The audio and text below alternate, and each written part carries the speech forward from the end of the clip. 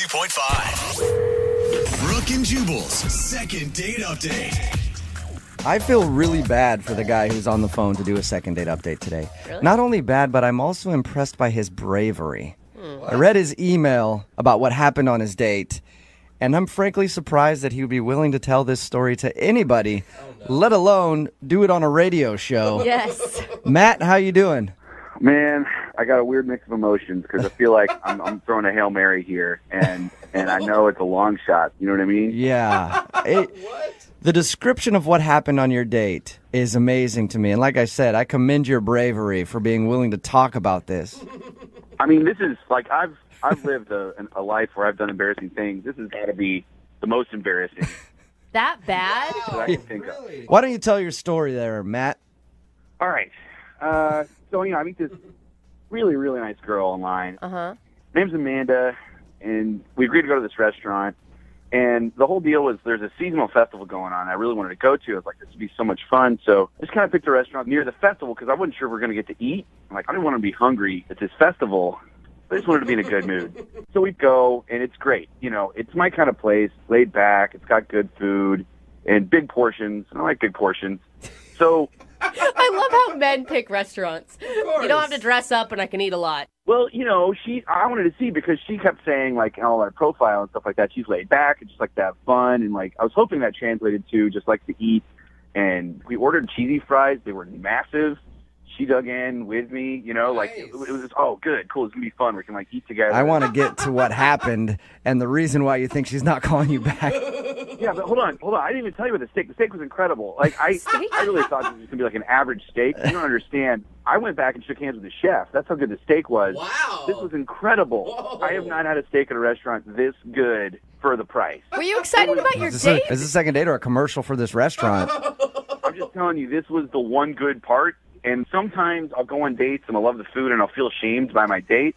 But she didn't do that. She was just like, yeah, cool. I like a guy who can eat.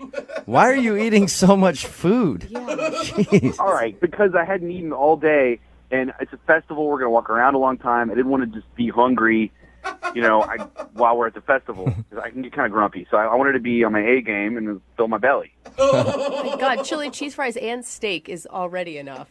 Hey, I didn't even tell you about the dessert. My God. So we get one of those giant, like, ice cream brownie sundae things. Oh my And gosh. all I'm going to say, I know you don't want me to, like, go on and on and on, but, oh, my gosh, that whipped cream, it was like, I don't know. It was like there was a group of people in the back that were making it by hand, and that was their only job, was just to make this whipped cream. I mean, After reading your email, how in the world can you still be talking about the food with the situation that happened after you ate? I want to know what happened. You do want to know what I just need happened. to understand, like, I was so happy. This is the happiest I'd been on a date at this point. All right. And so, like, that's why. So, like, we ate. This is great. Let's go. So it's just like we're walking. I start burbling. You know, my stomach starts burbling. I'm like, oh, no, I got to go. I should have gone. There's, like, we're kind of far from the restaurant now. Uh-huh. Like, just, like, want to keep moving. And I didn't really want to say anything. You know what I mean? I just didn't feel comfortable yet saying, oh, I just got to drop a giant deuce, you know? So, like, Yeah, it's usually bad first date etiquette to bring that up. Yes. I didn't want to do that. So, like, we walked by this department store, and I was like, oh, yeah, I forgot. I got to buy a gift for one of my coworkers. I'll just go in here real quick because it's tomorrow. It's like an only chance if I don't buy it now. So I knew I'll just be in and out real quick. And so I go in, and the bathroom is on, like, the 5th floor. It's, like, escalators. So I'm, like, running up the escalators, like, carefully, because now I'm at the point where it's very sensitive and I can just lose it all. Oh my Any God. second, I can feel it. And so I'm just So much so graphic careful. detail. You know, like that run you do when you're trying to be careful not to spill it? Yeah. I don't. I get up. I get up there. I get to the 5th floor. I'm so excited. And there's a guy with a mop, and he's cleaning.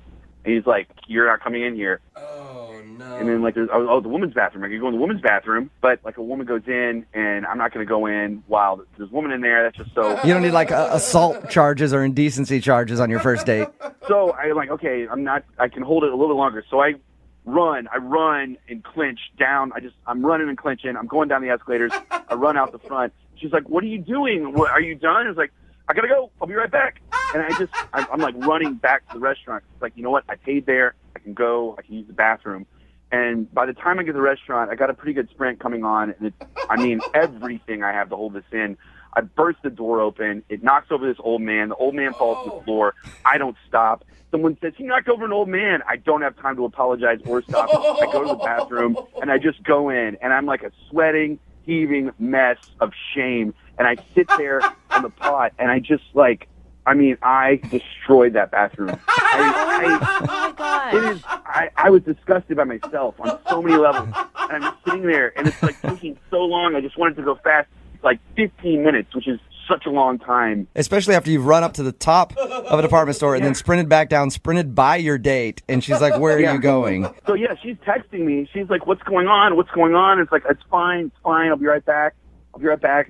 And I was like, I'm good. I'm like done. And I stand up, and I look at my pants, and I had splattered my pants in the process. What? And I was like, this is not going to work. Did you just say? Disgusting. I don't get it. You didn't realize that you pooped your pants before you went into the bathroom? I was in a dark place. I don't know how to explain. This was not like a normal situation. I mean, I'm in there freaking out about knocking over this man. I was like, I gotta go home. I gotta go home and get a change of pants. Do you live close to this place? No, I live like 10 minutes away if there's no light. Oh, You know what I mean? So I went out the back door of this restaurant because I don't want to run into this old man or his family or anyone. So I go out the back door and I drive home. I barely, I get home. I change my pants. She texts me, "Screw you. I can't believe you ditched me." And I was like, oh no. And is that the last thing you heard from her? Yeah, because I knew there's no coming back from that. I didn't know what to do. I just, Did you try to apologize and explain what happened? I mean, I said I'm sorry, but I knew that if I did a lot, I felt like it would make it worse. So I just said I was sorry. Oh my God, my brain is still spitting from your really detailed story about pooping yourself. Why would you ever think it's okay to leave a woman on the street for how long? In the end, it was 35, 40 minutes. Yeah. No wonder she's not calling you back. I mean, you know what happened, obviously. Yeah, I know. That's why that's why I said Hail Mary at the beginning of this conversation. But I had such a good time. You have to understand, she really is cool. Okay. I met this really cool girl who's fun and has a good sense of humor. And for some reason, I just freaked out. Well, you're going to have to see how cool she is when we get her on the phone and you tell her the actual story of what happened. Oh, I don't know. I don't want to tell her all the details. We can just tell her generally what happened, and then see if she'll go out with me again. We don't have to give every example. I'm just going to take this first part where we're talking right now. We recorded your story and play that back for her. Have her listen to that. No. Please don't do that. All right. We'll play a song. Come back. I Call love her. you guys. I'm a big fan of you. Please. All right. Don't do that. Hey, you're going to have to tell her a little bit, but we'll do it after this song. We'll play a song, come back, call her, and get your second date update, okay? All right. Thank you, guys. All right. Hang on, man. Moving 92.5. Brooke and Jubal in the mornings. Second date update. If you're just tuning in for today's second date update, Matt is on the phone. And yes, if you missed Matt explaining what happened on his first date, it was rather embarrassing. Long story short, he had to go to the bathroom really bad after they had dinner. Tried to find a restroom, didn't tell her what he was doing because he was embarrassed. Ran to the top of a department store, bathroom was closed there, sprinted down the stairs and past her, she didn't know where he was going, into a restaurant, knocked over an old dude on the way, and people yelled hey, that guy has knocked over this old guy, but he was in a very bad place, so he had to go straight to the bathroom. He ended up going, took him about 15 minutes, and then he realized that he accidentally had an accident on his pants. So he tried to go home to change his pants, and at that point, she texted him and was like, "It's obvious that you ditched me," and she hasn't talked to him since. We're about to get her on the phone and see if Matt can somehow salvage what happened and get a second date. Matt, are you ready to go? As ready as I'm going to be. Matt, you do realize the last image she has of you is you sprinting away from her on the street. It's not even that you just ditched her, you ran from her. Ran away from her. Yeah. No, it's not good. It's the worst. It's the worst it could be. It really is. I don't know. I don't know. Yeah. Good luck to you, man. I don't know how you're going to get a second date out of this one. Especially when he's like, no, you don't get it. I pooped my pants. Yeah. Don't worry. Yeah. Now It's not as bad. It wasn't you. It's just that I have no control over my bowels. Would you like to go out again and try this over? All right. I'm going to dial the phone number right now. Get her on the phone, okay? If you guys don't mind vouching for me that I'm a good guy, that would be great. Sure. I'll tell her I we're don't- longtime personal friends and that you're a great dude. You're such That a would liar. be amazing. Okay. I'm going to dial the phone number right now. Here we go.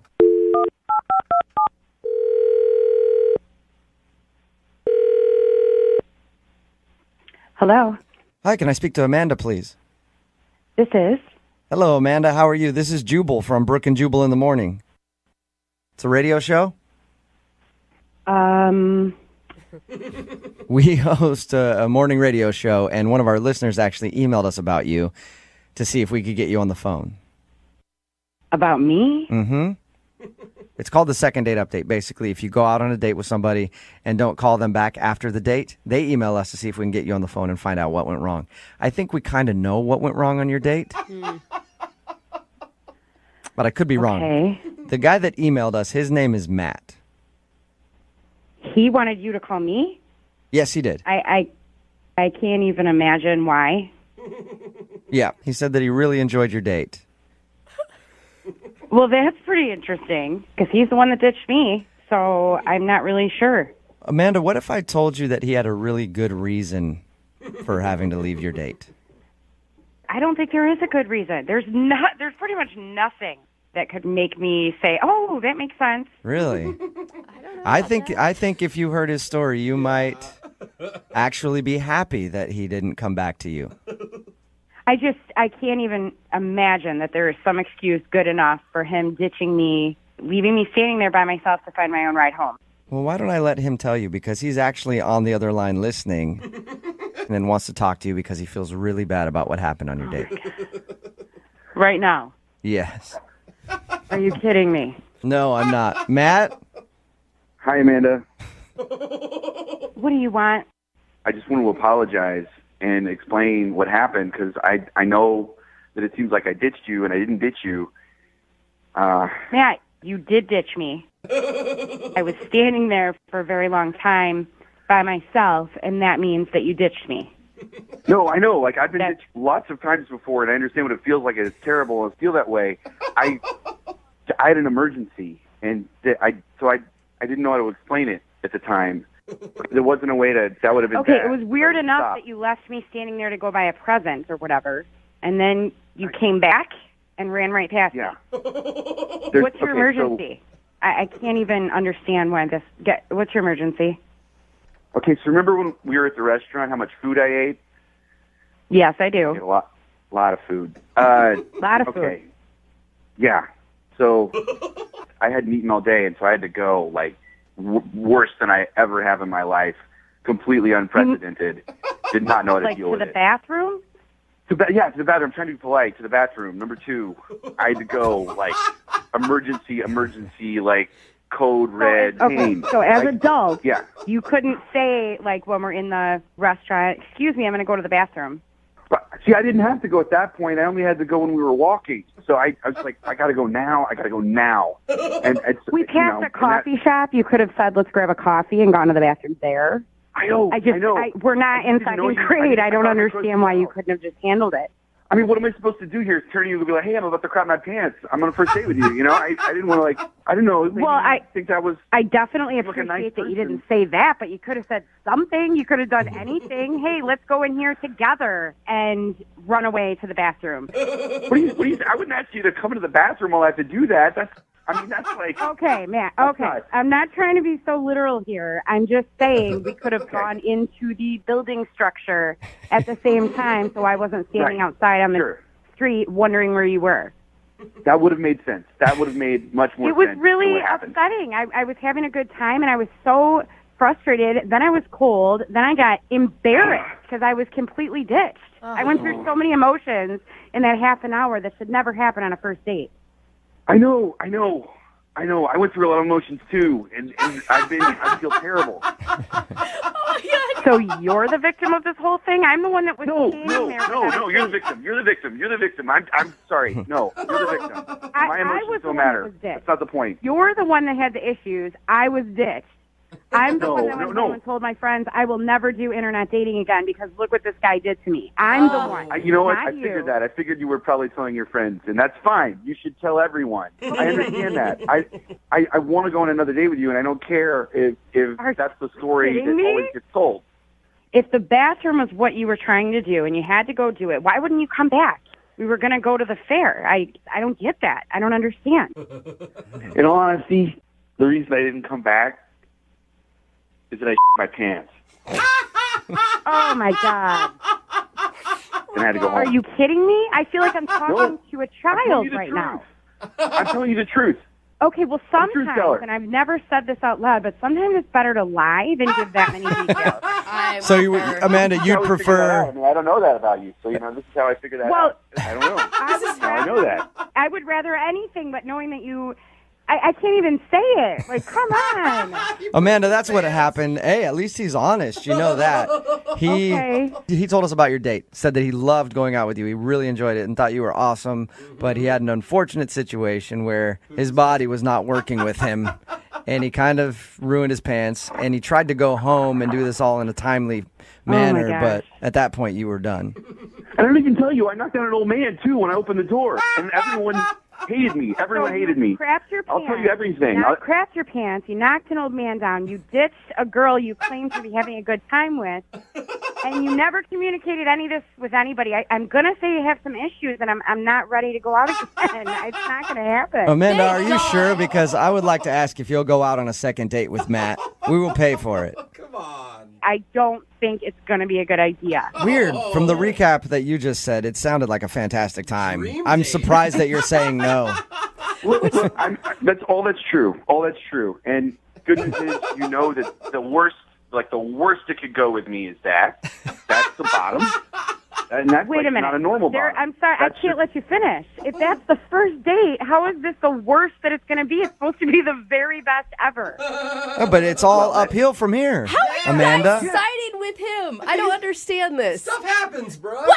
If a girl crapped her pants on a date, none of you would ever talk to her again. Yeah, that's very true. I would. I absolutely would. I'd feel so much more comfortable if a girl crapped her pants or burped or did anything gross. I'd be like, that's Well, awesome. you would. You would, because that's your thing. It was just one time. All right, well, so Amanda, no, you don't want to go out with him again. It's not going to happen. I will use it as an example of what not to do for the rest of my life. Brooke and Jubal in the morning. If the bathroom was what you were trying to do and you had to go do it, why wouldn't you come back? We were going to go to the fair. I don't get that. I don't understand. In all honesty, the reason I didn't come back is that I my pants. Oh, my God. That was a clip from today's second date update. If you missed it, Matt wanted to call this girl Amanda. He knew exactly why she wasn't calling back. She didn't know that he had an accident during the date. But what did happen was they went out to eat, and then they were walking somewhere. He had to go really bad. He tried to go to one bathroom. It was closed. Then had to sprint past her to go to a restaurant's bathroom and ended up actually getting some on his pants and then tried to go home to change them.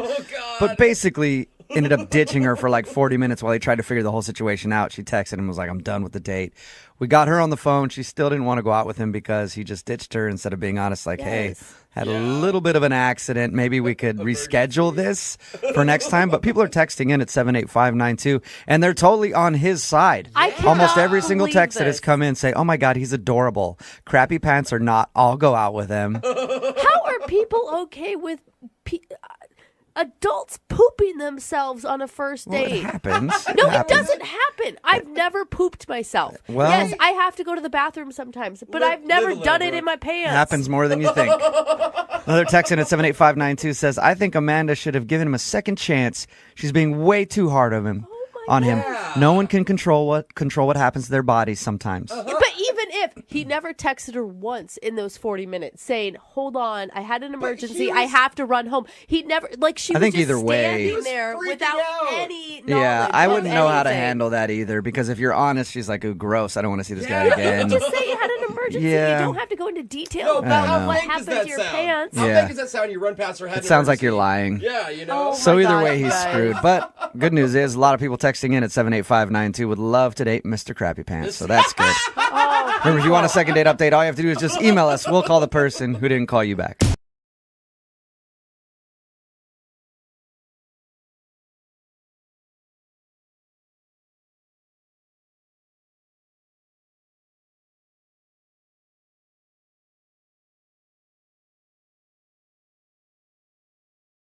Need LASIK? Trust the experienced team at the LASIK Center at Evergreen Eye Center. No glasses, no contacts, no limits. What will you do? LASIK at evergreen.com. It's time for your brand new second date update. And There aren't many things that can make a date go from great to horrible in a matter of seconds. Maybe a poorly worded compliment, an ex-lover showing up, a milkshake that's been laced with Viagra. Wow. My mom would do that to me all the time. Annoying. Gotcha. Well, one of our listeners had his date completely ruined by an extremely unfortunate experience. In fact, it almost cost him his life. You'll find out what happened in your second date update right now. Moving 92.5. Brooke and Jubal's second date update. Whenever you meet somebody online and you go out on a date with them, there's always a little part of you that has to fear for your life. A little bit. What? You know, because you don't really know them that well. What? Why are you fearing who you're dating? Because you're meeting people on the internet. Well, all right. Exactly. Okay, I'll And- give it to you on that one. Steve, who's on the phone today for a second date update, legit had to fear for his life on his first date, though. It's a crazy story, and he'll tell us in just a second. What's up, Steve? How are you? Hey guys, how's it going? Oh, I'm Pretty just good. glad you're alive to tell us the story. It sounds like. Yeah, you and me both. Oh my gosh. Before we get into the craziness that you described in your email, tell us a little bit about the girl you want to call today. What's her name? Her name's Cecilia. Cecilia. Okay. All right. And where did you meet Cecilia? I met her on Tinder. Okay. All see? right. And was there any red flags from the beginning that things would get a little out of hand with her? I mean, I'll tell you, the biggest thing was like, every once in a while you see somebody where you're just like, there's no way this girl will be interested in me, but I'll try it anyway. And then you don't expect to get like a swipe back, Totally. but she did. Okay. Hey, So that nice. either means she thought you were equally attractive or it means that she's nuts and no one else will date her. Right. Either one of those could apply. You never Okay. know. How long had you guys talked before you actually went out? We didn't talk long before I took a chance and asked her out because I'm like, this girl is not going to stay alone for very long. I got to take a chance when I get it. Okay. My whole thinking is like, I'm not the best looking guy in the world, but I know my personality is good. If I can just meet him once, I usually can win him over. I feel you on that one. Like I feel like I'm a slow burn. Yeah. Women will give you more of a chance based on things other than looks than guys. Yeah. That's a nice part about being Yeah. a dude is you could be a troll. As long as you're kind of funny, you can get dates with very, very attractive women. Yeah, exactly. So what'd you guys do when you went out? We went to an outdoor concert. That's a great first date. Oh, it was awesome. She was just as hot as she was in her pictures, but she was also really sweet. Oh, that's great. great. So she had a beautiful personality. Oh my God, it was amazing. But you know how those outdoor concerts are. If you stand back far enough, you can hear the music, but then you can still talk to each other. Yeah, Right. that's always nice. Because if you go to a concert or a club or something like that, a lot of times you can't even really talk. You can kind of hear what they're saying, and then you throw out an answer that you think is on topic, but really both of you have no idea what you're talking about. Yeah, and the next thing you know, you're wearing a pirate shirt. Right. I just don't understand how you went to an outdoor concert and you almost died. Yeah. So the whole night was going really well. It was it was really intense, but then it kind of became what I like to say unexpected, because I was like, do you want to like get away from this and go for a walk and go to a bar or something like that? Because at this point things are going so well. I'm like, I got to try and get this girl, as far away from other people as possible. And so, Wait, hold on. I don't understand why you want to take her far away from people. well, I mean, at this point, I was thinking about maybe trying to steal a kiss or something. Oh, okay. There you go. You wanted Yeah. to make out. Okay. Just a little more privacy. Yeah, I mean, it sounded like you were going to put her in the trunk of a car the way you described it. So I just want to make sure we were on the same page. No, that's a second date thing. And what happened next?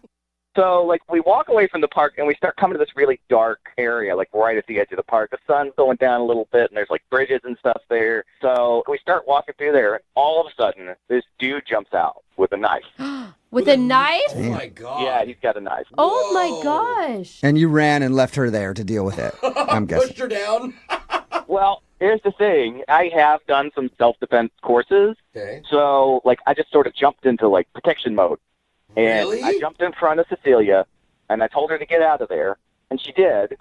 And then, like, I know this is going to sound, it's going to be tough to believe, but me and this guy, like, we fought. Wait, Wow. you battled a dude in the park with a knife. Yeah. Don't you think the better Wow. idea would be to run? Why are you fighting dudes with knives? He's trained. I mean, look, if anything's going to impress this girl, it's going to be jumping in front of a guy with a knife. That's true.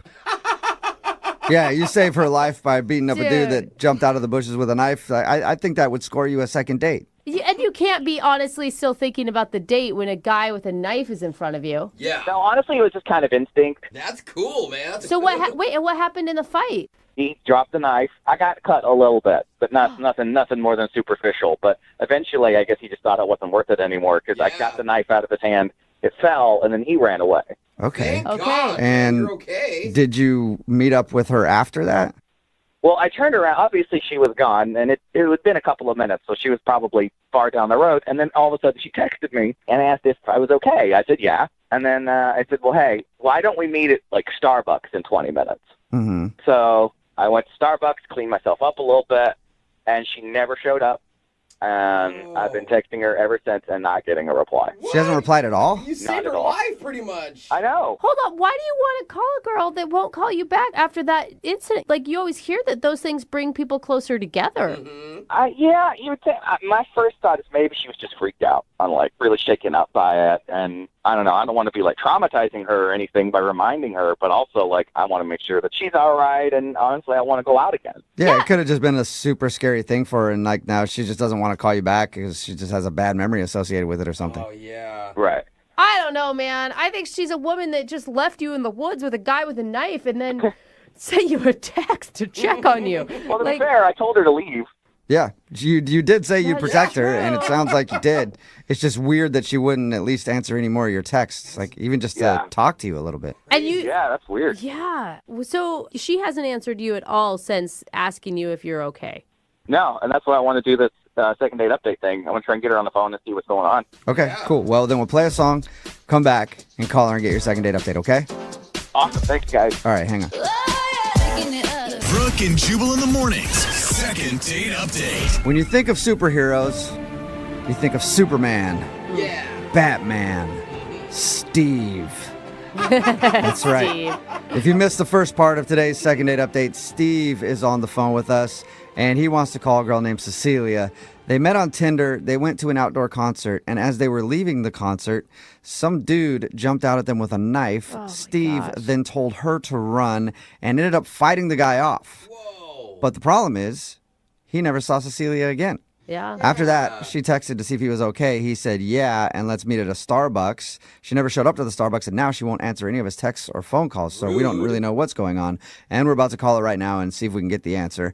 Steve, are you ready to go? Yeah, man, I'm ready. Of course, you're always ready. Steve, I mean, have you thought, like, she did text you to check in to make sure that you were okay, right? Yeah. Maybe she didn't really enjoy the date prior to the knife fight. I mean, she seemed like she was. I mean, I think I'm pretty good at figuring that kind of stuff out. So it'd be a surprise if she wasn't enjoying herself. Okay, it'd be more surprising than the guy with the knife. I mean, maybe not more surprising than that. That'd be bad if that's the best part of her date. She's like, yeah, it was pretty boring. There was one exciting part, Yeah. but I don't feel like calling him back. It's not going to get any better than that. Yeah. All right, well, I'm going to dial her phone number right now. Here we go.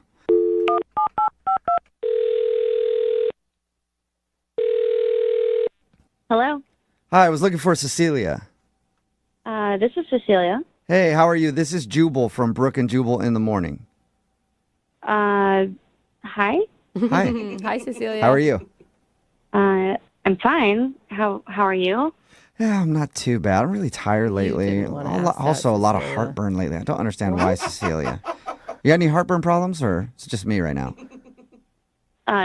Who is this again? This is Jubal from Brooke and Jubal in the Morning. It's a radio show. Oh, okay. Can I help you? Well, I don't even know if you can help us, but you can help somebody who emailed us about you. Someone emailed you about me? Yes. We do a segment on our show. It's called the Second Date Update. And you went out to an outdoor concert with a dude named Steve a little while ago. Oh, God, Steve. Uh-oh. That's what this is about?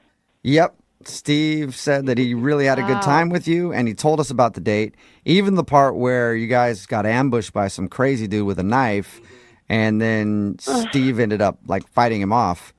And Steve's wondering why you won't text him or call him back. Is that really what Steve told you? Yep, that's what he told us. Does that not sound right to you?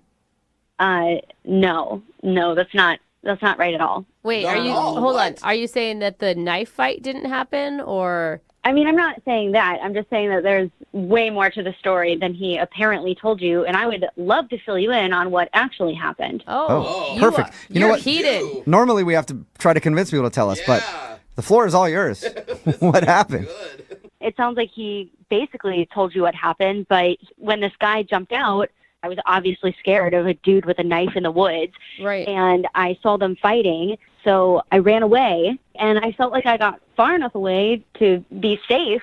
And then I started thinking about Steve, and he was still there with that guy, so I was frantically texting him, trying to make sure that he was okay, and he wasn't responding to me. So I was just freaking out, trying to figure out what to do. Damn, Did that, you call that had the to be cops? scary. Like, that's who I would call 911. No, I didn't call the cops. I mean, everything was just happening so fast, and I was just panicking. So I didn't really think about it in that moment. I just wanted Steve to text me back, and I waited and waited and waited. And when he didn't, I got really worried. So I went back because I wanted to make sure he wasn't just lying on the ground, stabbed with no one around him. Yeah, that's nice of you. And I walked back close to where it happened, and I see Steve, and I see the guy with the knife, and they're just talking. Chatting? Yep, just chatting and smoking a cigarette. They were laughing together. Oh my God. Oh my God. You know, Are sometimes after you saying- fight somebody, you're like, "Hey, are we cool? You know, did you pull a knife on me? Oh, we're bros, right? Nice to meet you." Is that? Yeah, who knows? No, not with a stranger. No, So wait, I agree. It's weird. you think that he set it up? Is that what you're accusing him of? I mean, I don't know if he set it up, but something was definitely off. There was just something not right about the whole situation.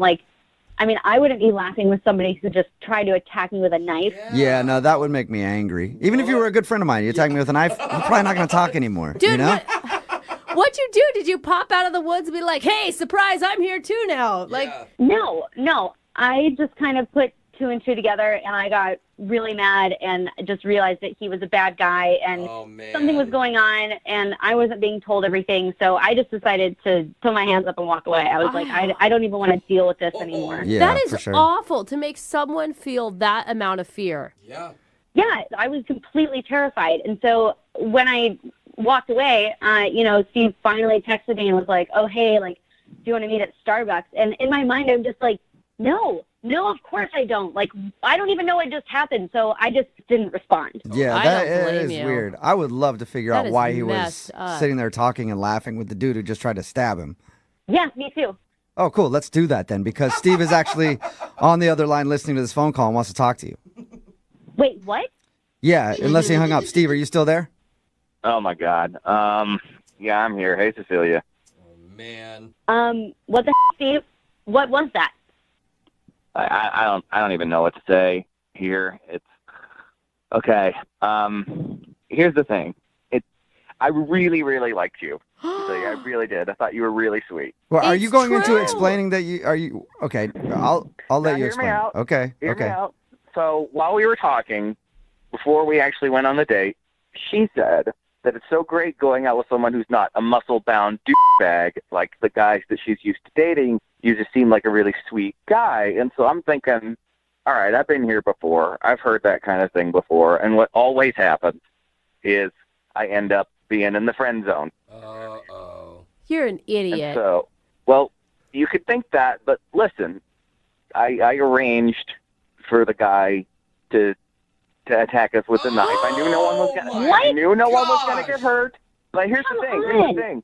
I needed to show you that I could protect you, and if that happened in real life, I would absolutely do the same thing. Yeah, right. Yeah, sure. God. It's a lot easier when it's one of your buddies holding a knife than just actually a random maniac. Dude, they're laughing, but that is so messed up. Do you know what you made her feel? Do you know what you put her through? You know how I felt when I keep getting rejected by women that look like her? Totally the same. Like your life is on the line because you don't know how to close a deal in a relationship. That's disgusting. I was literally telling you that I liked that you were sweet and not like these other guys. So if I don't like those other guys because they did stuff like that, No, why but- would I like you doing it? But you know what that means doesn't in make any woman sense. speak. That means that you're a sweet guy and I like you and I'll never like you. Speak, In Steve. women's There's no such thing as women speak. It's all just the English No. language. So, like, That's yes, if there's it no is. such That thing is as women so speaking, sexist. why have I heard that so many times and it's become the friend? Are you seriously trying to blame this fake mugging on me? Like, I said something and that you're really going to blame me? Yeah. No, not you individually, just women in general. Blaming all women for you setting up your friend trying to No, stab. you know what I mean. You know what I mean. No, you are so lucky you're on the phone right now and not in real life. Well, in according to Steve, he'd person. be able to protect himself against you. So. I mean, here's the thing. What are you supposed to do if a girl thinks you're weak? You got to stand up and show her that you're not. And, I couldn't depend that somebody would just accidentally mug us. Just hope for a mugging. I never said you were weak, Steve. This is an You episode. said you'd only dated muscle-bound guys. What was I supposed to think? Maybe that it didn't work out with those guys. I'm looking for something completely different. Yeah, and just because those guys have muscles doesn't mean they're weak. Like, the strongest men I know are actually comfortable with who they are and don't have to prove anything. I'm comfortable with who I am. No, you're not. You are setting up muggings in the woods because you don't think that you're a strong enough man on your own. I do. I know I'm a strong enough man. I wanted to show her how strong I was. You're so confident, man. Steve. Like, have you done this with other women before? Like, set up fake mugging? No, but you know what? None of the other girls I've ever dated kept throwing it in my face that I'm not muscular enough for them. What? I was never saying anything like that. I was answering your questions about what my exes were like. Now, because women don't say what they really mean, they've always got subtext. Steve, you are disgusting. It blows my mind that you think that you have to do this kind of stuff to impress girls. You know, Okay? it blows Okay? my mind that you don't get that women want a strong guy. You don't Yeah, get that. You don't okay. get what women want. Seriously, dude, stop with the mansplaining. Yeah, mansplain us what women want. Is that what you want to tell us? What we want? Cecilia, I think I know what women want, and women want another date with Steve. Would you like to go out with Steve? On a second date, we will pay for it. Maybe you could go on a date with that fake nice guy. I'm sure you have a lot to talk about. So what you're saying is you wouldn't want to go out with me again. What in the world makes you think that I would ever, in my mind, think about saying yes? I mean, I'm being honest with you. Oh my gosh. Give him that. He really doesn't get it, Cecilia. That's the most delusional thing anybody has ever said. Yeah. You know what's delusional is the fact that women always say they want the nice, funny guy, and then they never go for him. Oh my God, they just don't go for you, Steve, because you're crazy. Sure. It's not nice to set up a fake mugging. Even if it was fake, you didn't know it was fake at the time, and I never even got a thank you. Good point. Who doesn't thank somebody for saving their life? Shut up. You know what, Steve? I think you're the one who dodged a bullet on this one. She's rude. Yeah, she is Oh my rude. God, you guys are awful. Brooke and Jubal in the morning. Pretty much all the texts in at 78592 think Steve is a douchebag. Yeah. Brooke and Jubal in the morning talking about today's second date update. If you missed it, Steve wanted to call this girl named Cecilia. They met on Tinder and they went to a concert. And as they were leaving, they were confronted by a dude with a knife. Steve told her to run while he fought the guy off. Oh, hero. Afterwards, he was confused why she wasn't calling him back. So we called her, and she told us that after she ran away, she came back to check on Steve and found him laughing, hanging out with the mugger, and she was extremely weirded out that the two guys were laughing together after the guy just came up to him and threatened to stab him and everything else. Yeah.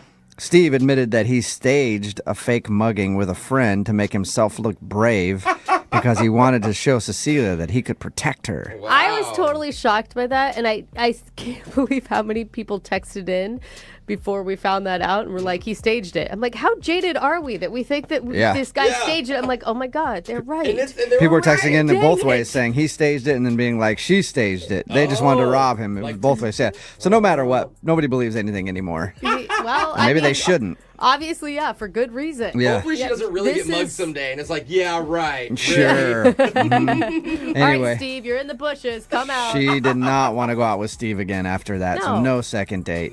Remember, if you want to do a second date update, all you have to do is email the show and we will call the person who didn't call you back. Moving 82.5. Brooke and Need LASIK? Trust the experienced team at the LASIK Center at Evergreen Eye Center. No glasses, no contacts, no limits. What will you do? LASIK at evergreen.com. Moving 92.5. Brooke and Jubal's second date update. You ever have one of those bad dates where just nothing seems to go right? Yeah. Me neither. But Marshall, who's on the phone for a second date update, definitely has. His date seemed like just one really horrible thing spiraling out of control into a ton of horrible things. And now he needs to do a second date update. What's up, Marshall? How are you? Hey, guys. How you guys doing this morning? So, from Jubal's description, it sounds like you know exactly why she's not calling you back. I do. It's kind of a laundry list of problems. Yeah. here. Sounds like you don't really know exactly why, but you know there's a lot of options, at least. Yeah, I know that it could be one of several things, and I'm hoping you guys can help me along, and maybe we can go through them and get to it. I mean, that's why I emailed. All right. Before we go through your list of things that went wrong, why don't you tell us about the girl we're going to call today? What's her name? Her name is Melissa. Melissa. All right. And where'd you meet Melissa? Well, we met on a dating app, and she just stuck out literally like a firework. Beautiful red hair, these bubbly eyes that just link you in. I mean, kind of like a Zoe Deschanel. Like when you look at her, she just has this, I don't know, cuteness that just reels you in like a fishing lure. Okay, so you were excited about this date then. Oh my, over the moon, just through the moon excited. I mean, I couldn't even believe it. Was one of those, I thought I was going to show up and it wasn't going to be the picture I was looking at. You know, you're like, it's too good to be true. And then you did show up and it was actually Zoe Deschanel. And you're like, you're just as wacky and lovable in real life. Oh my God, look at you, so adorable. Yeah, it was like I was on an episode of New Girl. But she honestly was just, I don't know if you've ever seen those girls with like just the red hair that's not too red. It's kind of got the, you know, the layers of like auburn flowing through it. It's like nice red hair. It's not like you might steal my soul red hair. You know? Yes. Exactly. Oh my God, you know exactly what I'm talking about. Yes. Were you nervous? Like, was that part of your problem? Beyond nervous. That's why, it was one of those things. I felt like I was a little out of my league, so I was just nervous beyond belief. Okay, so let's start with the list of things that went wrong. What's the first thing? So we sit down. Everything starts, you know, just your typical back and forth chit chat, and I don't know how it came up, but I start talking about my ex. Oh, my God. I know. And it's like you can see the train wreck happening in front of you, and you can't stop it. I'm talking about this vacation and how me and my ex got in this big fight, and it's just going and going. And then I finally do stop, long story short, and thank God I didn't go into how we had makeup sex, me and my ex. That would have been really terrible. Oh, man, okay. I feel like that was even too much for our conversation right now. I didn't go that far. I went ahead and put the brakes on before I got that far and tried to get the date back on track. Okay. So, That's good. At least you realized something was happening. And... Well, it's good if that's, it would be good if that was the only thing you did, but it sounds like there was more. There's definitely some more. So we get an appetizer that comes out, and all of a sudden my stomach just starts gurgling, making, it was over the top. And I don't know if it was a mixture of the nerves and the food. I also had a beer, but my stomach is just in knots. So right after the ex story, shortly after, I have to excuse myself to use the restroom. Okay. And it wasn't just I'm going to go pee real quick. It was like, I'll be back in like half an hour with a new set of clothes. It was not a quick break in the restroom. I mean, I'm in there, and it was I don't want to get into details, but I am feeling the minutes pass, if you know what I mean. I got to get back out there, but how do you get back out there when you're having these issues? Yeah. So I am gone for a substantial amount of time. Yeah. Just text her from the toilet. Yeah. Yeah, Hey, and I miss imagine you like breaking out in sweats and turning pale on top of it all. That was happening all along, and I feel like the sweats and the paleness were building as we went. But I did get back out there. So I sit back down, and I might have been at the table for 1 or 2 minutes, and I get hit with it again. And so, I'm so sorry, I have to step away for a minute. And this time, of course, I don't want to see him going to the bathroom again. So I made up a lie. I was like, hey, I'm so sorry, I got to step away. I forgot to have this work call I've got to make. What? That's probably even worse than going, I'm feeling sick and I should go to the bathroom again. Sketchy. So I'm gone for another substantial amount of time. I come back. I'm apologizing. I'm like, oh, I'm so sorry about the phone call. And yeah, it doesn't end there, unfortunately. Oh, so okay. I sit down. I start feeling sick again. And at this point, it's getting, it's one of those sicknesses that was just like creeping deeper and deeper. Mm-hmm. I just grab a wad of money. I throw it on the table. And I was like, I'm so sorry. I'm not feeling well. I've got to get out of here. Almost like she's a stripper or something. Oh, God. I throw it on the table and just leave. There was no hug goodbye, obviously, because I'm poured in sweat. There was no anything. I just left. Kind of almost out of embarrassment / I don't feel good. I'm going to take a wild guess that she hasn't talked to you since then. We talked every night since. No, she has not called me. You're not seeing her again. And that sucks because, like, the ex thing is your fault that you brought that up, but the rest of it is out of your control. But I think where he went wrong is lying or just at least not telling her what's really happening. It made you look even worse, I think. Now I look at it, I did lie, but it was almost, it was embarrassing to kind of totally meet the girl on the first date and say, hey, I'm going to be on the can for 40 minutes. If you could just hang on, I'll wash my hands and be back. Yeah. But, I've texted her and, tried to kind of apologize and call, but I didn't want to be too much. But like I said, this girl was, just one of a kind, if you will, and it's definitely my fault, but that's why I'm here. Well, we'll see if maybe we can salvage this situation and get you a second date. We'll play a song and then come back and get your second date update, all right? Thank you so much, guys. Okay, hang on. Moving 92.5. Brooke and Jubal in the mornings. Second date update. For today's second date update, I can't decide who suffered the most. Oh. Marshall, who's on the phone for a second date update today because he had a terrible first date with a girl named Melissa, or there's also that poor restaurant toilet. Oh, man. That thing suffered so much during Marshall's date. If you missed the first part of today's second date update, Marshall is on the phone. He wants to call a girl named Melissa. They met online, went out for dinner, and he says the whole thing was pretty bad. He started off because he was nervous, talking about his ex-girlfriend a lot, which we know is something that you shouldn't do. And then he started having stomach issues. Oh, man. And he went to the bathroom once and was gone for a long time, then came back, said he was feeling sweaty, and then, had to go back again. And then he said by the third time he came back, he just threw a bunch of money on the table and said he had to go because he knew it was not going to get better from there. So we already know why he's not getting a call back from Melissa. Now our job is to call her and see if we can get him a second date. Marshall, are you ready? I am ready, guys. I would say, are you ready to go? But I know you've gone a lot lately, so probably not the correct word. Marshall, would you classify this as the worst date you've ever been on? Easily the worst date I've ever been on. I really hope for a redo for you. I know. I am too, because it being the worst. So sorry. You having problems again? We're good. I'm a little choked up that we're about to call her, but I'd love to get that off my record, if you will. Okay. Yeah, right. Well, you want it wiped clean. of course. Sorry. All right. Oh, God. I didn't mean that. Here we Dang go. it. I'm going to dial her phone number right now.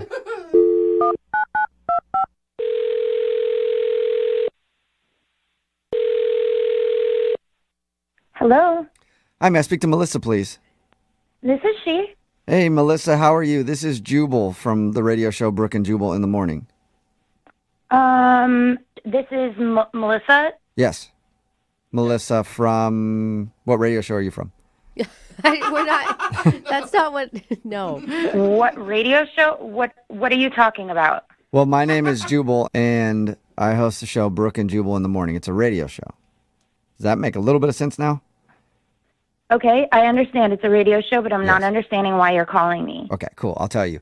Well, we do a segment on our show called the Second Date Update. That's where if you go out on a date with somebody and then end up not calling them back after, they can email us to get you on the phone and find out what happened. And we got an email the other day from a dude named Marshall.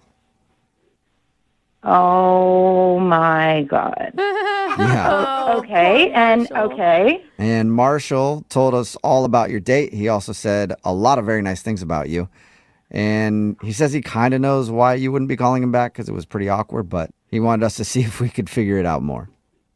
Okay, so Marshall emailed you and wants to know about the date that we went on. Well, he actually inquired to you about our date. Well, he just wanted, more than anything, I think he kind of wants a redo. He said it was awful. Well, that's interesting. There is definitely not going to be any redos with Marshall. That's for sure. He talked to us. He told us about your date. He said how he was nervous and talked a bunch about his ex and then had some stomach issues. Can I explain to you in my side exactly what happened on this date? Yeah. Yeah. Okay. So I met Marshall on a dating app. Okay, and I'm very, very, very apprehensive about dating in general today because, as you know, when you're in the dating world right now, you meet a lot of weird people and a lot of duds, okay, more times than not. Right. Yeah.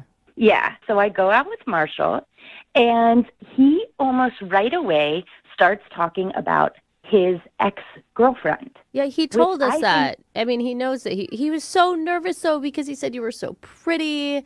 and you seem so lovely. And have you ever had one of those out of body experiences where you just keep talking and you know you should stop, but you just can't stop? No. Okay, well, so you're not going to have a lot of sympathy there, I take it. No, you're not understanding. Okay, so he actually showed me a picture of his ex-girlfriend. Okay, on our date. And then Marshall asked me if him and I could take a picture together so that he can post it online to make this ex-girlfriend jealous. Oh, wow. Marshall. He didn't tell us that. Yeah. It was literally the most awkward situation I've ever been in. I mean, what do you say? What did you say? I just basically was like, we could take the picture after dinner, and that's when I took the situation into my own hands, actually. You took it into What do you mean? your own hands? Yeah. How do you do? He said that he had stomach issues and then threw money on the table and left. I don't. Yeah. Would you? So when I go on dates now, I bring laxatives. Oh, my It's like, yeah. So wait, and you think this is cute? I mean, I've been on so many of these dates. No, this is so good. Okay. So you slipped him some laxatives?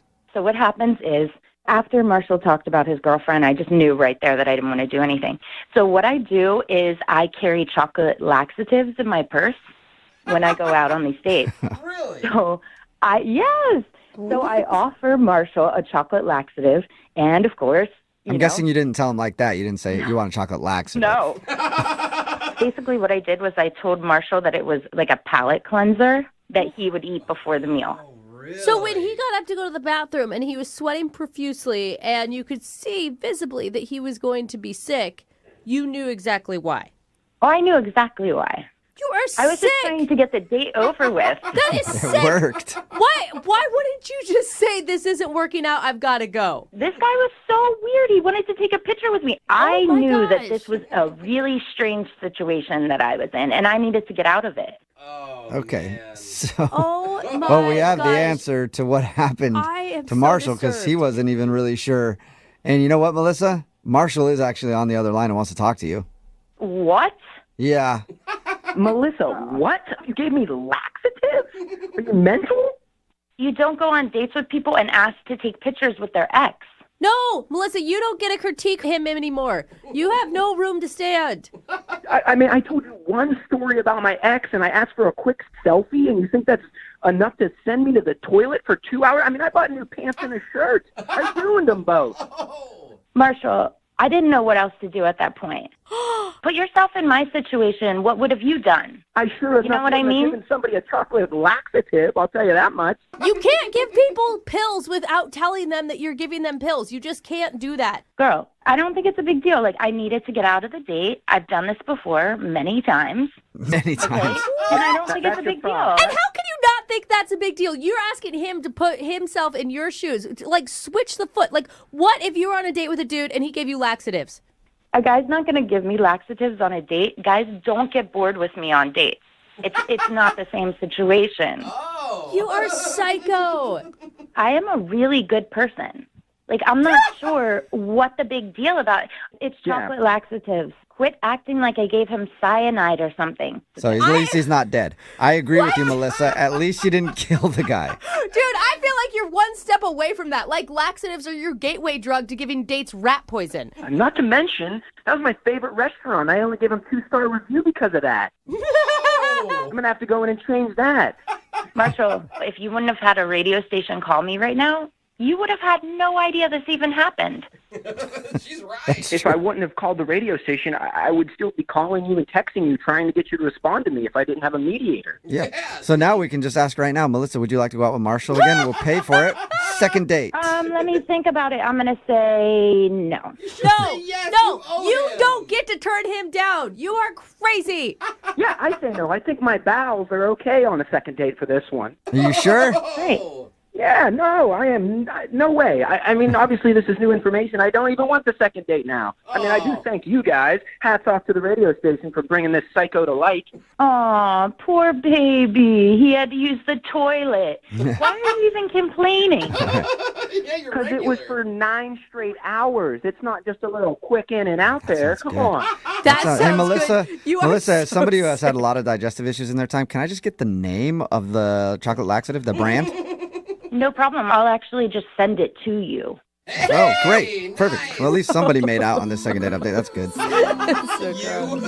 Brooke and Jubal in the morning. Text in at 78592 says, I'm so pissed right now. I'm a nurse, and she could have really hurt someone. Yeah. It's no different than slipping somebody a roofie. Talking about today's second date update. Well, I mean, if you think about it, it is true.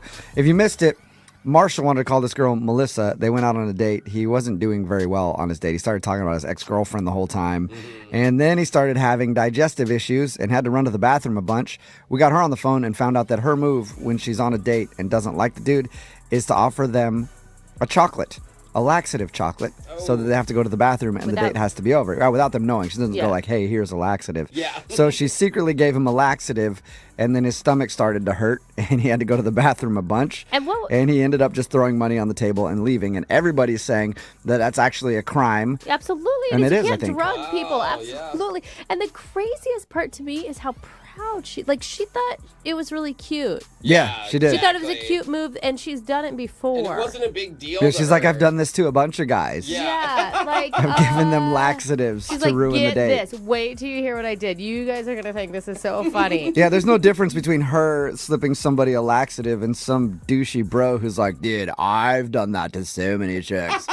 Like, just leave your drink unattended and drop a little bit in. Done it to so many chicks. I guess there's no difference. There's no difference between her and Bill Cosby. She didn't sexually assault him afterwards is the positive piece of that, because I don't think that after you get a laxative I don't think you want to. No, that's what I'm saying. Yeah. So there is a difference there, but the drugging part is all illegal. It's also like who and how she decides when they deserve the laxative. If she's done it to so many guys, I feel like her tolerance level is nothing. Yeah, as soon as she meets a guy out, she's just like, all right, you're getting a laxative. Yeah, you looked at me wrong. Right, they I didn't love even your outfit. They didn't even have dinner yet. I know. Like he's they like, literally talked for 10 minutes. can I get a picture to make my ex jealous? No, that's dumb. But that doesn't deserve getting a laxative. I still stand by it, though. Her laxatives sound great. They sound like they work really. You want to go out with her just so you're more regular. Yeah, because Okay. I've taken some laxatives before, and they don't even work that well on me. Really? Yeah, I'm so jammed up sometimes. You know, that I really Let's I have to not- load I up on the don't- laxatives and still nothing. Uh-oh, you know? I don't know what Yeah. I regret more, the conversation that's come after It the just adds to laxative bloat. second date update, or Yeah. all right. It's really frustrating. I don't need to know anymore. Sounds really backed yeah. up Yeah. over there, So bud. hopefully she sends me the info for that laxative so I can get back on track, you know? Maybe that's why you've had anger issues this all the time. No, that's from Yeah. other things. Okay. I think the constipation might stem from those other things. Oh, okay. Well, it's all related, Yeah. is what you're saying. It all comes from somewhere. You Yeah. just got to find the source. Remember, if you want to do a second date update, all you have to do is email the show, and we will call the person who drugged you. Or didn't drug you, or just didn't call you back. Whatever it is, just email the show. Moving 92.5.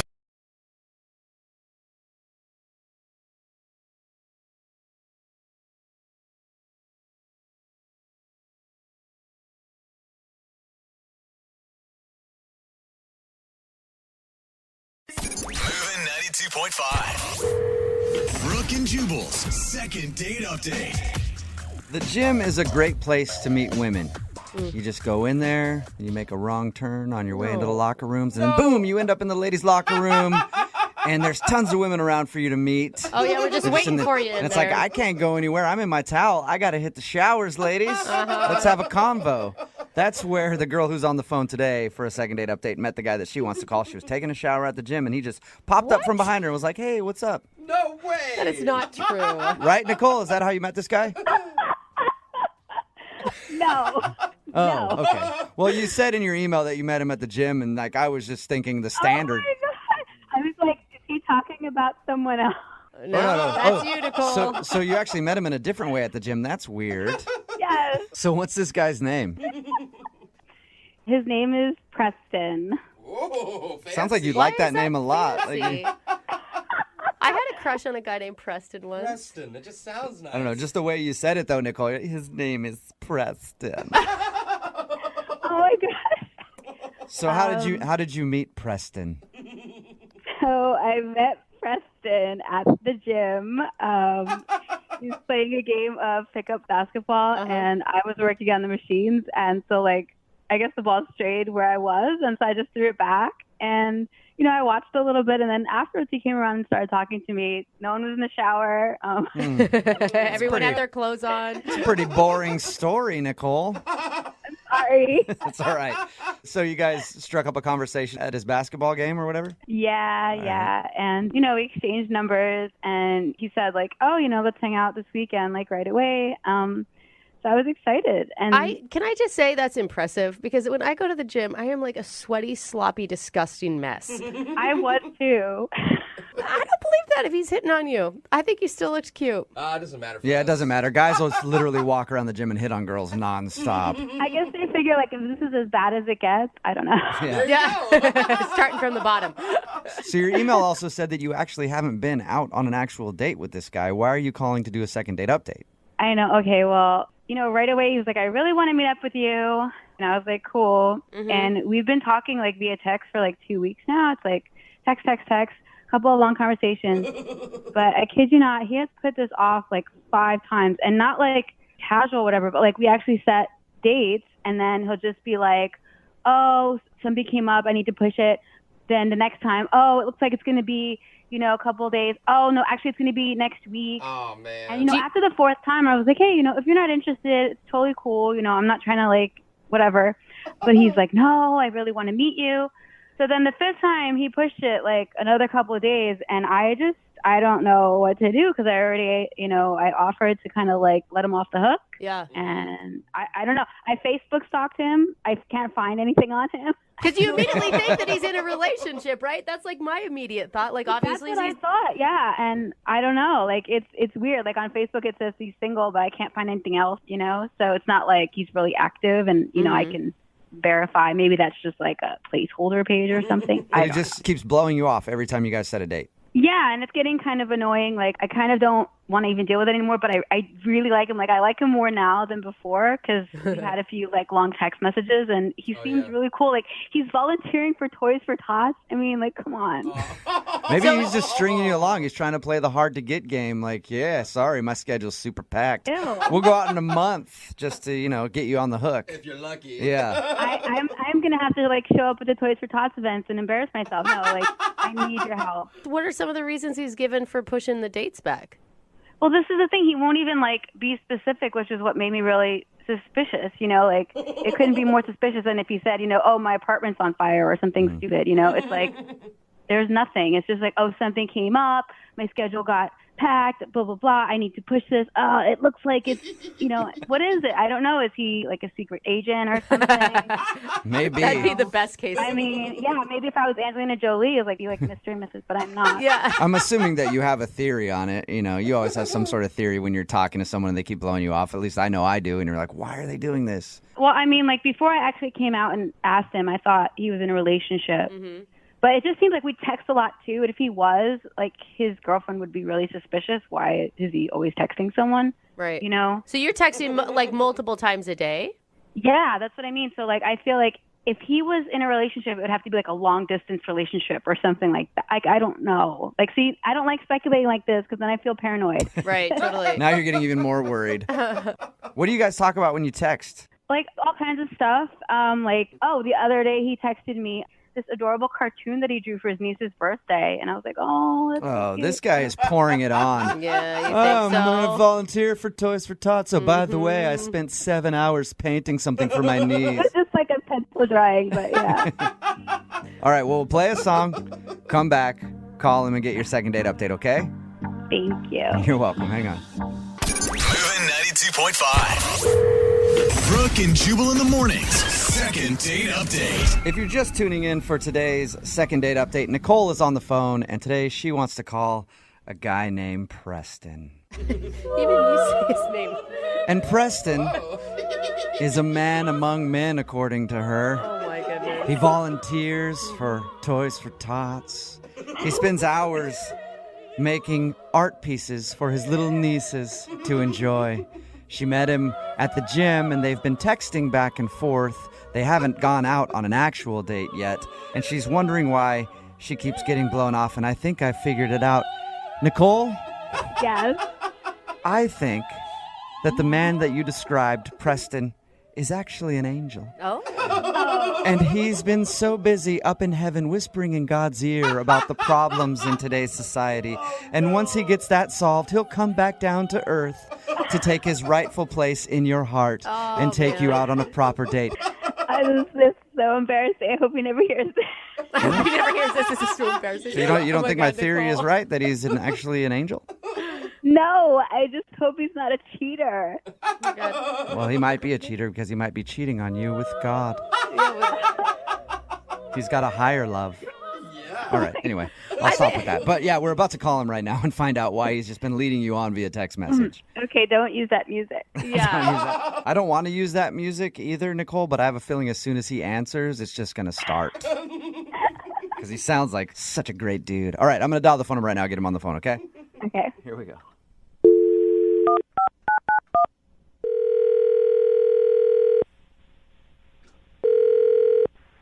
Hello? Hi, can I speak to Preston, please? Yeah, this is Preston. Hey, Preston, how are you? This is Jubal from Brook and Jubal in the Morning. It's a morning radio show. What are you guys doing? I'm calling because we recently got an email about you from one of our listeners. It's a girl named Nicole who you met at the gym. Nicole emailed you about me? She did. She emailed us because she says that you guys met and have been hitting things off via text message, but you haven't gone out on an actual date and you keep rescheduling. So she thinks that you're blowing her off, and she wanted to see if we could get you on the phone and find out if, in fact, you don't want to go out with her. No, I do want to see her. What? That's why she and I have been texting so much. But if you want to see her, then why do you keep changing the date on her and being like, oh, I can't do this day, and maybe a couple days, and then you end up pushing that date back too? I don't really understand what's with all the questions. If I need to clear all this up with Nicole, I'll just do it straight up with her, and we don't have to go through you guys. Yeah, but okay? Nicole asked us to call you. Do you like her? You think that she's cool? I said yes already. Yeah, I like her. Okay, well, you're on the verge of losing her because you've blown her off so many times. What are you talking about? Come on, like, you know how it is. If somebody blows you off constantly, eventually you're going to be like, all right, fine, they don't want to go out with me. I have a feeling that Nicole is right at that point. Well, again, I'm going to go ahead and just deal with her, and I don't feel like we need to go through a radio station. Yeah, but she said you haven't given her a straight answer. Well, I don't know what to tell you guys. Just seems weird. Do you feel bad about it or something? Do I feel bad about what?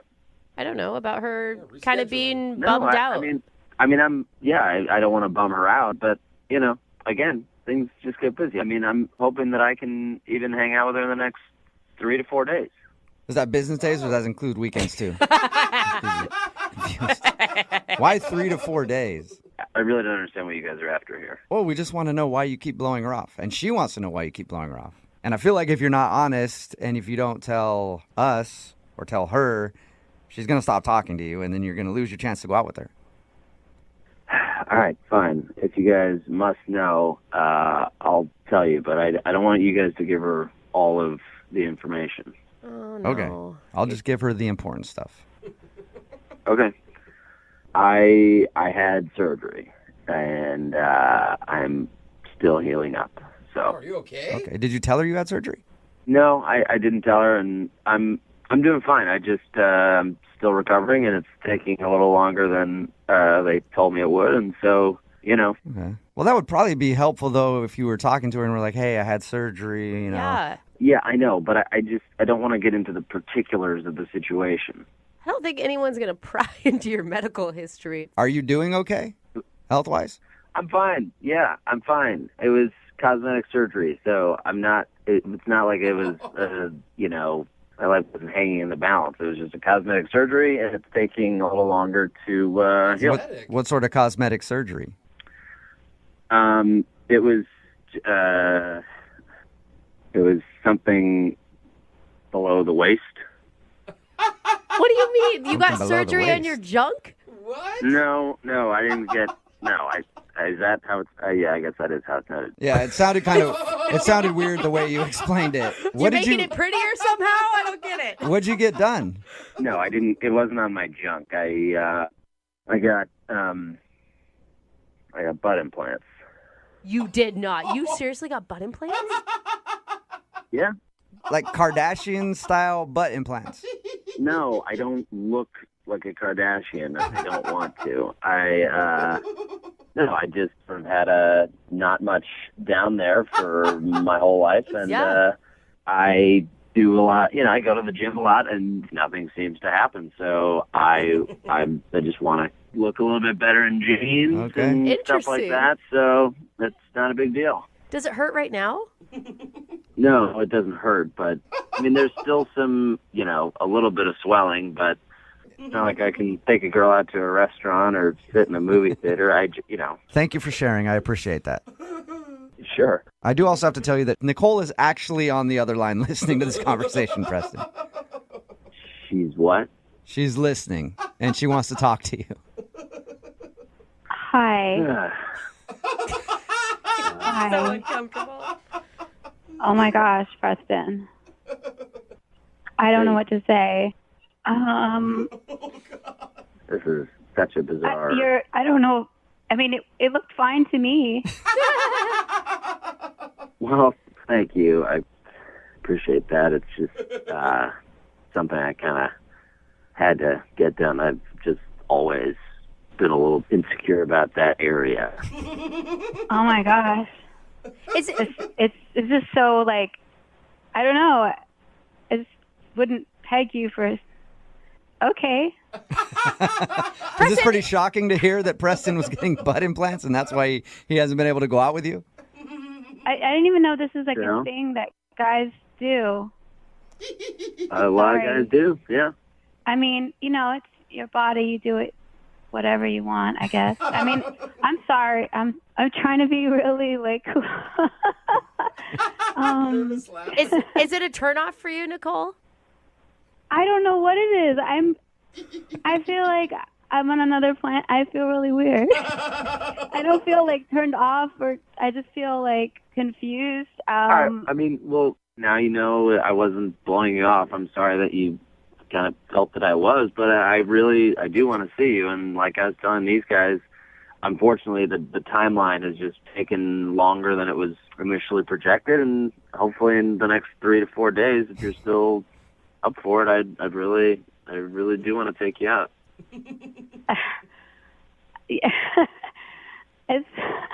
Well, I'm glad you weren't blowing me off. I'm the same guy, just have a different butt now. I bet it's going to be fantastic. Aren't you curious to what it looks like, Nicole? I mean, actually, Brooke, I'm kind of curious, yeah. Oh, are you? Okay. Well, then let me ask Preston this. You guys haven't even gone out on a date yet, but Preston, when your butt heals up, you guys will go out? We'll pay for a date. Really? Yeah, we'll pay for it. Yeah. Nicole, do you still want to go out with Preston? Yeah, I mean, we don't even have to sit down. It could be like... stand-up date. No, I don't want to be funny. I feel bad. Well, I mean, I don't want it to be weird between us when we hang out. I don't want you to be, like, staring at it the whole time. Okay, but it's already weird. It's already weird. My eyes are up here, Nicole. My eyes are up here. Yeah, exactly. Okay, like, how about this? Like, if I agree to go out, like, you have to wear tight pants because I have to see it. That's it. Because I won't be staring if I just, you know, all right. you open the can of worms. All my pants are going to be tighter. Okay. You know what? I'll do you one better. We'll pay for the date, and Preston, I will personally buy you some yoga pants that you can wear off, that you can wear to show off your new butt. I don't know about going out in yoga pants, but... All right. Hey, Well, that's good money. You might as well show it off. congratulations, you guys. There wasn't really a second date because you guys haven't been out yet, but it is a successful second date update because you guys are going to go out, so that's good. Well, this was the weirdest thing that I've ever done. You got a butt implant, and this is the weirdest thing you've ever done. I find that hard to believe. Brooke and Jubal in the morning.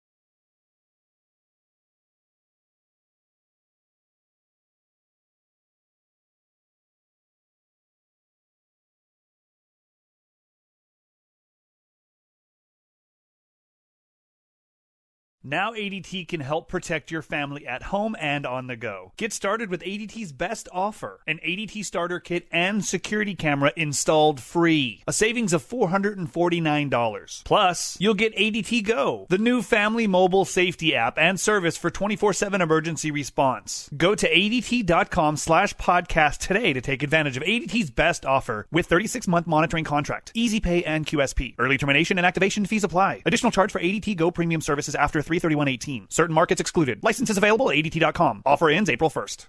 Moving 92.5. Brooke and Jubal in the mornings. Second date update. If I were to describe the guy who's on the phone for a second date update today, if I were to describe his first date with a newspaper headline, it would probably read, "Spontaneous first date spontaneously combusts." Oh. Leaving one survivor. And that would be Sean, who's on the phone for a second date update right now. What's up, Sean? Hey, what's up, man? How you doing? Good. Would that be a pretty accurate headline? I'd have to say yeah. Oh, no. That's not a good fate for the girl you went out with. Your email was a little confusing, so why don't you tell me exactly what happened? Okay, so it was a weird night. I was supposed to hang out with some friends, and they couldn't show up. They texted me, hey, we're not going to make it. So I'm just like wandering around downtown, bored, alone. So I jumped on Tinder and said, hey, let's see if I can find someone that's close by. Maybe I could find something else to get into, you know? I like that. Okay. You are taking lemons and making lemonade, sir. Hey, it's what you got to do, man. Right? All right.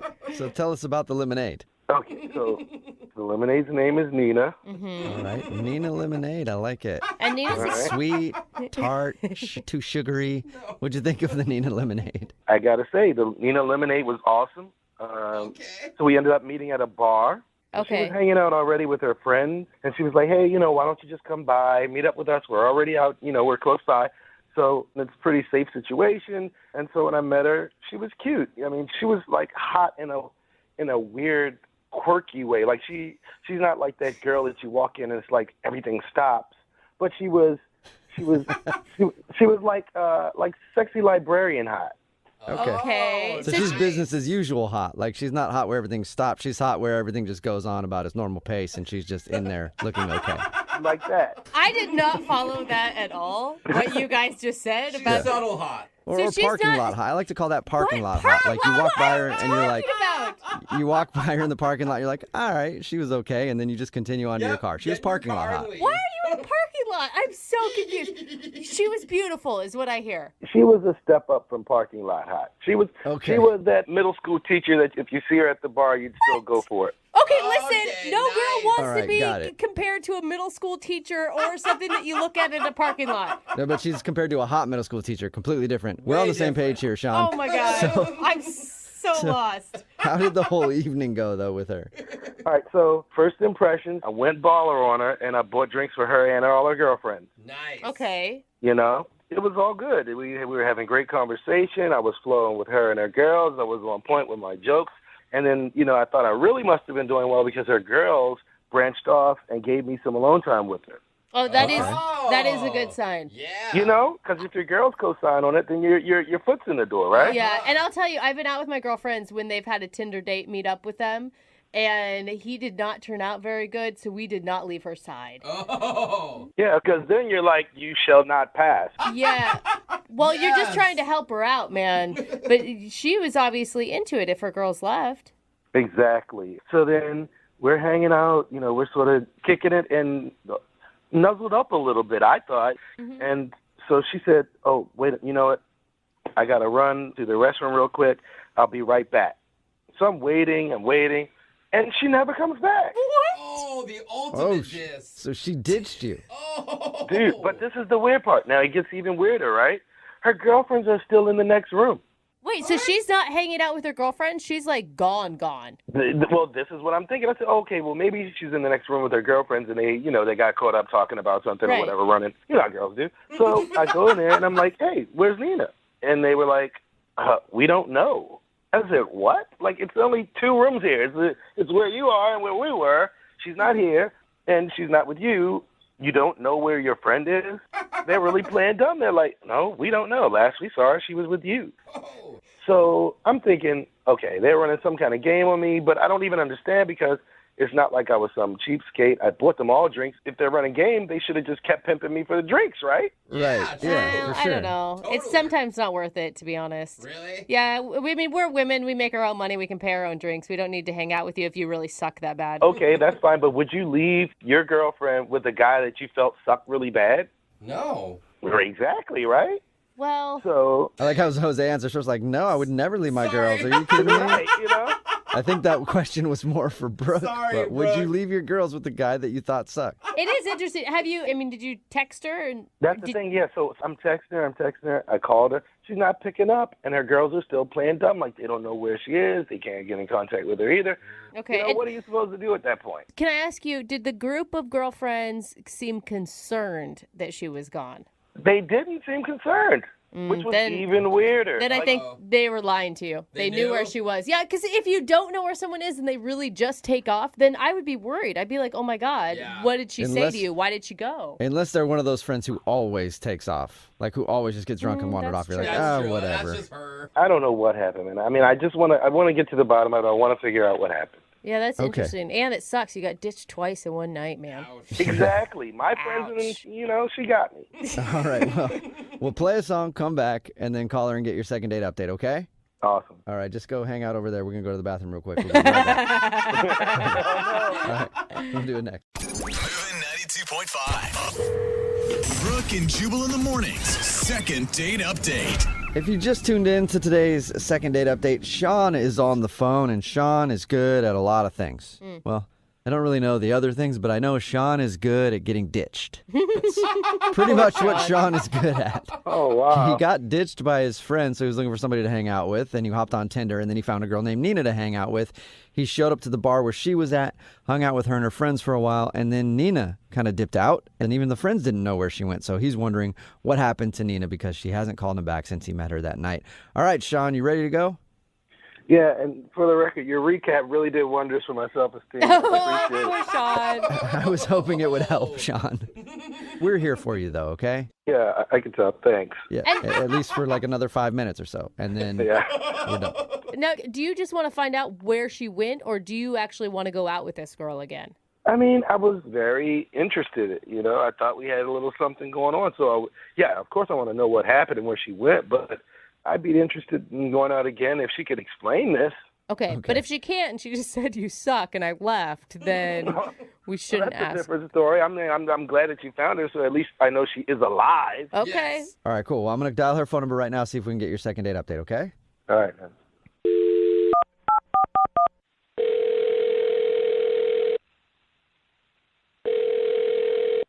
Hello. Hi, can I speak to Nina, please? This is Nina. Oh, good. You're safe. Nina, I've been worried about you. Okay, who is this? Oh, this is Jubal from Brooke and Jubal in the morning. This is Brooke. Hey, Nina. And Jose is the guy that you just heard laugh. Okay. Why am I talking to a bunch of people? Because we do a segment on our show called the Second Date Update. That's where if you go out on a date with somebody and then end up not calling them after, they email us to see if we can get you on the phone and find out what happened. And you recently met up with one of our listeners, but now you're not talking to him. Okay, this is weird. Yes. I know. I figured it would be. But his name is Sean. Oh, right. Yeah. Yeah, he seems like a really cool guy. What? Wait, hold on, Nina. Why are you being so nonchalant about this whole thing? Because he said that you ditched him. I ditched him? Yeah, that's what he says. He said you went to the bathroom and, didn't come back, ditched him. Oh my God. I guess I did. Oh God. I'm so confused. I can't believe I did that. That was so mean. Yeah. How are you not? I am so confused by you right now, Nina. Me too. Yeah, how did you I know. How'd you ditch him on accident? And then why haven't you responded to his phone calls or anything? To be honest, when I went to the bathroom, I accidentally met up with my ex, and Okay. Obviously we're no longer together, but we just have this chemistry, and whenever we see each other, we just hook up. We can't seemed to keep our hands off each other. And So I wait. just, you know. When you went to the bathroom, you ran into your ex and like went home with him? Yeah, we just, you know.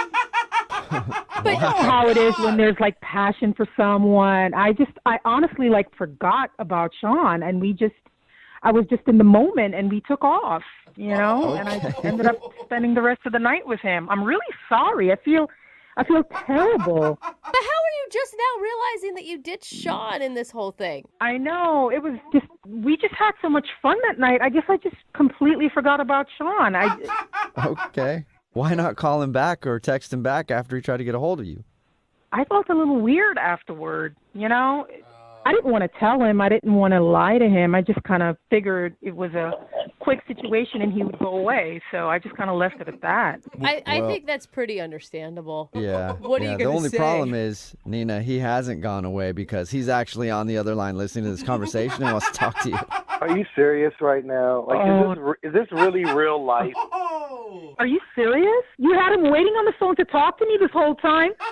What's wrong with you guys? Oh, my God. I'm sorry, but yeah, he was waiting this whole time to talk to you, and now I guess he knows the truth. What kind of person does this? Like, you actually forgot that we were in the middle of a date? Like, how could you just forget that a human being even exists because you bump into some dude? Oh, my God. Sean, first of all, I was drunk, and we, like, I literally had just met you, like, you know, what was it, like 45 minutes?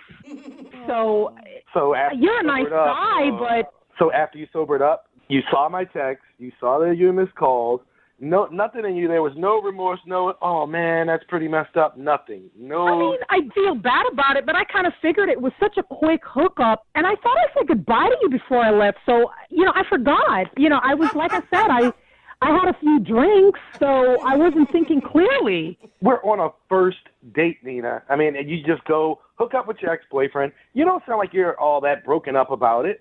I mean...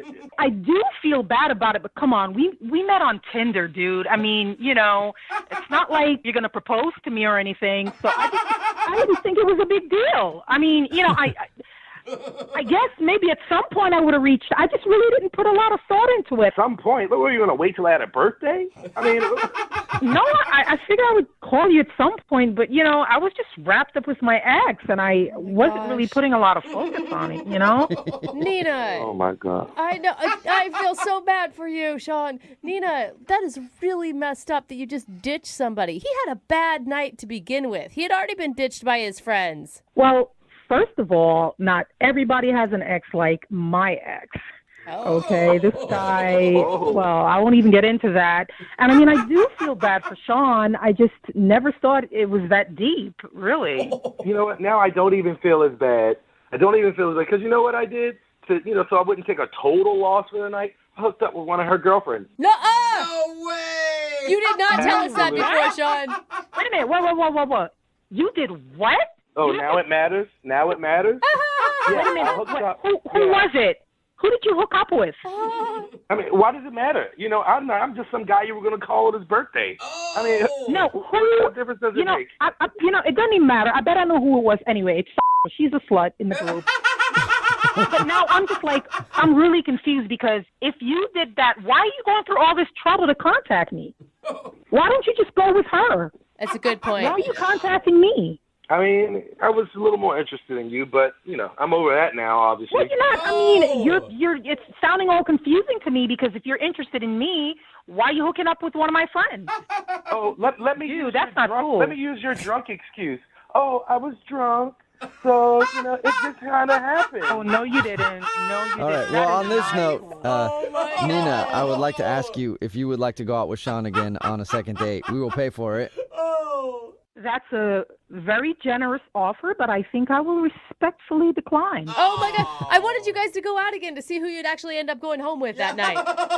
Well, maybe you can pay for him to go out with okay? I mean, good. I mean, I don't want to go with you again anyway. I mean, honestly, your girlfriend was a little hotter than you, and then there was a couple other ones that I might be more interested in that was in that party anyway. So, you know. Okay, so now Sean's got all the girls.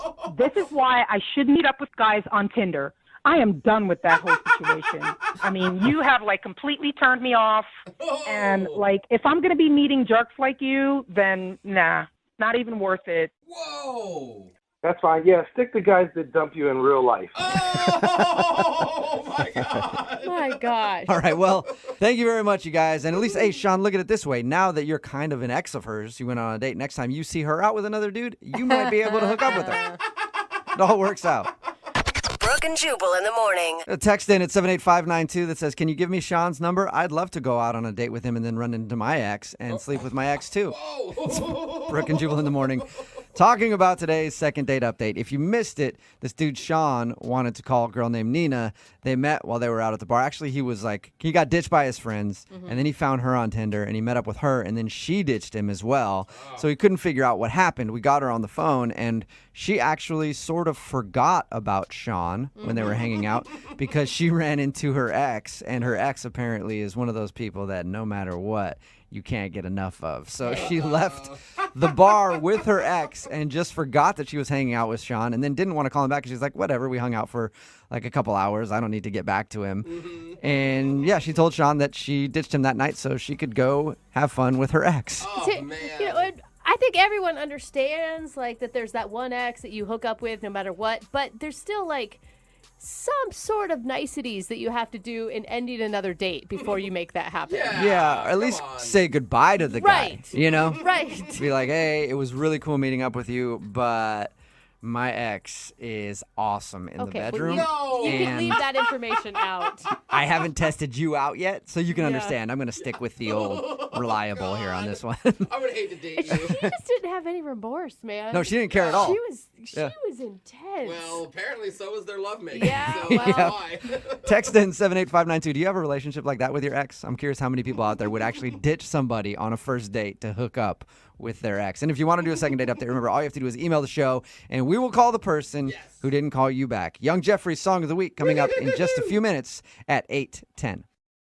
Now ADT can help protect your family at home and on the go. Get started with ADT's best offer, an ADT starter kit and security camera installed free. A savings of $449. Plus, you'll get ADT Go, the new family mobile safety app and service for 24/7 emergency response. Go to ADT.com/podcast today to take advantage of ADT's best offer with 36-month monitoring contract, easy pay and QSP. Early termination and activation fees apply. Additional charge for ADT Go premium services after 3/31/18. Certain markets excluded. Licenses available at ADT.com. Offer ends April 1st.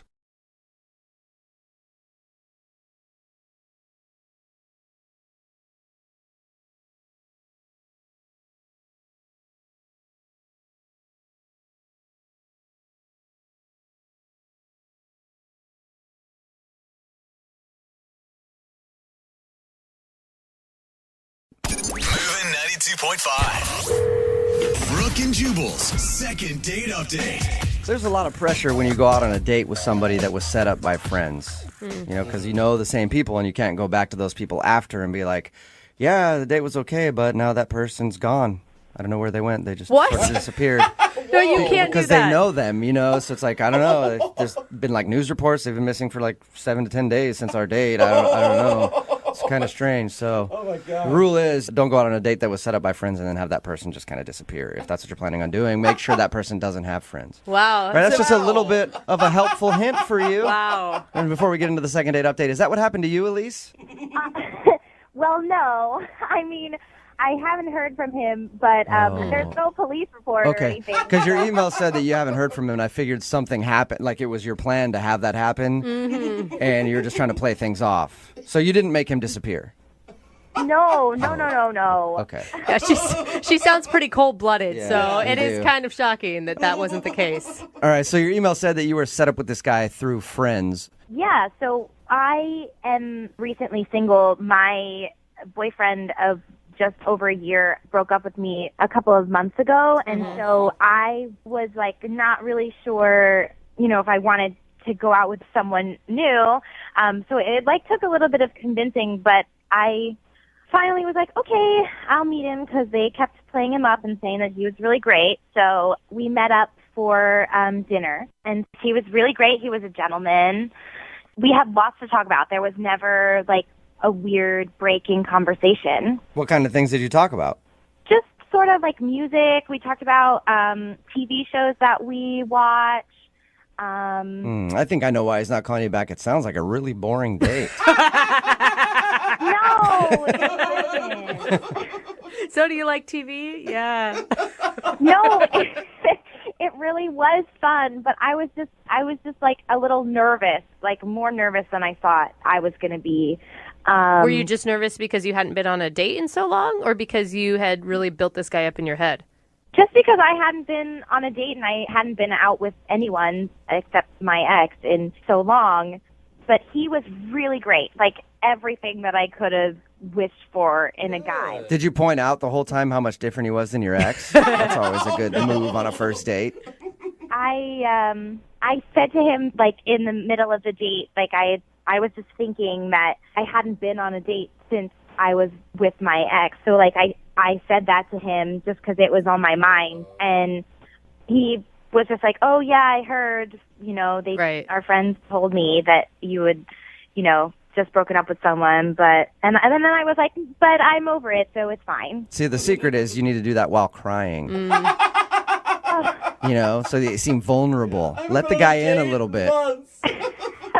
Oh, you think so? I should have done that. Yeah, crying and then talking about how all men are evil and they'll break your heart. That's what you should have said to him. Next time you go out, I'll tell him. So how did he react after you brought up your ex? Was that a weird moment, or was it something that was glossed over? I mean, I don't think it was that weird. Like, we talked about it for a little while, and he listened to what I had to say, and then at the end of the night, he gave me a hug, and I said, like, it was really fun, and I hope we can do it again. And he was like, yeah, absolutely. That sounds positive. Yeah. You would think, right? Right. Now it's been like 10 days, and I haven't heard from him. Like, I text him, but I haven't heard back, and I don't know what's going on. What have your friends said about it? They basically just said, like, he's kind of acting weird, and, like, he's not really talking about it. Whoa. So did you get that feeling, like they're lying to you? I don't know. I mean, I want to think that my friends wouldn't lie to me, and I mean, I would just rather know, like, if you're not interested. But I don't get it, because he was interested. Like, it was a good date. So do you have any theories then? Why do you think that he's not calling you back? Maybe he's seeing someone else and he just doesn't want to tell me. But, like, I would like to know, don't just ghost on me. That's weird. Yeah. And are you really over your ex? Yeah. I mean, it's done. I mean, it's over with me and my ex. Are you sure about that? Yeah. Doesn't sound like it. Yeah. He was very clear about that. Okay, he was clear about that, but is it over in your head? I mean, I can't be with someone who doesn't want to be with me. Okay, so you would actually prefer to be with your ex if you could. But I can't. All right. Well, maybe this guy picked up on that. I don't know. That's the only thing I can think.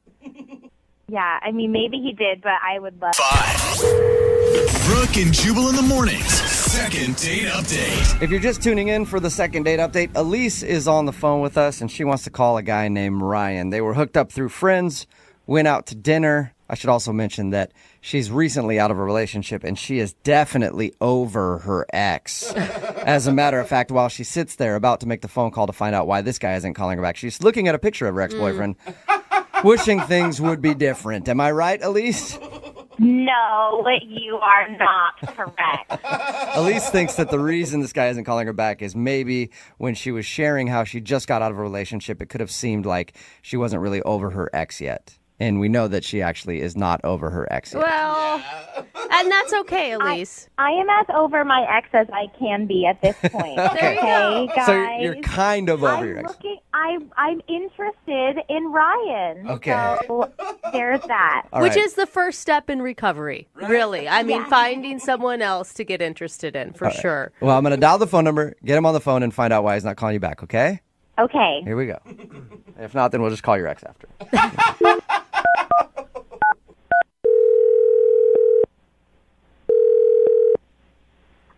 Hello? Hi, I'm looking for Ryan. Yeah, that's me. Hey, Ryan, how are you? This is Jubal from Brooke and Jubal in the Morning. From what? Brooke and Jubal in the Morning? It's a radio show? Don't really know what that is, but okay. Well, it's a morning radio show. Okay, great. All right. And I'm calling you today because one of our listeners asked me to see if I could get a hold of you. What? Yeah. You recently went out on a date with a girl named Elise. What? Yeah. Elise emailed us and told us that she really enjoyed going out with you and then is wondering why Okay, you're... Wait. Mm-hmm. What? So this is like a radio show, and this girl, yes, I know who you're talking about. She called you? Well, she emailed us because apparently you're not responding to any of her text messages or phone calls. Yeah, no kidding, I'm not. But,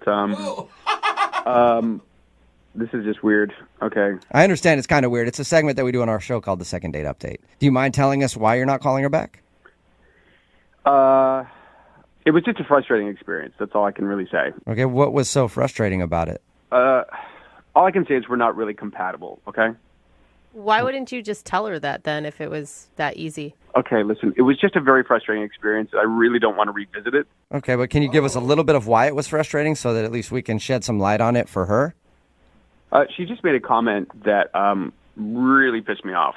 What was it? She just said something that was like totally inappropriate, and it was pretty offensive.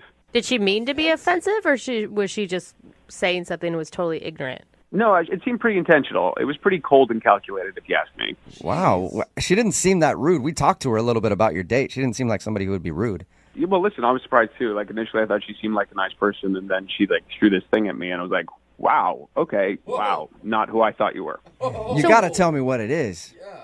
She's just a hater, and I don't want to deal with people like that. Oh my God. What did she do? Was she rude to the waitstaff or something?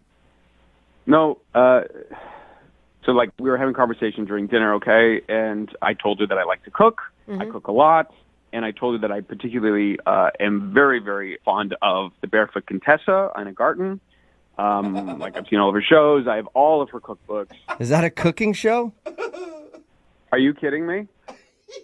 Is this a radio show? Give me a break. I mean, this is barely a radio show. Whoa. I don't watch the Food Network or is it on the Food? I don't even know where that is. I've never heard of it. It's on the of course it's on the Food Network. Ina Garten, the Barefoot Contessa, she's in the Hamptons. She's cooking meals for like Spielberg and stuff. Hello. Sorry, I didn't know who she was.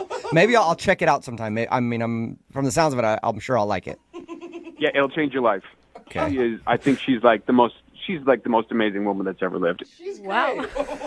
And Elise responded in an extremely rude way. It was incredibly disrespectful. What did she say to you?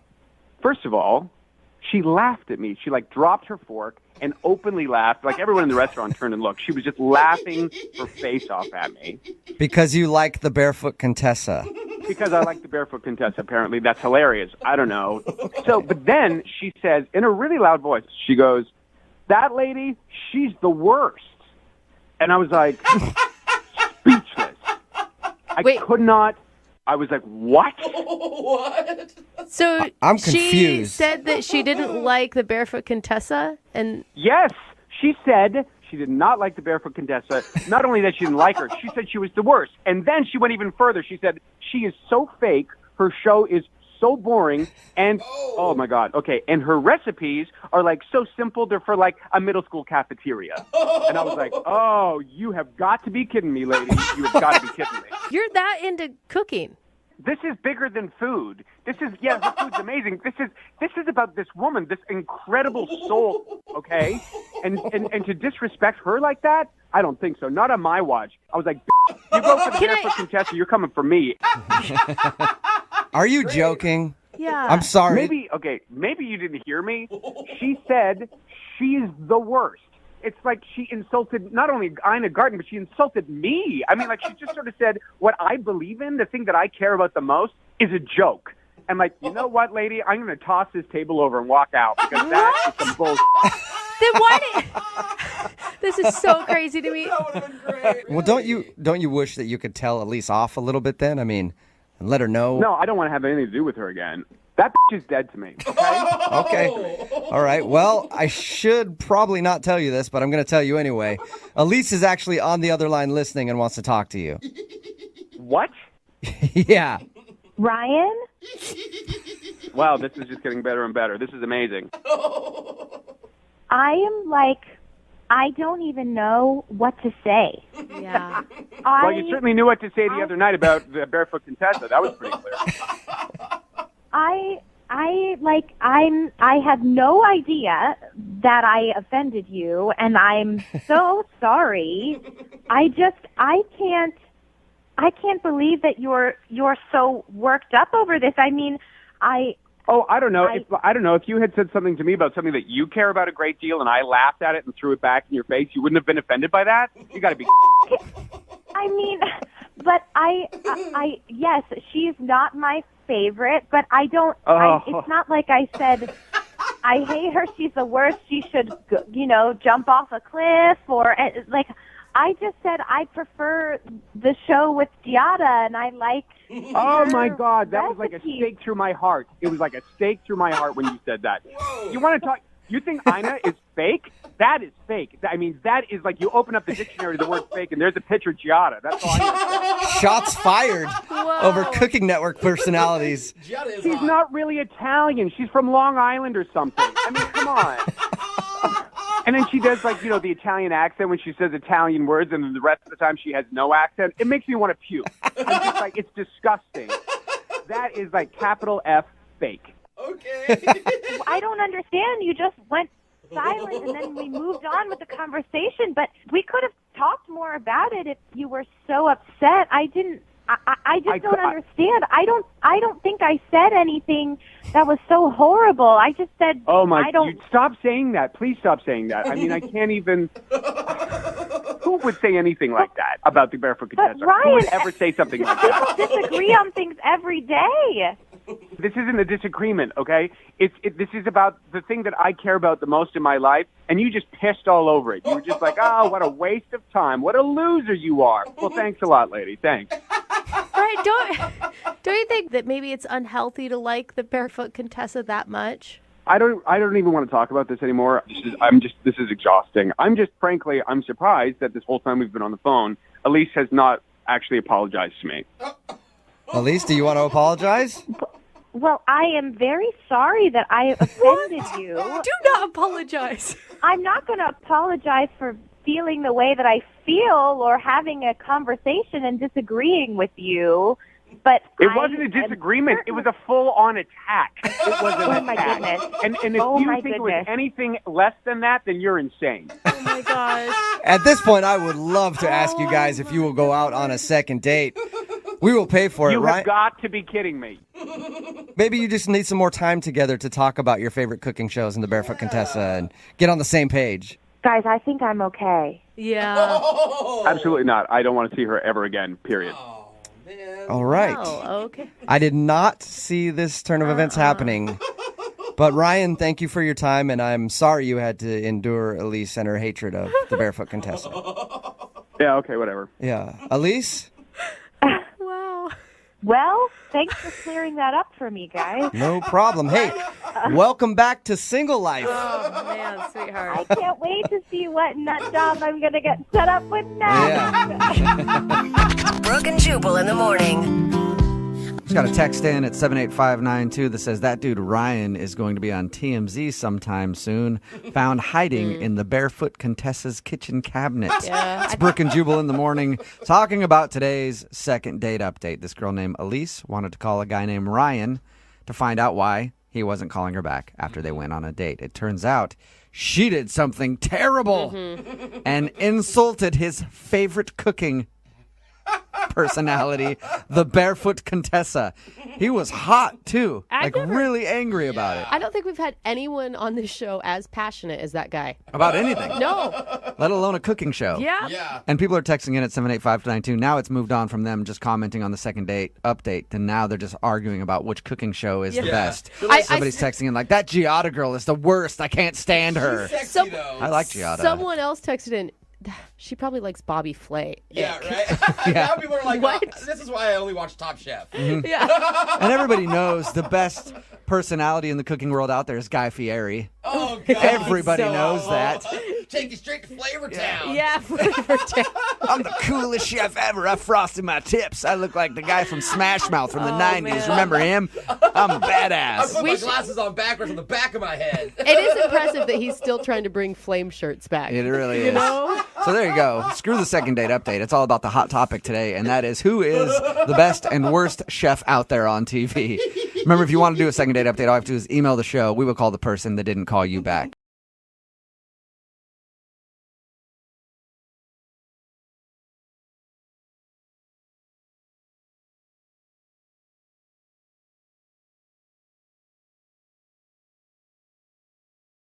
Moving 92.5. Brooke and Jubal's second date update. There is one surefire way to get on this show. Have no talent? Well, yeah, but that's like the hosts of the show. Oh, okay.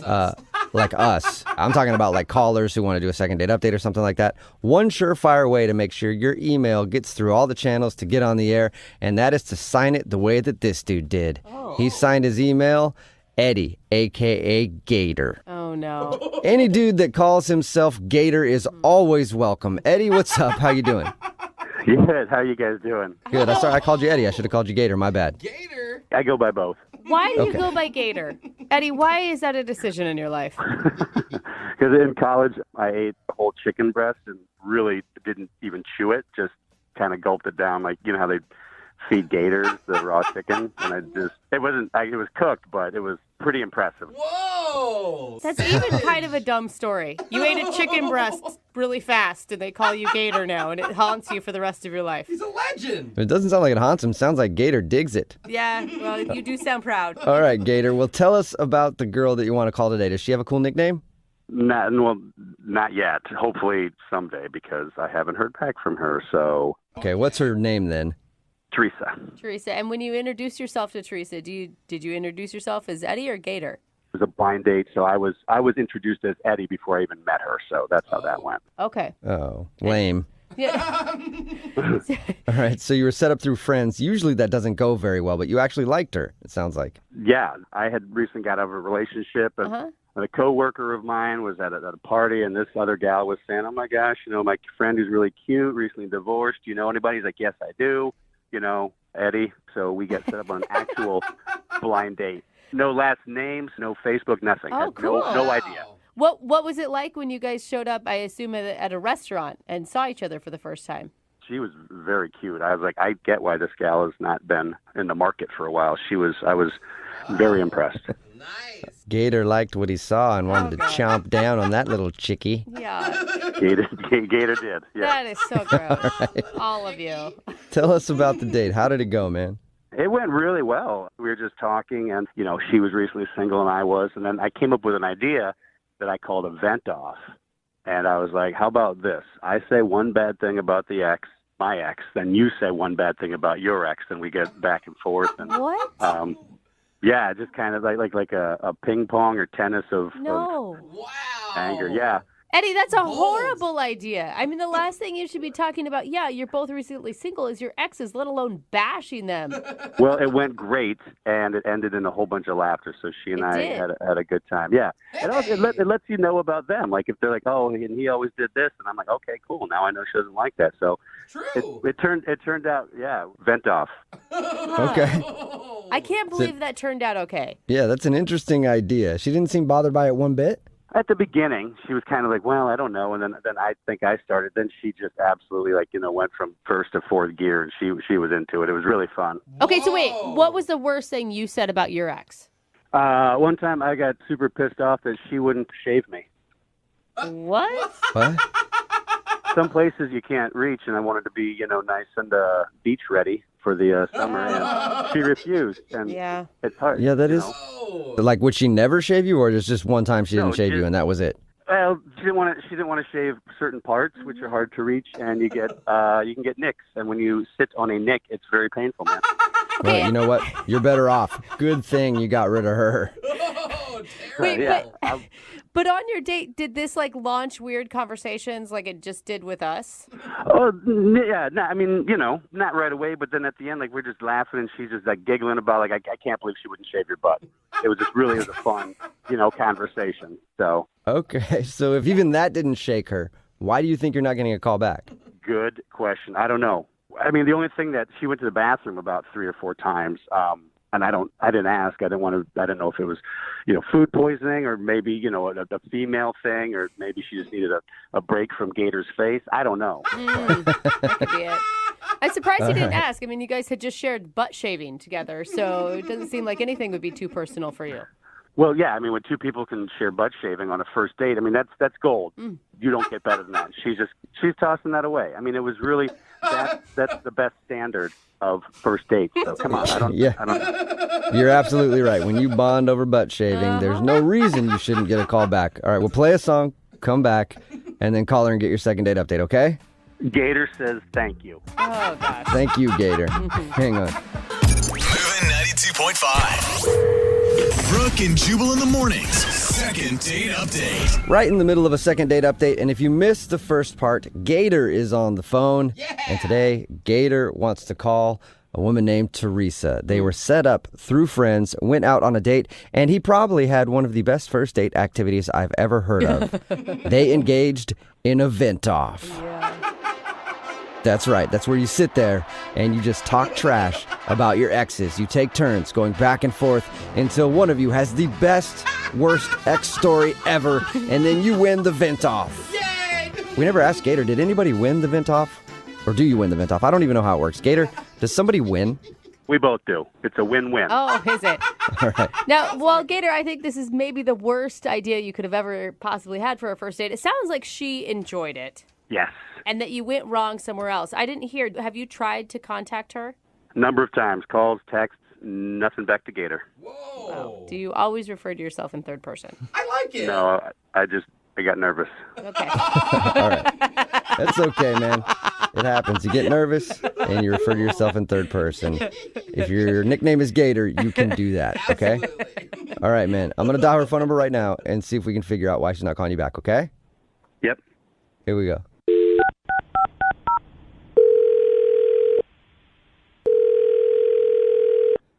Hello. Hi, can I speak to Teresa? This is she.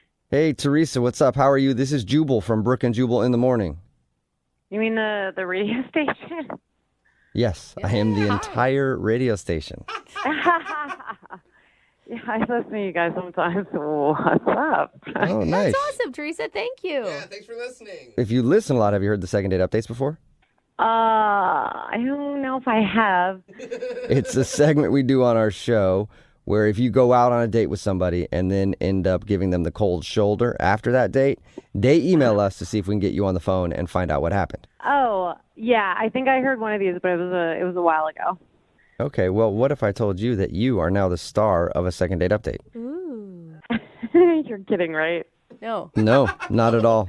Yeah, you recently went out with a dude who calls himself Gator. Oh, my God. So he wanted you guys to call me? Yep. Have you just been really busy and you haven't been able to get back to him? Yeah. I mean, can you just tell him that? Well, if you would have such sold a that a lie. little more convincingly, maybe, but it's obvious that you were like, yeah, sure, whatever. Do you mind telling us why you're not calling Gator back? I mean, I don't want to really say it because it's kind of embarrassing for him. So I just feel like... If it's the butt shaving thing, he told us about that. Actually, that was really funny. We had a vent off. I don't know if he told you that, but it was like venting about your exes. Yeah, he did tell us about it, and he did say that he shared with you that he was mad at one of his exes because she wouldn't shave his butt. I know. That's ridiculous.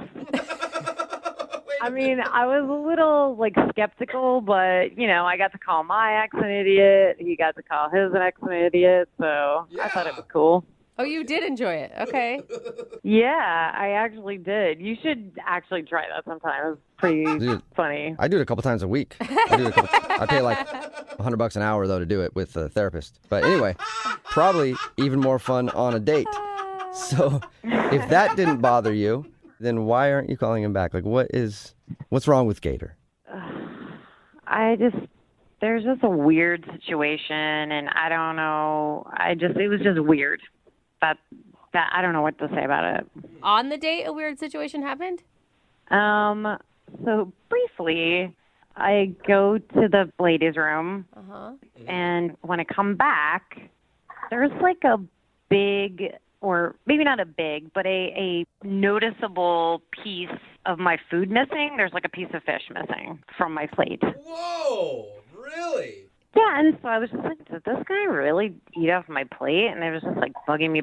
So I went to the ladies again. Oh my gosh. So you're going to test him. Exactly. So I asked the waiter to watch while I was away because he was like super friendly, and I just thought couldn't hurt. So I come out of the bathroom and the waiter catches my eye.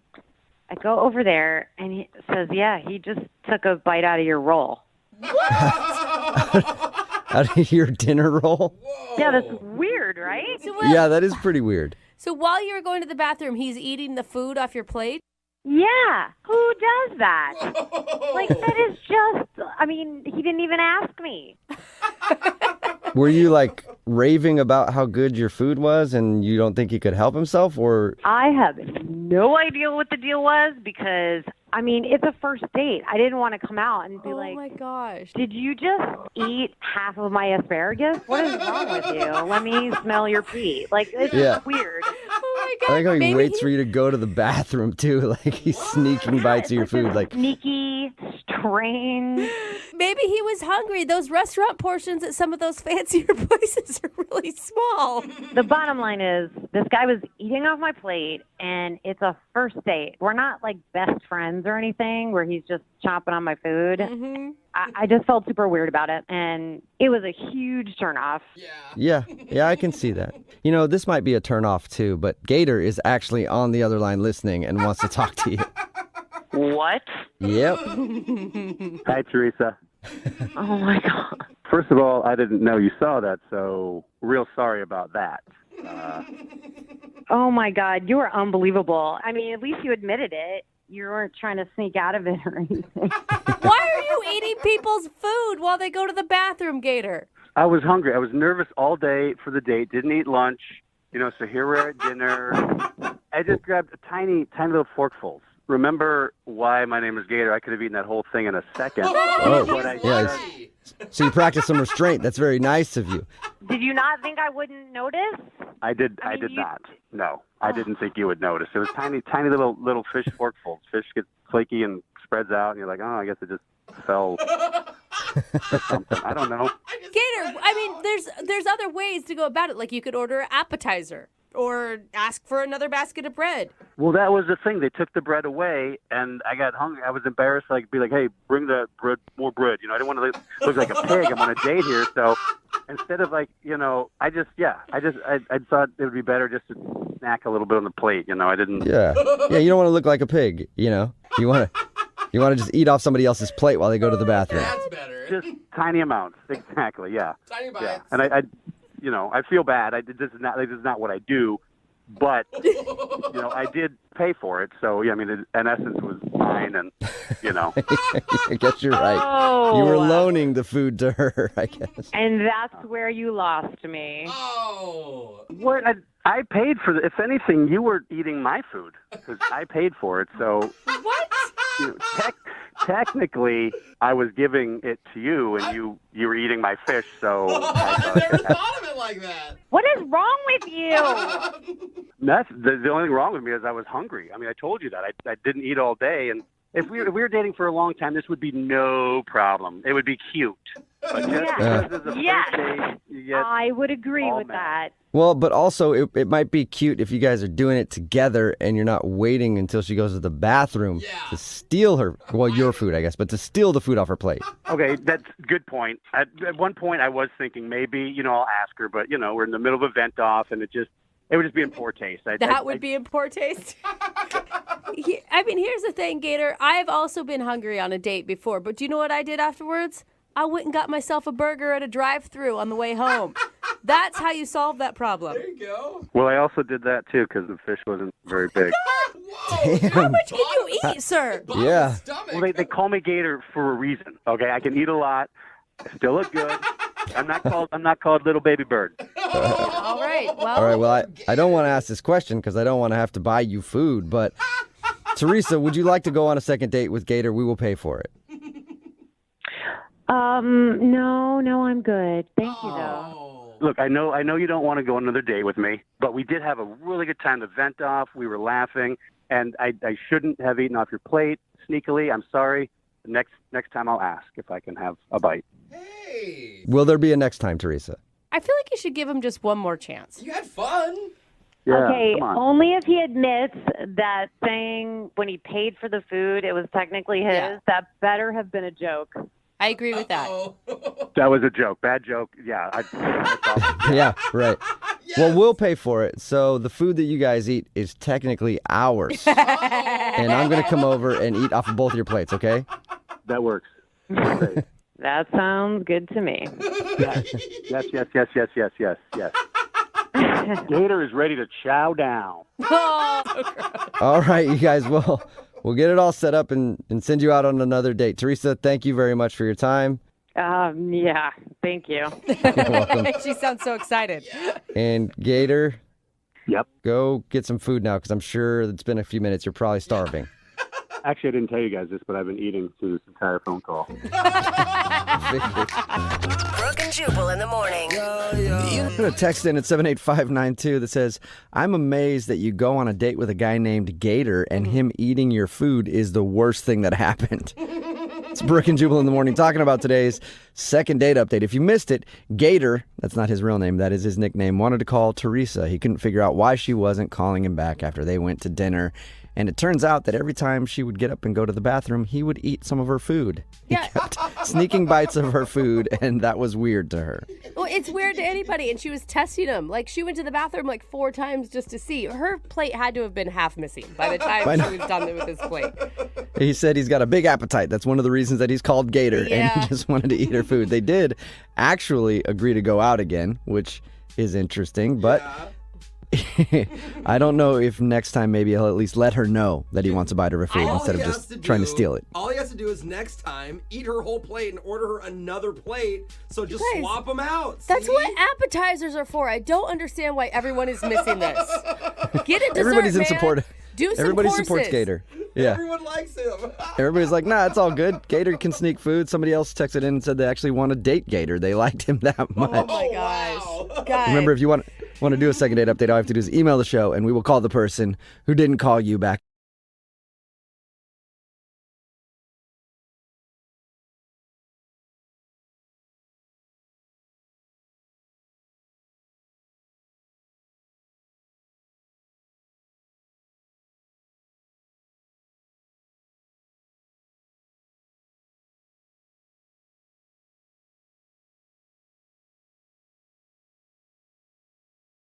H.com. Moving 92.5. Brooke and Jubal's second date update. There are lots of different ways that people deal with being nervous before a date. Sometimes maybe they'll just take a few deep breaths and try to calm themselves. Sometimes they'll take a big drink of urine. What? Sometimes they'll take a big drink of somebody else's urine. It's really all about drinking urine if you want to calm your nerves before a big date.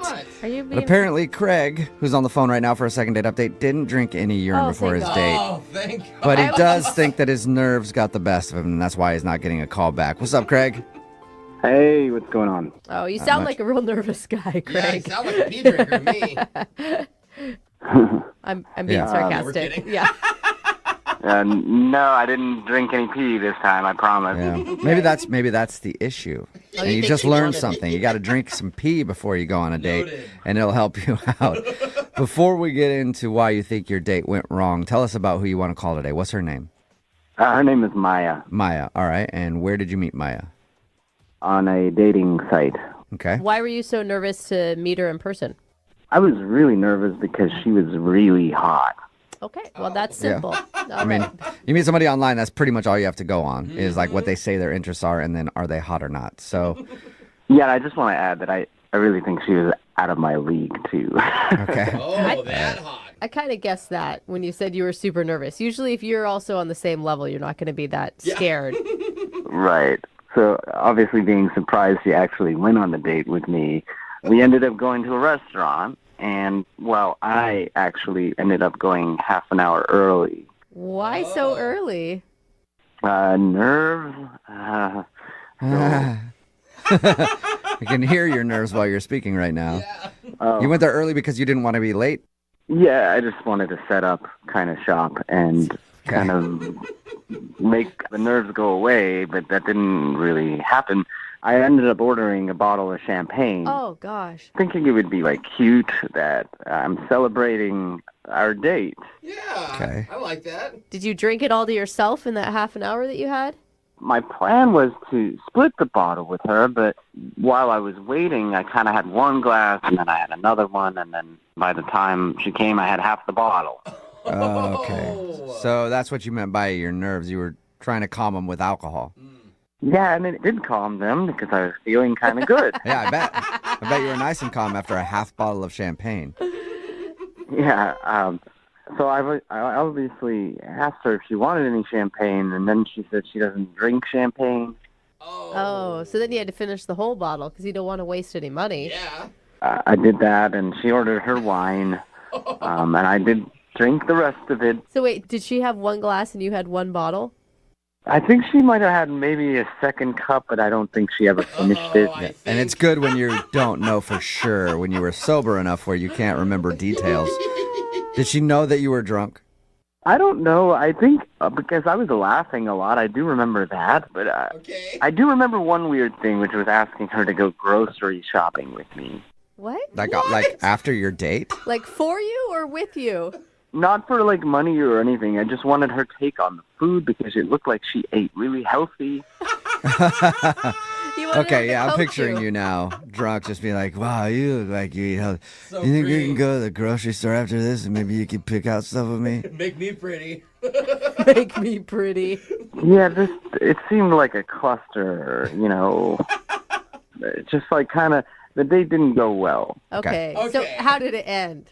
It ended where she ordered an Uber, and I was out there with her trying to be the gentleman. And the thing is, after having so much alcohol and water and stuff, I ended up having to go to the bathroom. And I'm pretty sure like they were already kind of closed, and I ended up peeing on the side of the building. Okay. Ooh. Classic. All right. Then the Uber comes. There's my date. All right. Yeah. No hug. She just left. Okay. You blew it. Yeah, you definitely did blow it with You her. got too Yeah. drunk. Yeah. We've all been there. I don't think any of that would have really happened if I didn't drink half the bottle, or the whole bottle by the end of the night. But I just really wanted to impress her, and I'm calling you guys because I just want like another date with her, and I just don't want to order the bottle. Yeah, I'm sure a lot of people have said that. Have you heard from her at all? Have you had a chance to apologize? I kind of sent like not a weird text where I kind of said, you know, I had fun, and I'm sorry if I got a little tipsy, and I just would love to see you again. And then she just never replied to that. Okay. All right, well, we'll play a song and then come back and call her and explain that you were hammered and you want a second date, all right? Yeah. Okay, we'll do it right after this. Hang on. Moving 92.5. Brooke and Jubal in the mornings. Second date update. Hey, Craig? Yes. Hey, just making sure while you were waiting to do the second part of today's second date update, you didn't drink any champagne, did you? I didn't. I thought about it. Yeah, you might want a bottle or two before we get started. It seemed to help you last time. If you're just joining us, Craig is on the phone and he wants to call a girl named Maya. They met online and ended up going out to dinner for a date, but he got a little nervous, arrived at the restaurant early, and ended up drinking a half a bottle of champagne before she even got there. And then she showed up and he found out she doesn't drink champagne, so he drank the rest of the bottle and probably some more liquor then too. And he doesn't remember most of the night. He does remember that she left in an Uber after he peed on the wall outside, and that she's not returning any of his phone calls. I know. I would just say when you tell her how nervous you were, just make sure you throw in a lot of compliments because this is going to be a hard one to come back from. Okay. I'll try. All right. And if you need a drink to help you do it, go ahead and grab one. It'll be a minute. No, stay All right. sober. I'm dialing her phone number right now. Here we go. Oh, no.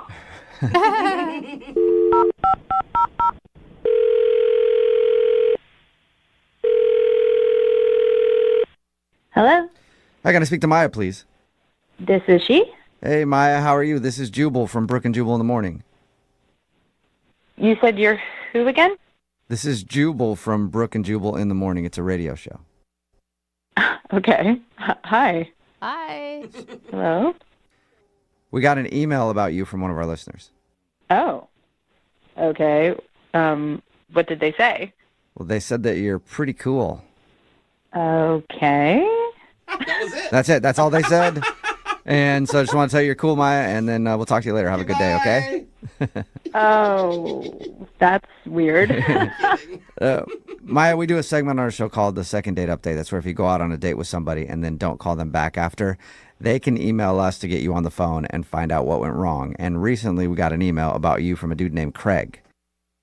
Oh, my God. Okay. Yeah, Okay. you remember Craig. Yeah, and so Craig told us about your date. Did he? Yeah, he said that you left and didn't seem like you wanted to see him again. And he also tried to reach out to you, and you haven't gotten back to him. So he's pretty sure he screwed it up. Yeah. And would like a second chance.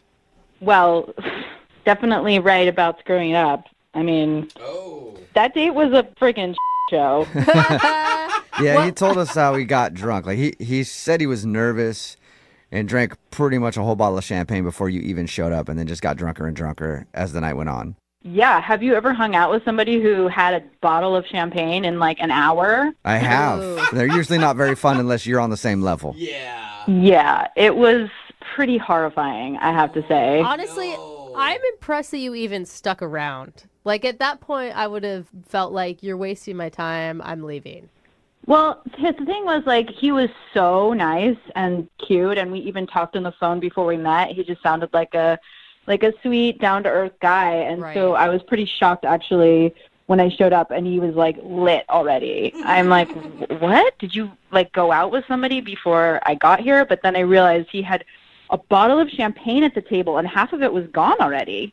Yeah. Yeah, he admits that he screwed up. He knows that he got a little too drunk, and that's why he wanted us to call you to see if that's the reason you're not getting back to him. I mean, that's, like, a big part of it, but he is a total mess. I'm just, like, not interested in getting involved in all that drama he's got going on right now. What kind of drama? Oh, so I guess he didn't tell you the whole story. I don't think he knows the whole story. I think that's the problem. He He got too even drunk. sure- He pretty much just told us that he could remember bits and pieces, and then he remembers you getting in an Uber after he peed on a wall and leaving. Oh, yeah, that part was great. So I would say 15 or 20 minutes into the date, I'm even embarrassed that I stayed a whole hour, but very shortly after I got there, someone called him, and he took the call while I'm sitting there at the table. He didn't even leave and go outside. He just stayed at the table and talked to the person. And I was like, okay, well, I guess he's just trying to, like, not be sketchy. Like, it's not some girl calling him. Except it was. What? He started arguing with somebody on the phone. He was yelling at them to, like, calm down. And then he hung up and slammed down the phone. And I was like, already shocked. I thought it was so rude. What could you tell what they were arguing about? I couldn't get the whole story, so I was just like, is everything okay? And he was just like, oh, I'm sorry. Like, it's just really stressful right now. I'm getting married in 3 weeks. What? Oh, my God. Wait, hold up. Getting married? Yeah. That will throw a wrench into things if you're on a date and you're getting married in 3 weeks. That can't be right. Did he explain himself?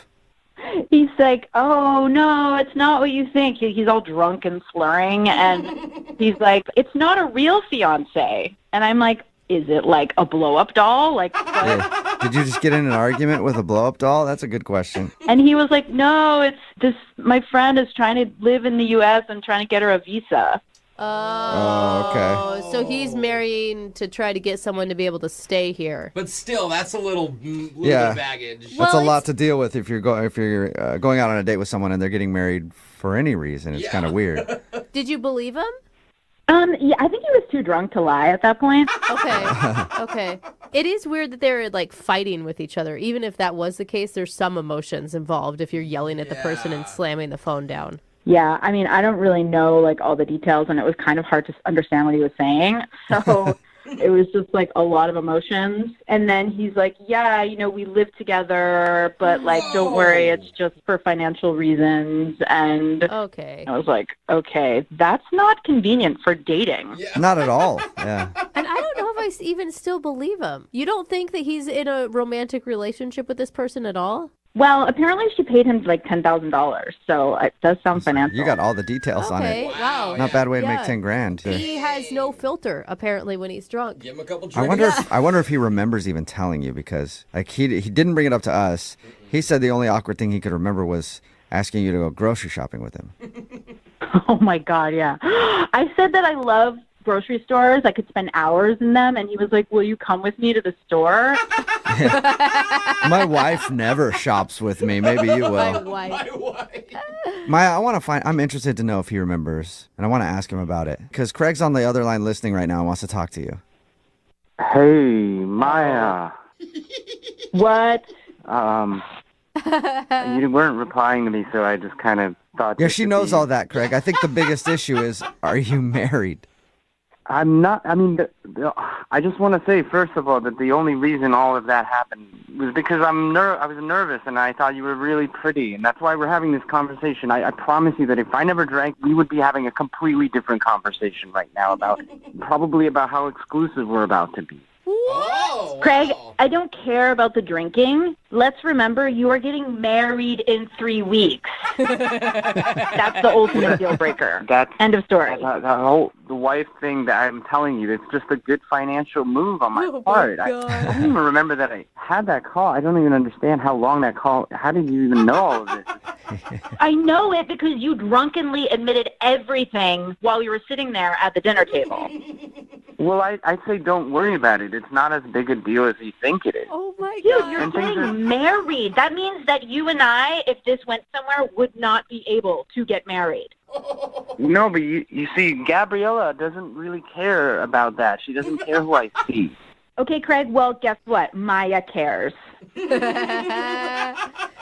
I mean, how could you not have known that this was the reason you weren't getting a call back? But it's not a real marriage. It doesn't really count. You should just pretend like it's not happening. Yeah, just pretend like he doesn't have a wife who paid him to marry her. Craig, you know what else is not happening? Me and you. Come on, Maya, are you sure about that? Because Craig would love to go on a second date with you. Never been sure about anything in my life. What about...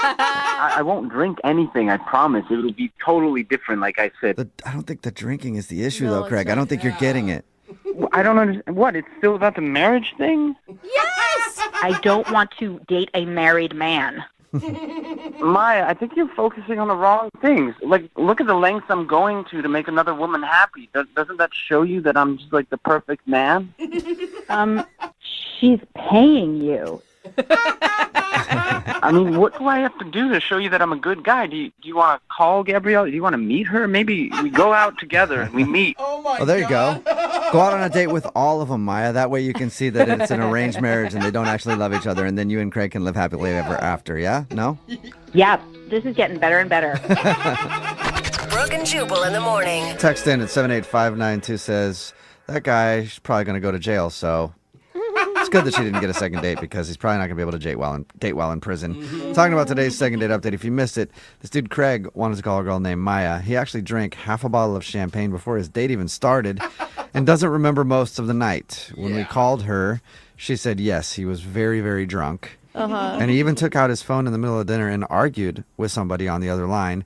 Finally, he admitted that he was stressed right now because he's getting married in a couple weeks. Yep. Which is a big thing to drop while you're on a date. Weird, yeah. He tried to explain. He said he's doing it to help a girl get her visa, and they're paying him $10,000 to do it. So It's not a real marriage. She should go out with him again. Shockingly, she decided that she didn't want to date a married guy and turned him down. No second date there. I love the text that says, so what I got was that peeing on the side of the building, okay, as long as you're not engaged. Right? Is that the lesson? I think so. Yeah. Remember, if you want to do a second date update, all you have to do is email the show, and we will call the person who didn't call you back. It's Brooke and Jubal in the morning.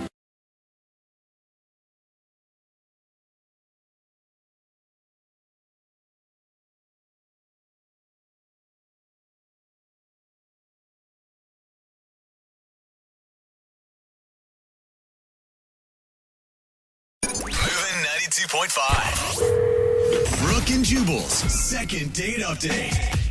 You know how the old saying goes, don't dip your wiener in the company pen holders. Nope. Nobody puts wiener in that saying. Don't give your wiener to a coworker. No, it's don't dip your pen in the company in ink. the company... Wiener. Oh, ink. That's weird. I don't know. I'm the weird one. Am I saying it wrong? I don't know. Anyway, Julian is on the phone today for a second date update. His email said that he met the girl who he wants to call today at work. So I'm guessing it's a coworker or something. Julian, how you doing? I'm good. How are you guys? Good. So you're trying to dip your wiener in the penny, Oh, right, enough. right? Is that what this is about? No, it's not at all. Okay. Thank God, Tell us a little bit about the girl that you want to call today. She's a coworker? Well, she's not a coworker. She came in purchasing supplies at the office that I work at. So I guess she's kind of a client coworker. Nice. Okay. Seal the deal there. Customer. So did you ask her out while she came in to deal with, like... Well, no, because I think that's unprofessional. Basically what happened is she came in and she was working with me, or I was working for her, however you want to say it. I didn't want to cross the line, I guess. And then she ended up coming back because she hadn't got her parking ticket validated in the lot. And then you validated it with your wiener. Oh, my God. Enough with Am the I wiener. right? Or am I right? No. I validated it and then had a nice conversation with her when I walked her out to the lot. Okay, well, where's the wiener come into this thing? I haven't heard anything about a wiener yet. No, there was no wiener involved in the validation. Anyways, I asked her if she would like to get dinner on Friday night, and she said she would, and I got her number, and I called her, and we went to dinner. What's her name, by the way? Christina. Christina, and how was dinner with Christina? Dinner was good. I mean, I feel like we had a lot of chemistry, and I like veal, and not everybody likes veal. And she wanted the veal, too, so we ended up ordering the same thing, which I thought was kind of a cool thing, and dinner went good. You guys both ordered veal. In other words, you're both fans of slaughtering baby calves. I like that about both of you. Seems nice. That's not what I think about when I'm eating veal. I like the way veal tastes. I'm not worrying about the process. Oh, that's why I like it. I picture the whole thing go on while I'm eating Not veal. why I like it. Not why I like it at all. Actually, you're making me like it a lot less by giving me that story. So if dinner went well and everything else, why do you think she's not calling you back? I don't know. I mean, there were a couple things now I'm trying to run the night through my head. And like, did I do something wrong? Did I have, my fly open, or my food in my face, or how I ate? There's the fly open. There's the wiener. The wiener. I knew it. I could tell just talking to you that you're a wiener guy. I knew it. Yeah, you're right. How did you figure me out? Oh, my God. But realistically, the only things that I think that could have possibly not gone well, I did have to take a work call, which I don't like to have to take work calls if I'm on a date, but I was expecting a client to call, so I had to walk away. Did you tell her at the beginning of the night that was going to happen? I did not tell her that I was expecting a call, but when I got back, I said, hey, this was an important job call. I had to take it. Well, did you leave her stranded by herself for like a half an hour while you were on some conference call or something? Well, no, I stayed at the table for a minute and then walked away, but it was no more than 15 minutes long. I mean, and she had an appetizer and some wine, so... Okay, so it wasn't. I have a hard time thinking that would be the reason not to call you back if you're like, hey, sorry, it's an important work call. Yeah, me too. And then the only other thing, I'll be honest with you, I'm not going to say the restaurant, but veal is a particular type of food, and if you like veal, you like veal. But I thought that it was okay, and I kind of was like, oh, how's your veal? And she's like, oh, it's great, blah, blah, blah. And I was like, oh, she's asked me, and I was like, it's all right, it's okay. And maybe, I don't know, maybe she thought I was being hypercritical or a snob about the food, but I wasn't. I was just giving my honest opinion. Honestly, I think both would be a red flag for me. Like, obviously, if a guy's taking a call in the middle of a Friday night date, he's going to be putting work in front of me our entire relationship. Wow. I mean, how girls think. I'm just saying, like... Wait. But first off, you have to understand, she's in the same business. She knows that I'm in sales. Yeah, but she wasn't taking a call during the dinner. Because she's a buyer. She's not a seller. Okay. She's not as important as I am. I see. My bad. So how did... No, she understands that sales, there are other time zones, there's other people that are working at different hours, where when you're buying, you're not as... I don't want to say in demand, but sometimes you have to answer the phone when you're selling, because if you don't, you lose out on sale, then you lose out on money, and then you can't afford the dinner. I think a red flag would be taking your wiener out at the dinner table, like you said you did earlier. Okay, for the record, I didn't take out my wiener for any portion of the date, not during dinner or after anything. All right. So when we call her and ask why she's not calling you back, she's not going to say that, I'm okay. sure. All right. How did everything end with her? I kind of went in for a kiss, and I kind of got more of a handshake hug kind of thing. But it was a first date, so Was it awkward? I don't think it was awkward. It was. It wasn't like I was like an inch from her lips and she, stuck her hand to me. It was, I was kind of coming in kind of to like hug, kiss, and she kind of put her hand up a little bit. So it was, that's all. So she shut you down. No, it wasn't a shutdown. It was just. That wasn't a shutdown? Sure sounds like a shutdown to me if you go for a kiss and you get a handshake. Hand to the face. Have you heard anything from her since your date? No, I called her once and I've texted her 3 times. Okay. Well, we'll play a song, come back, call her, and get your second date update, all right? Okay, great. Thanks. Okay, hang on. Moving 92.5. Brooke and Jubal in the mornings. Second date update. Julian is on the phone with us, and today he wants to call a girl named Christina. And Julian claims that he wasn't shut down at the end of the date when he went in for a kiss and she shook his hand instead. He still says that wasn't him getting shut down. But in my definition of getting shut down, that is probably the best way to describe it. Listen, I didn't get shut down. I went in for a kiss. It was a professional date. It was a work thing, so it wasn't appropriate. I understand. But I didn't get shut down. Either way, I think you got shut down. Yeah. All right, well, we're going to get her on the phone and see why she's not calling you back. Here we go. I'll dial the phone number right now.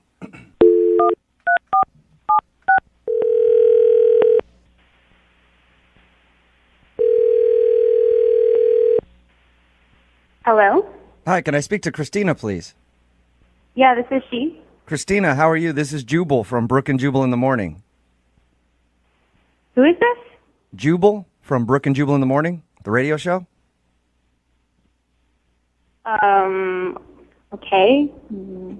Why are you calling me? What is this? I'm calling you because one of our listeners asked if I could get you on the phone to ask you a few questions. Okay, that's really weird. It's a segment we do on our show called the Second Date Update. So you recently went out on a date with a dude named Julian. Okay. And Julian emailed us and said that you haven't been responding to any of his text messages or phone calls. So he thought maybe we could get you on the phone and find out why you're not calling Julian back. All right. He told us how you met. You're like a client where he works, and he asked you out, and he said you guys went out to dinner and had a pretty fun time. That's what he told you. Yes. Good time? So you didn't have a good time. I wouldn't call it that, no. Okay, what was wrong with it then? Because according to him, everything was great. He thought maybe he seemed like a food snob to you because he disagreed with you on the veal that you guys ordered. Yeah, he definitely has a very refined palate. That's one way to put it. Okay. He also said that he took a phone call in the middle of the date. Yeah, he did. It was a little rude. Okay. Yeah, I could see how that would upset you. I mean, that wasn't even the worst part of the date. What was the worst part then?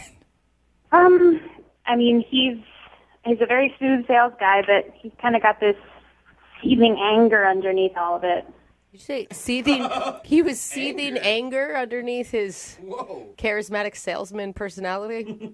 I mean, yeah, that's literally the best adjective I can pick to describe it, seething anger. What happened? Because when he described the date to us, he didn't say anything about anger or being pissed off or anything. He's a very, very picky person and a very shallow person and quite rude, actually. What did he do? I mean, for example, he was super picky about the wine. I ordered red wine, and it was brought to me, I guess, in a white wine glass, and he got extremely upset, and he turned it away and made them bring it back. Oh, Is he okay. one of those a-holes at the restaurant that, like, acts like he owns the place when he's somewhere and that nothing's good enough for him? Yeah, it's pretty much exactly. Like, he went to the bathroom, and when he came back, he was in this huge huff, and he said, there's no more f***ing paper towels in the bathroom. This is a fancy restaurant and an establishment, and people should be refilling these paper towels. And he was going on and on about this tiny, insignificant thing that... How dare they? Oh, my gosh. It is I annoying know. when they don't have paper towels. I will say that. But I don't know if I'd ever get that pissed off about it. It's not angry. It's annoying. It happens. Yeah. The absolute worst part of the entire night, that paper towel thing wasn't even it. I mean, he completely dressed down the waiter and just disrespected him when we were leaving. And as he's leaving, he says, I paid $40 for a piece of veal I wouldn't feed to my dead grandmother. He goes on and he says, oh, you're lucky I don't come back and burn this place down to the ground. And I was like... Did I hear you correctly? He threatened to burn the place down? He did. He threatened to burn it to the ground. He said that to the waiter? I'm 100% serious. That was the comment of the night. I've complained to restaurants before, but I've never threatened to burn them down. Kill everyone Yeah, here. I will destroy this place. Did he realize what he was saying, or did he act like this is just normal banter at a restaurant?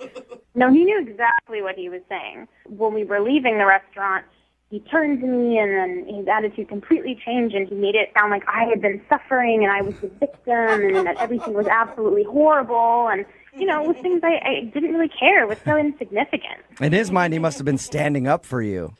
Yeah, I really want him to stand up for me and burn down the restaurant we were eating at. You know, some girls would be thankful for that. Some girls would be like, what a man. Chivalry is Yes, he's a true gentleman. He threatened to burn down a restaurant in my honor.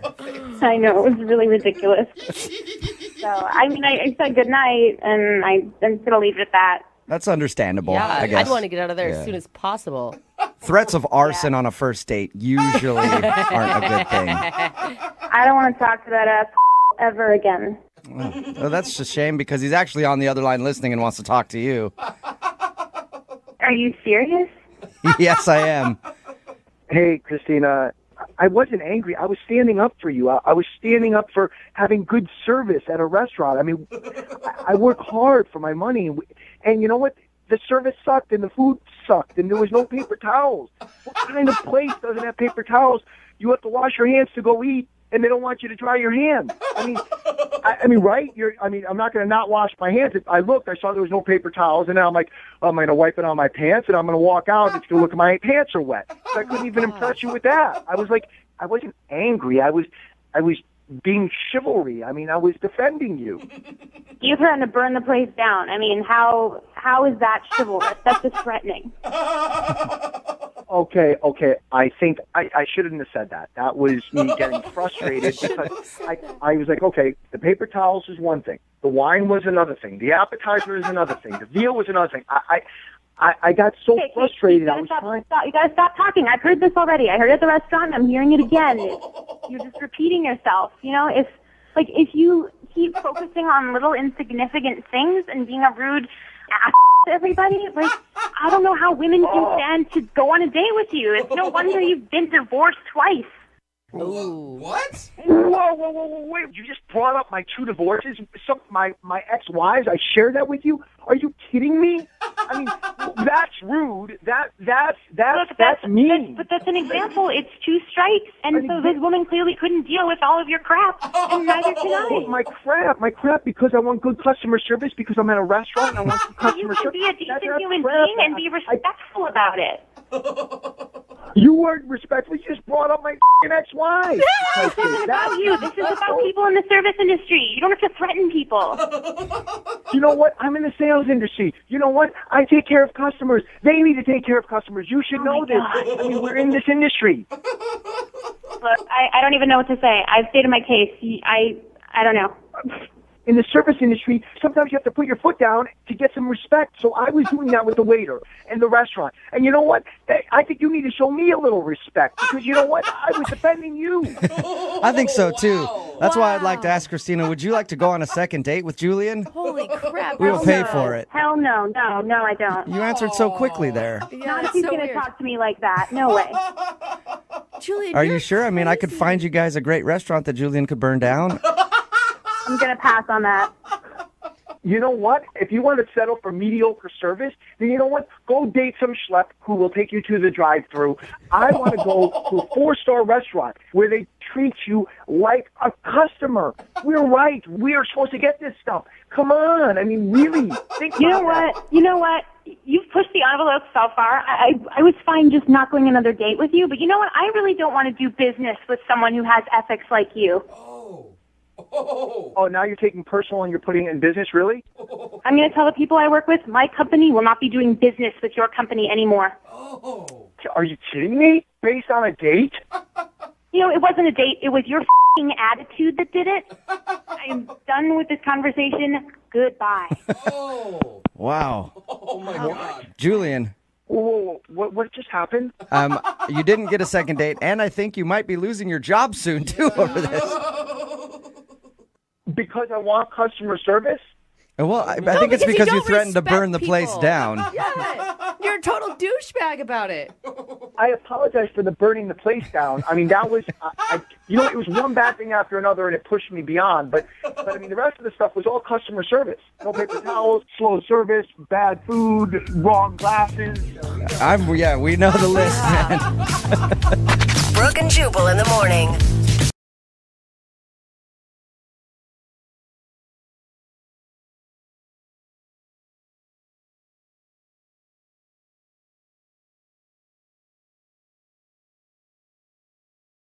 Are you single and feeling out of the loop? Put away that mouse and get out of the house. Join In the Loop, Seattle's brand new activities club just for singles. Go to intheloopsingles.com today. Moving 92.5. Brooke and Jubal's second date update.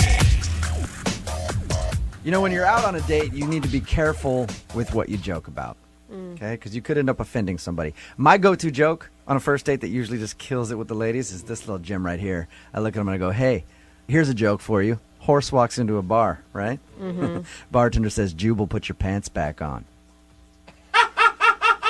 That doesn't even make sense. I don't get it. Of course you guys wouldn't. Oh, Think I get about it. There it is. The It's ladies just so far usually from the truth. love that joke. The guy on the phone to do a second date update today, though, is having a problem. He thinks maybe he told an off-color joke, and it kind of turned the girl off. His name is Dave. Dave, what's up? How are you? Hey, I'm good. What's going on, man? Just licking my wounds, I guess. God, you sound so upset, Dave. So you think that you told this girl a bad joke, and that's why she's not calling you back?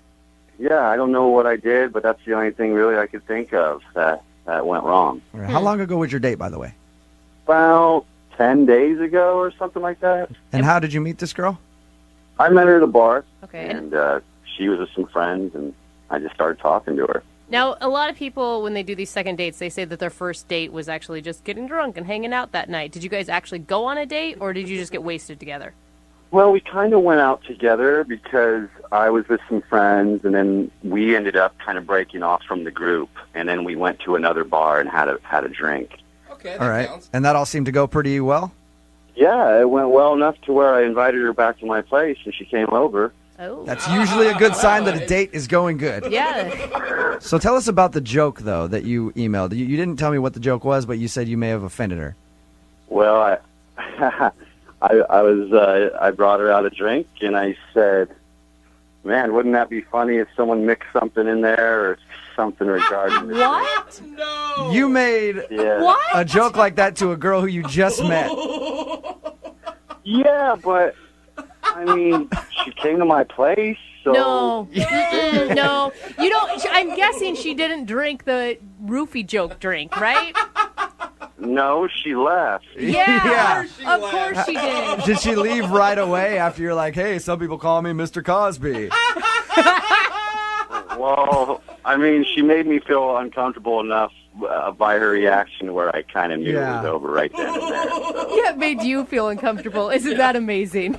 Yeah, I know it was a stupid thing to say, man. I know it was dumb. That's one of those moments where you say it, you're like, this is going to be really funny. Yeah. And then you say it, and then you see the look on her face, you're like, oh, crap, I just made a roofie joke to a girl who just came over to my house. Oh, no. Not a good idea.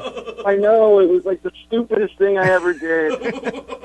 I feel like moments like that, it's like record scratch and then dead silence. What did she say to you?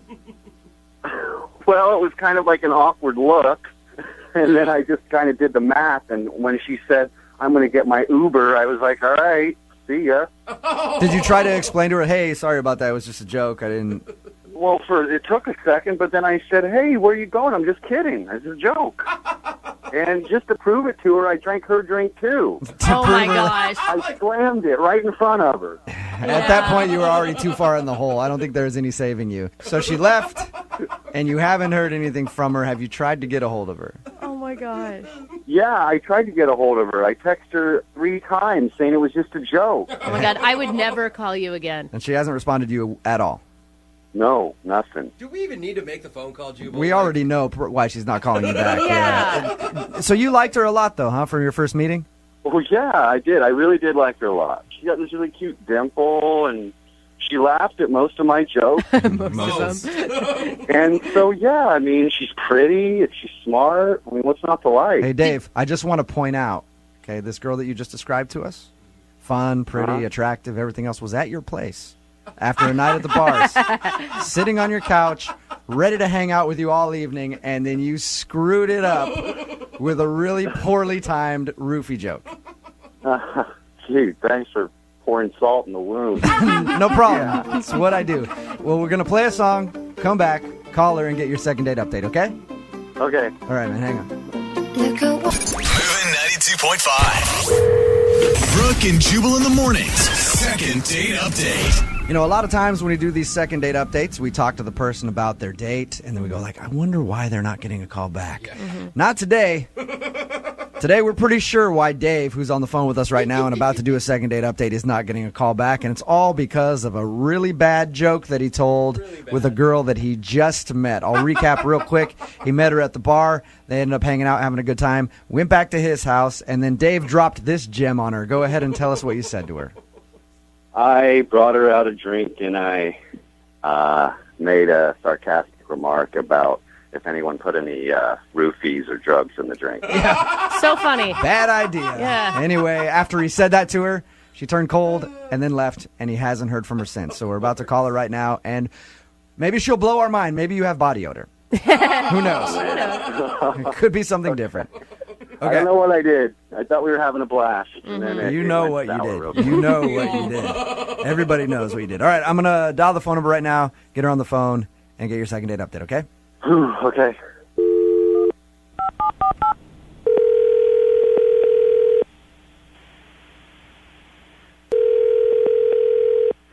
Hello?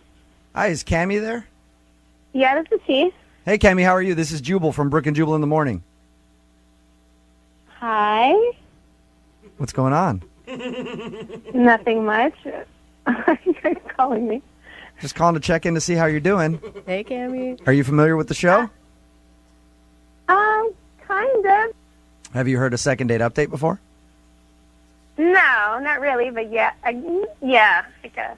No, not really, but yeah? I heard of them. Okay.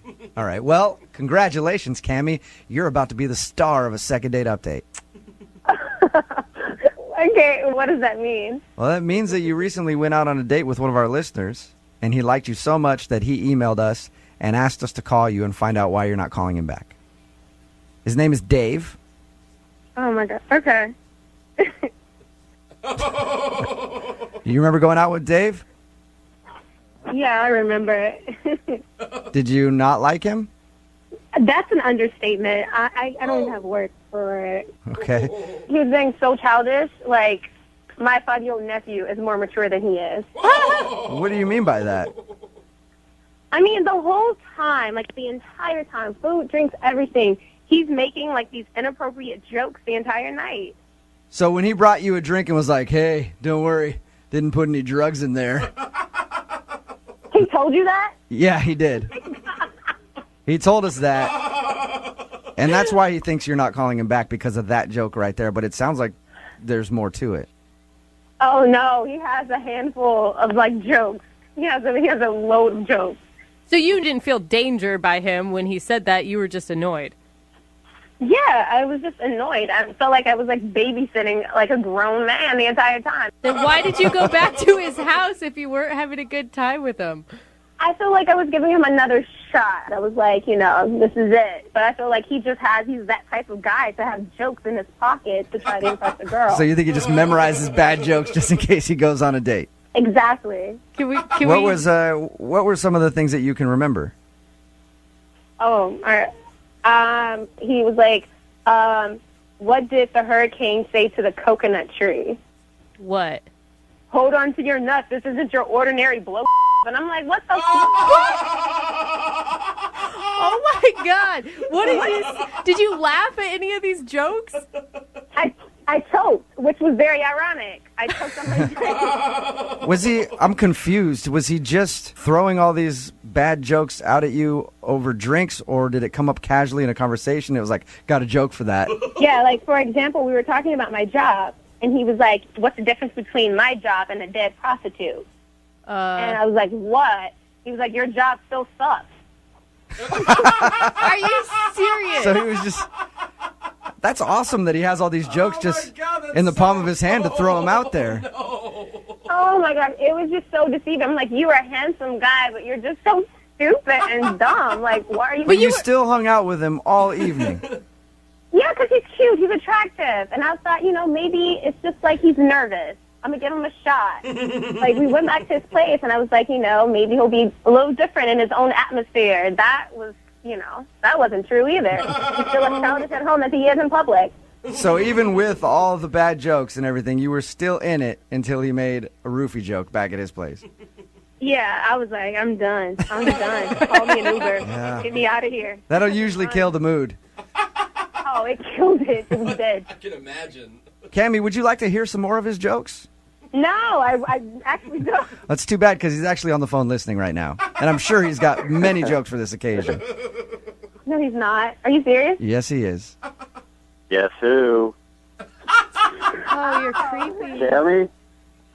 Hi, I Dave. can't believe you don't like my jokes. I don't. Then why were you laughing at all my jokes?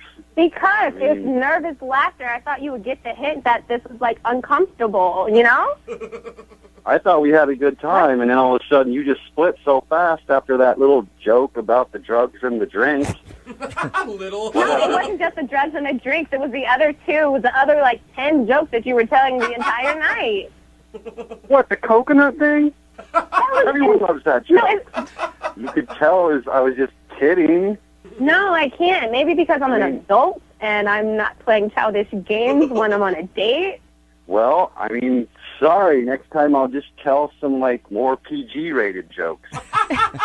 Have these jokes ever worked for you in the past? If I were to rewrite the alphabet, I'll put you and I together. Oh, that's your PG joke. That's bad. The PG one. Cammie, why didn't you tell him in the moment, hey, enough with the jokes. This is kind of offensive. I didn't want to, embarrass myself and then, crush him at the same time. It was just an uncomfortable situation. I don't like making people feel bad. Oh, well, it's okay now. I didn't know you were on the phone. Yeah, it's all different. Now that she knows you're on the phone, she feels bad about it, Dave. Cammie, look, I'm sorry. I didn't know you felt that way. Had I known, I would have just stapled my mouth shut for the rest of the night. I really like you. I thought we had a good time.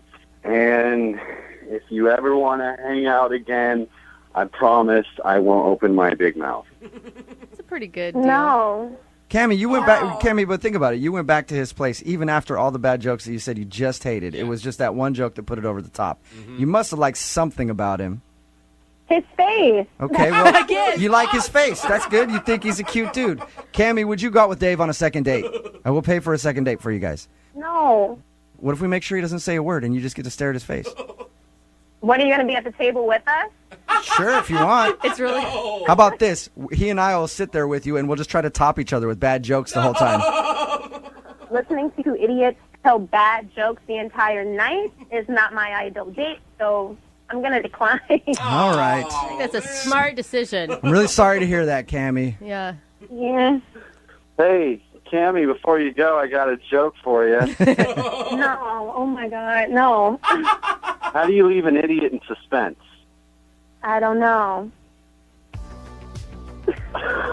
Nailed it. All right, that's all. Brooke and Jubal in the morning. Got a text message in at 78592 that says, I made a worse joke than the guy from the second date update on a first meeting at my place. I said to the girl, hey, nobody knows you're here right now.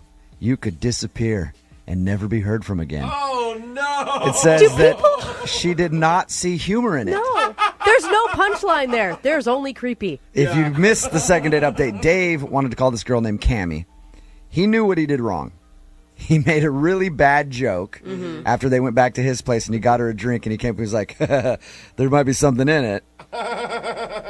He made a roofie joke to the girl that he just met, and then she left. But it turns out that he was just cracking bad jokes the whole time, and she couldn't deal with it. Yeah, she wanted him to shut up and just be pretty. Yeah. Was the problem. She said the reason she stuck it out through all the bad jokes leading up to that one was because he was cute. So she stuck around. But after he made that joke, she's like, I can't do it anymore. It's like me and you when we're on dates with hot chicks, dude, and they're annoying, but you're like, I guess I'll stop just talking. deal with it. Yeah. Is someone going to tell Jose that he's actually the guy that people want to be quiet? And Shut your laugh up, Jose. I'm surprised at all the people texting in at 78592 who really liked this guy's jokes. They're like, that's awesome. I wish you would have made a joke like that on a first date with me. I'm scared of the guy who said he's writing these things down for new material to use later. If you want a second date update, all you have to do is email the show, brookandjubal at moving925.com. We will call the person who didn't call you back. If you missed the second date update, it'll be online shortly at moving925.com. Young Jeffrey's Song of the Week. Yes. Just a few minutes away at 8:10. Moving 92.5.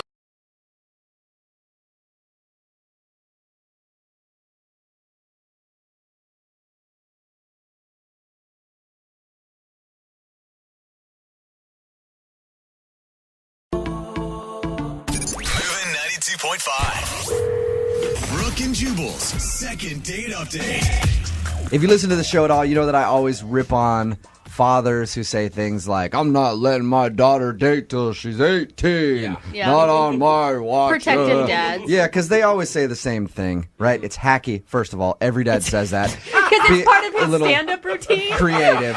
Well, it's just annoying. Be a little more creative. And then Start auctioning your daughter off. Well, Go the opposite way. And then also, no, you're not. You're not going to shoot a dude that comes over and wants to date her. You're going to let her date before she's 18. So stop saying it. It's been said so many times, and you're not going to actually live up to it. I think, though, today I may have found somebody who I don't have to rip on. Because I feel like the girl that we're about to talk to in a second, Katrina, who's emailed us for a second date update, I feel like her father is actually one of the few guys that will actually live up to his promise of murdering anybody that wants to date her. What? Katrina, how are you? Hi, I'm good. How are you? Good. Would you say that's pretty fair analysis of your dad? Yeah, pretty much. So tell us how you met the guy that you want us to call today, Katrina. So I met Curtis through some friends at school, and he's really great. I really like him a lot. He's really cute and funny and very sweet. Are you in high school or are you talking college? I just turned 20, so I just started college. Okay. Yeah. I would hope we'd have an age limit. I don't And know. you still Second date and you, update. you still live at home, right? Yeah, Okay. I do. So you met this dude through friends and you liked him a lot. Tell us a little bit about your date.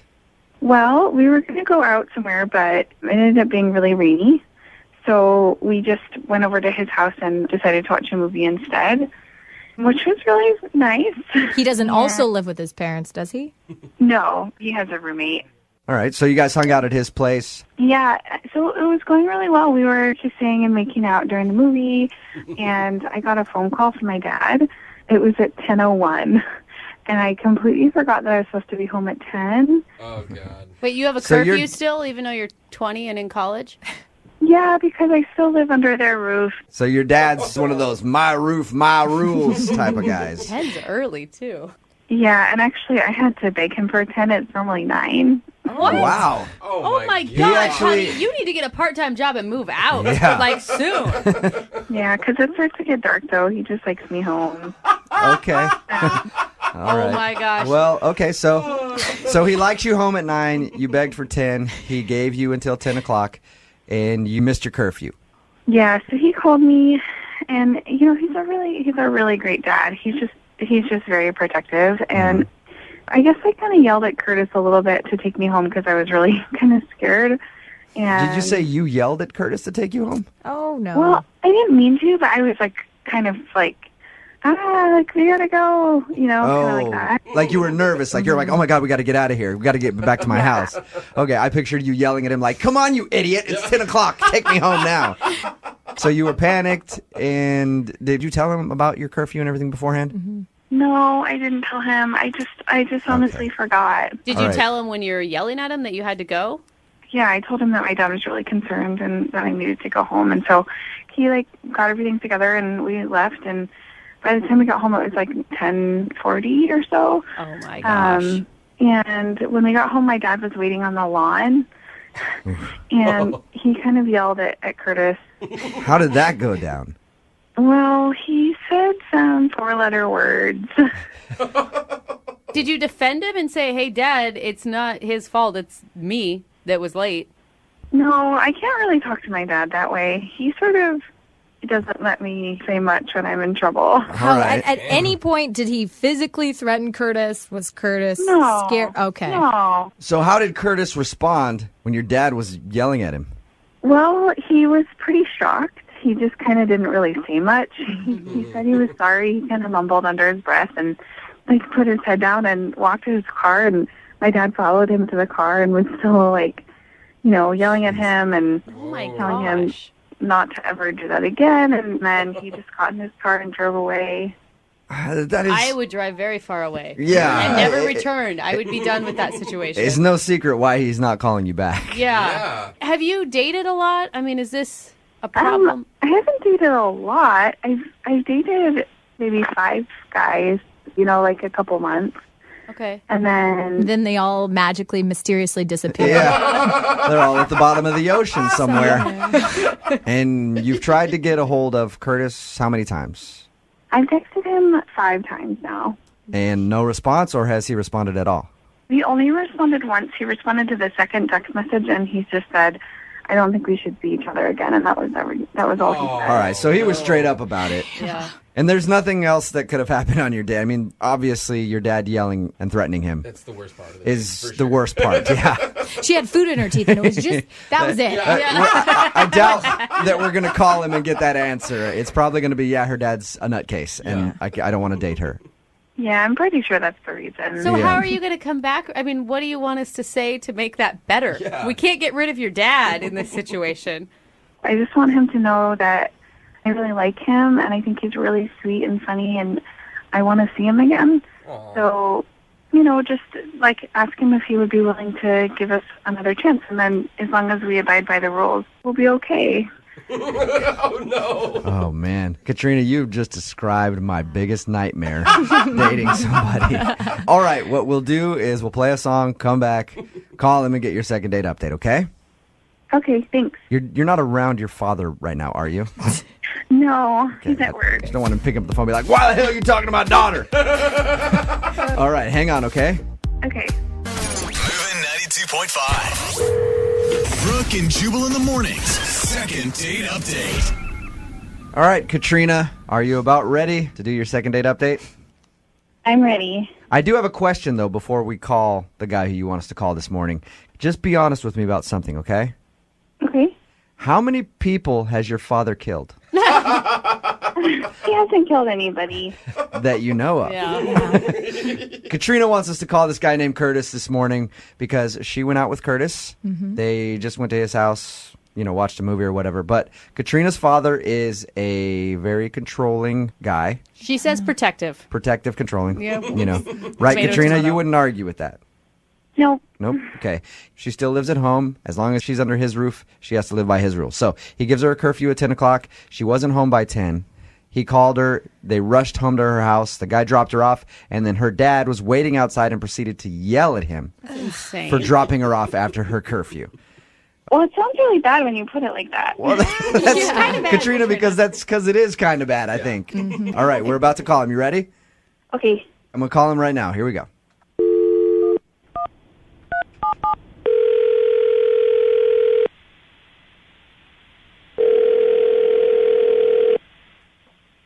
Hello? Hi, can I speak to Curtis, please? Yeah, this is Curtis. Curtis, what's up, man? This is Jubal from Brooke and Jubal in the Morning. Who? Jubal from Brooke and Jubal in the Morning. The radio show. Okay. You recently went on a date with one of our listeners, and that's the reason that I'm calling. How do you know I went on a date with one of your listeners? Because they emailed us about you. A girl named Katrina. Yeah. And I'm pretty sure we all know why you aren't calling her back, but she emailed us because she really liked you and wanted to see if she could talk to you again, but you haven't been returning her text messages or phone calls. The last text she got from you said that you definitely did not want to see her again. Yeah, I mean, I don't really want to talk to her. She told us what happened on your date with her father. Dude, honestly, to me, her dad sounds like a maniac. I don't know what she told you or not, but I mean, honestly, her dad scared me shitless. Like, Yeah. We don't blame Hey, you for that at all. I'll tell you what she told us. She said that you guys went to your house. She got a phone call from her dad at 10 because apparently he gives her a curfew at 10 o'clock. You dropped her off. Her dad was waiting out there for you guys, ended up yelling at you. You got in the car, drove off, and haven't really talked to her since.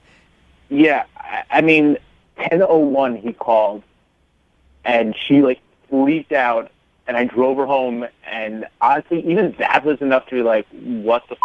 Yeah. Anyway, I drove her home, and I dropped her off. I didn't kiss her. I didn't do anything. I got out, and I opened the door for her like a gentleman, and this dude was standing on the front lawn and, like, came at me. I thought he was going to punch me in the face. That is crazy. What was going through your mind when that happened?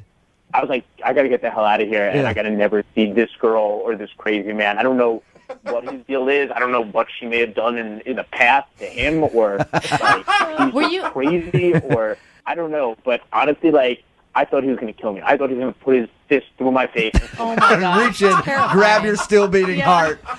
And so that's it. Because her dad seems like he wants to murder you. You don't want to go out with her again. I mean, yes, but did she tell you what happened after? She said that she went into the house and then has tried to text you, and you texted her. Yeah, but I mean, what happened after with her dad and me? Wait, there's No, more? there's more to the story. The next day at work, he showed up at my work the next Are day. you kidding What? me? Shut up. What did he How say? does he know where you work? I don't know. She told him. I mean, she knows where I work. Holy, I mean, I have no idea. I didn't ask him why. I just didn't want him there. Jesus. That is insane. And what did he do when he got there? Like, I mean, he came to apologize, which, I mean, I mean, it's crazy. I don't know the guy, and like, I mean, what he did, like having a temper like that, I don't want his apology. I certainly don't want him showing up at my work. I don't need like the people I work for to be like, why is this crazy giant of the man? Did it end up turning into that? Did he create a scene at your work? Yeah, honestly, he did. It was like he showed up and he was like, I just want to say I'm sorry. And I was like, okay, fine, just please go. And as he was leaving, he was like yelling because I don't know if he doesn't have like a normal talking voice. He was screaming at me, I'm sorry, you just have to adhere to my rules. Like, I've got curfews, man. I've got stuff. You got to follow my rules, Jesus, man. this guy. And, like, I don't know you. Like, Yelling That at you is for nuts. not accepting his apology. I said you could take her out again, you jerk, and now you're turning that down? God, these kids today, no respect. yeah, I mean, this makes me not want to date. If there are any other fathers out there like this and I might run into them, I'm just going celibate. Wow. What would you say to Katrina if you could say something to her just to let her know why you don't want to see her again? Lose your dad and try to meet a nice guy and say that your dad's dead? I don't know. I can't imagine a guy who would want to go out with her. And look, she's super cute and she's really cool. And that's kind of the heartbreaking part of That it. sucks. But there are a lot of cute, cool chicks. I'm Yeah. sorry. And I'm not risking that. Okay, you're not going to risk your life to date Katrina. Well, Curtis, I should let you know now, though, that Katrina is actually on the phone. What? She's on the phone? Yeah. Curtis, I'm so sorry. I had no idea that he came to your work. I had no idea that he did that. I'm so sorry. I mean, how did he even know where I worked? Well, I told him because he asked me. But I didn't realize that he was going to come find you. I mean, he nearly killed me on your front lawn, and then he asked you where I work, and you gave it to him. I mean, No, I mean, he not asked me that know you night because I just wanted him to know that you have a full-time job and that you're, you know, a good guy. I didn't know he was going to come there. I didn't know that. Katrina, has your dad ever stalked anybody at work before on your behalf? No, I mean, it sounds like I think he just felt really bad, and I think he just really wanted to apologize, you know, in his own way. yeah, but I mean, he scared the crap out of me.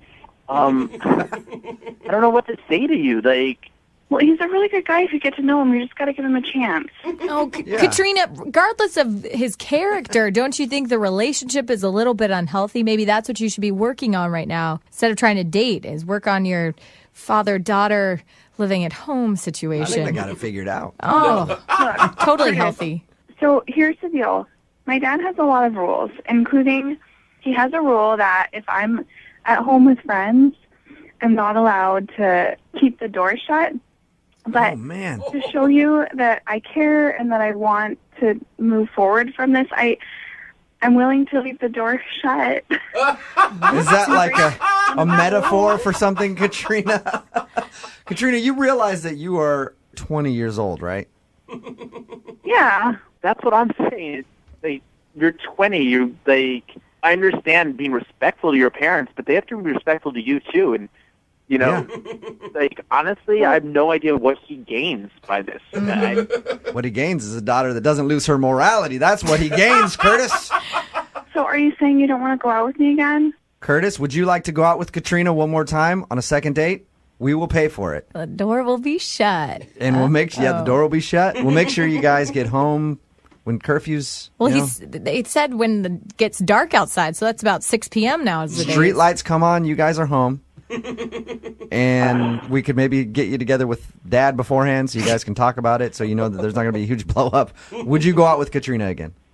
You guys make it sound so desirable to go on a second date. Honestly, Katrina, no. I had a great time until 10:01, but I can't. And I hope that your dad doesn't want to kill me after saying no. And I hope that you can figure things out with him. That's right. Curtis, for your safety, you might want to say yes. I didn't even think about that. Yeah. How dare you break my little girl's heart?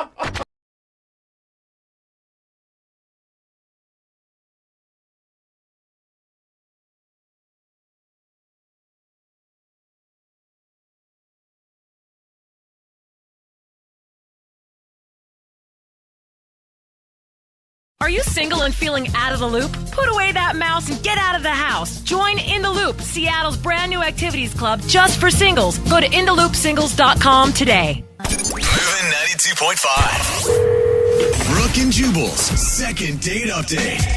A good rule whenever you're upset about something and you're about to send a message, either a text message or an email to that person, is to count to 10 before you send it.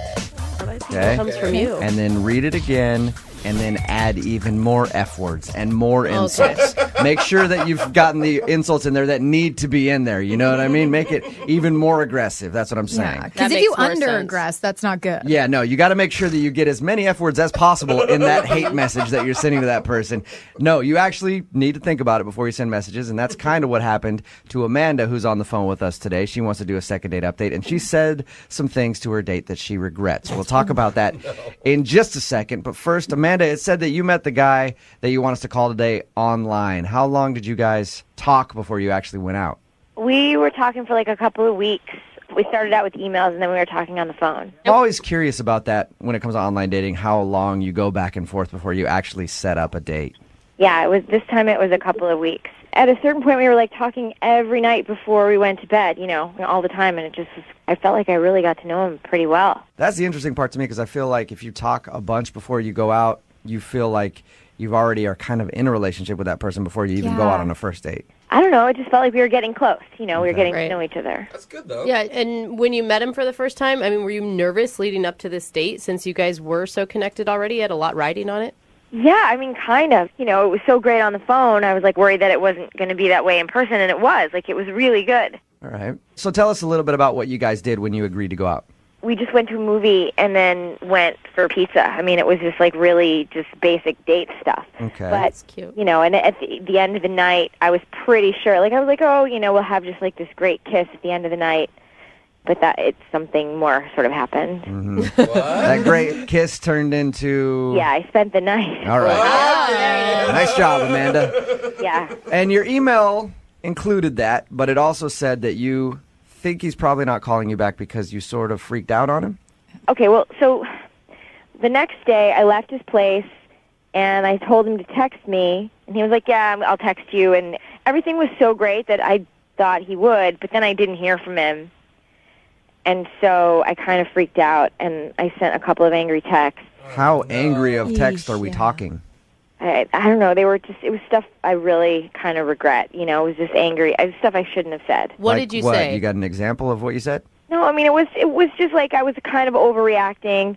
The fact that he hadn't called me back, and I don't know, he said that he had misplaced his phone, and that's why. And then I was like, oh no, and I tried calling him to try to fix it, and he wouldn't pick up, and so that's why I'm calling you. I just want a second chance. Like, I really blew it. Is your hope to get him on the phone now because he's not answering your phone calls because you freaked out on him via text message, hoping to maybe he'll answer our number and then you can apologize? Yeah, I just was like, he hadn't texted at all, and so it was just, yeah. That's embarrassing. Yeah. And how much damage control? I mean, are you calling him an effing a-hole, or are you getting even more specific? I don't know. It was pretty bad.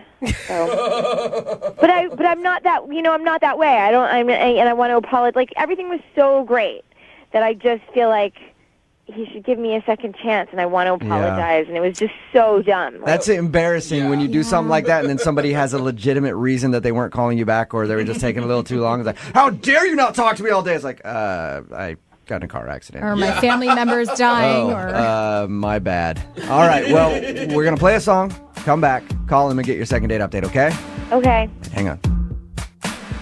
Moving 92.5. Brooke and Jubal in the mornings. Second date update. Amanda is on the phone with us. She wants to do a second date update with a guy named David. They met online, ended up hooking up on the night of their first date. He didn't text her back for a few days, so she got a little angry and started texting him some things that she regrets. She said she was very rude to him, and then he finally texted her back going like, I just misplaced my phone for a couple days. And he hasn't talked to her since, so she's hoping to get him on the phone, apologize, and see if he'll go out on another date with her. Amanda, I think that maybe you got to think about some other options here, okay? Okay. I mean, that's why I called. I don't think sorry is just enough. I think maybe you need to think about some excuses you could use. Like, when you get him on the phone, just go, oh, my friend took my phone. Sorry about that. I had no idea. She's Or you're like, overprotective, yeah. Hey, in my family, hole is a term of endearment. Like, we say it around the dinner table all the time. Yeah. You ever think about something like that, Amanda? Yeah. All right. Definitely. Cool. Okay, well, I'm going to dial the phone number right now, see if we can get David on the phone, and you can make your apology and try to get a second date, okay? Okay. All right, here we go.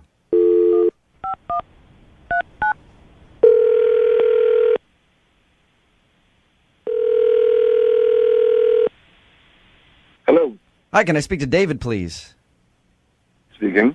Hey, David, how are you? This is Jubal from Brooke and Jubal in the Morning. You ever check out the show? Yeah, I've heard it a few times. I'm just kind of confused of why you guys are calling me right now. Because somebody emailed us about you, David. About me? Yep. Somebody that you recently went out on a date with. Her name is Amanda. Amanda. Yeah. You probably remember who Amanda is because after your date, she ended up sending you some pretty mean text messages. And then, like, you texted her back that you had lost your phone or something. Yeah. Well, she feels really bad about that and wanted us to call you today to see if that's why you're not calling her back. Man, I had lost my phone for a few days, so I wasn't able to contact her. And I get my phone back, and I get, like, just a slew of just mean text messages. And that kind of turned me off. Yeah, I could understand that. Yeah. How mean were they? Like, I mean, I wouldn't want to say them on the radio. They're pretty messed up. Really? Really? Can you give us like a PG-13 version of what was on your phone? We're taping this right now, too, so you can say it and we'll just beep it out. Oh. I think it'd be really embarrassing to her, so I don't want to kind of put her in that position. Yeah, but think about this, David. She's the one that emailed us to call you. She's already putting her business out there on the radio. And I really want to know what she texted you. Because she wouldn't even really tell us. She just said, it was bad. That was her quote. Yeah, they were really bad. Was it like the worst thing a woman has ever said to you bad? I would go ahead and say yes. Wow. Come on, David. Just give me one thing that she said. Fine. 1 second.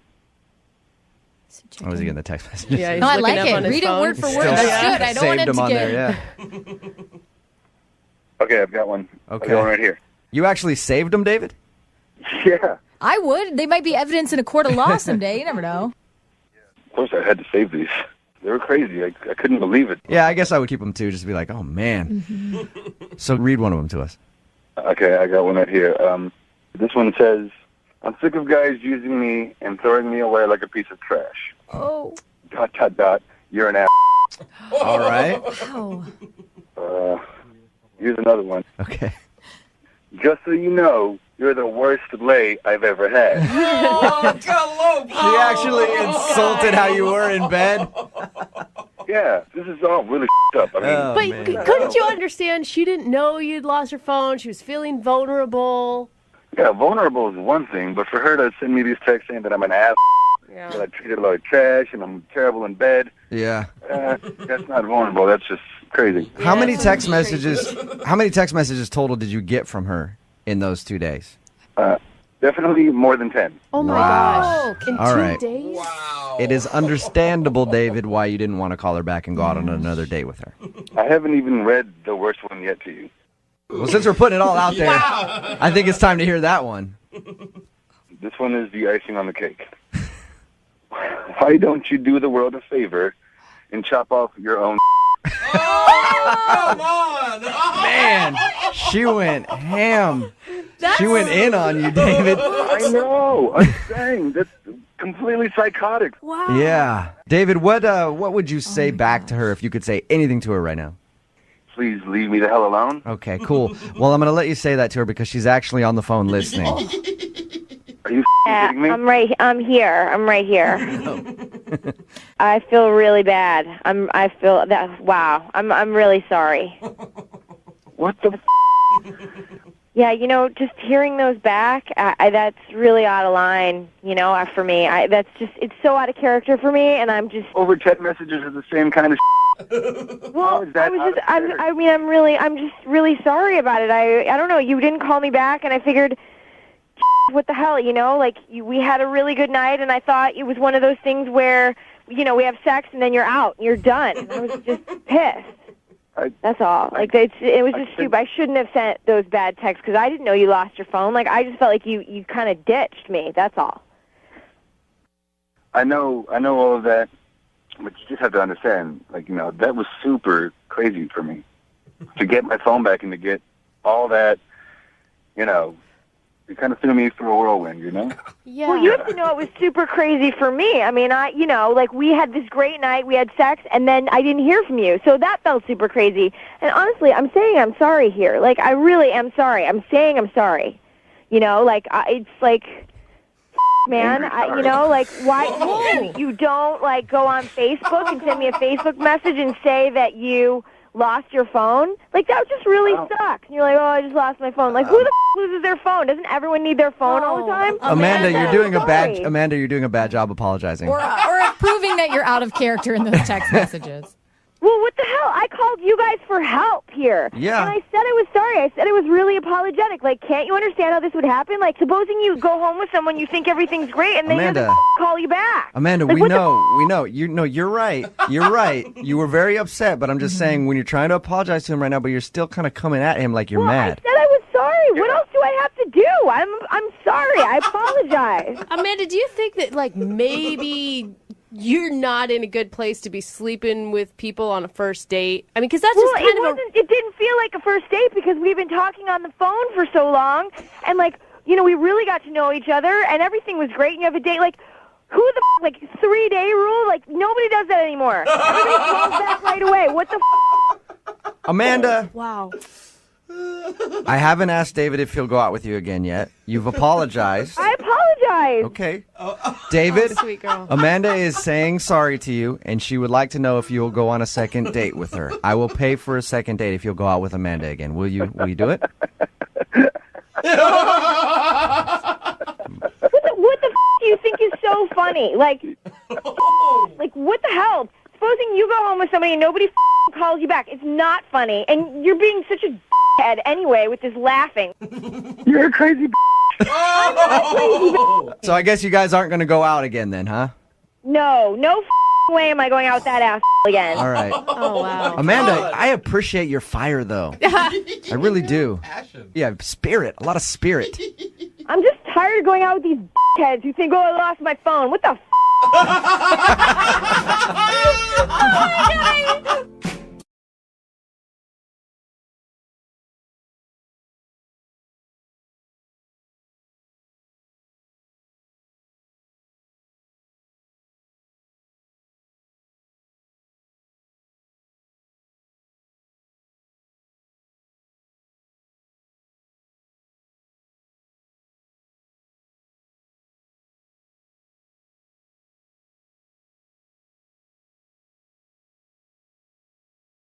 Are you looking for the thrill of your life? With Zadart, Seattle's only exotic car rental company, you can book a Lamborghini, Ferrari, and more. Visit Zadart.com, ZADART.com to book your exotic car ride. Moving 92.5. Brooke and Jubal's second date update.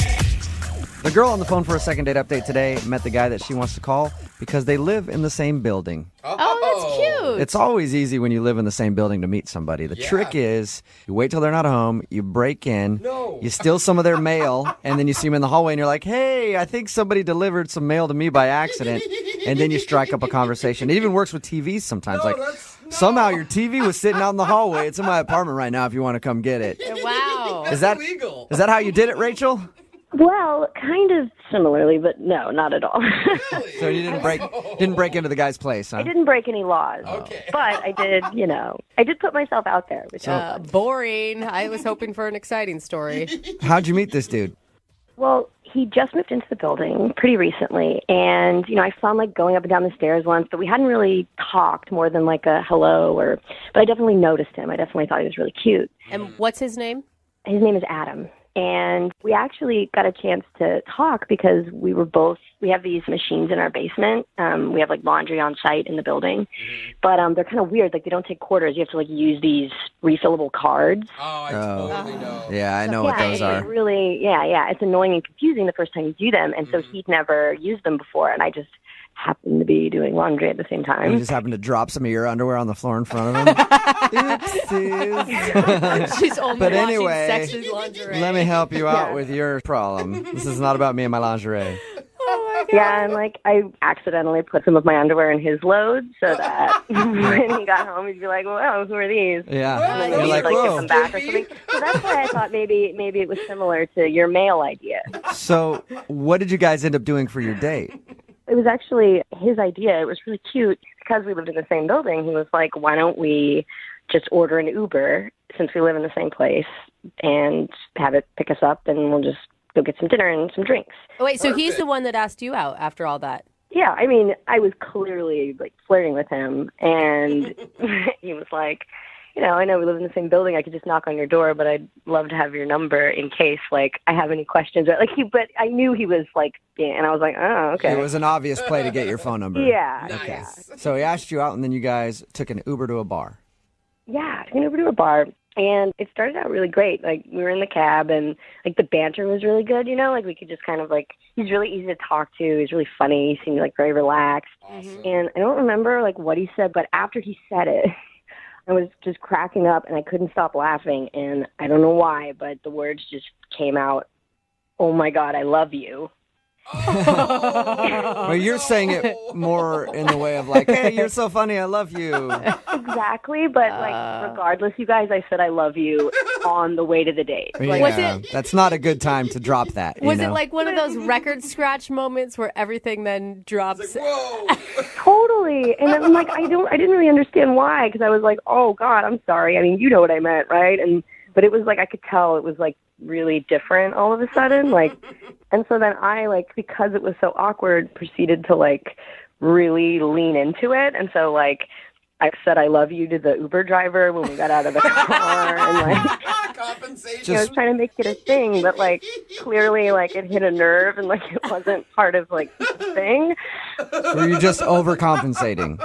No, yeah, I don't know what happened to me, but I just really wanted him to know that it was a joke and that I didn't mean it. But looking back on it, I do feel I maybe overdid it. But did he get the point that you didn't mean it? Yeah, I mean, I think he got it, but at the same time, like, I said it, like, for the third time during the meal, like, bringing it up jokingly again, and he didn't laugh. And so that's when I kind of knew, like, oh, and, like, for me, when that happens, it just makes me, like, want to convince someone even more that I'm sorry or kidding. And You so might have been okay if you would have dropped it after it happened and made a quick joke about it and moved on. I know. Do you think that's why he's not calling you back? Well, no, actually, he did call me. Oh. The date went fine other than I love you gate. And then he called me the next morning, but I was in the shower, and so I missed the call. Yeah. And he didn't leave a message. So I was like, oh, okay, I'll text him. So I texted him. I was like, sorry I missed your call. I was in the shower, winky face. Had a great time last night. We should do that again. What are you up to this weekend? Something like that. Right. And that was like 4 or 5 days ago, and I haven't heard from him. Oh, really? Have you seen him in the building at all? No. Because that's always a risky thing. At some point, no matter how this turns out, you're going to have to share an elevator or the laundry room again. I just think it's really weird that he would call me and then not respond to me after. Yeah. I mean, you could understand it if after a first date somebody said, I love you, and then you just never talked to him again. But the fact that he called you in the I morning. didn't say, like, I love you. I'm not like, I get it. We're like, you know. Yeah. But, like, it really seemed to, like, affect him. And I think that's why I kept going back to it, because even though I'd apologized once, it felt like it was, like, hanging in the air still. And I'm like, why? This shouldn't be this intense. All right. Well, we'll play a song, come back, call him, and get your second date update, okay? Thanks, guys. Okay, hold on. Moving 92.5. Brooke and Jubal in the mornings. Second date update. Right in the middle of a second date update, if you're just tuning in, Rachel is on the phone, and Rachel is in love. For the first time in her life, Rachel has found love, and it's slipped through her fingers, and it's not calling her back. And love's name is Adam. Poor Rachel. All right. If you missed Rachel recap her date, she met a guy that lives in her apartment building. They agreed to go out for drinks and dinner. And while they were riding to the restaurant, he was joking around. She laughed, and it just kind of slipped out. She said, I love you. And she thinks that's the reason he's not calling her back. Because, one, she said, I love you. And then she spent the rest of the date trying to pour it on that it was a joke and saying, I love you to everything and everybody. And just any way she could drop the I love you line, she would do it. And now he's not calling her back, and she's wondering why. I mean, what do you like so much about Adam? He was just really easy to talk to, and he was really funny. You know, like, a guy being funny is the most important thing to me. I love funny guys, don't you? I love him, too. All right, okay, I get it. Laying it on real thick. All right. I'm going to dial his phone number right now and see if we can find out why he's not calling you back, okay? Okay. All right, here we go.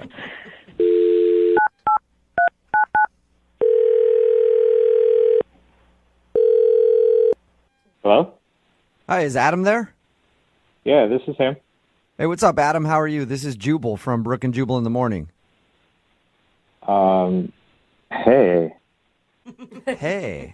What's going on today? Not much. Why are you calling me? Oh, just checking in, man. Just, you know. No, I don't. Oh, Yeah. okay. Well, the real reason I'm calling is that somebody emailed us about you and asked if I could get you on the phone. Her name is Rachel. She actually lives in the same building as you do. What?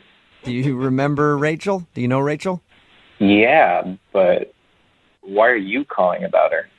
Well, because we do a segment on our show called the Second Date Update. It's where if you go out on a date with somebody and then end up blowing them off after, they email us to see if we can get you on the phone and ask why. So Rachel's wondering why you won't call her back after your date.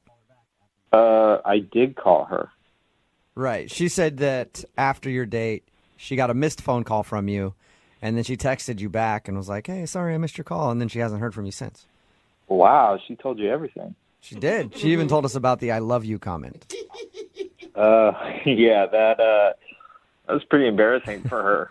Oh, my gosh. Is that the reason that you're not calling her back? Because she dropped I love you on a first date? No, I actually thought that was kind of endearing. Really? Yeah, because she got so worked up about it. She kept saying it.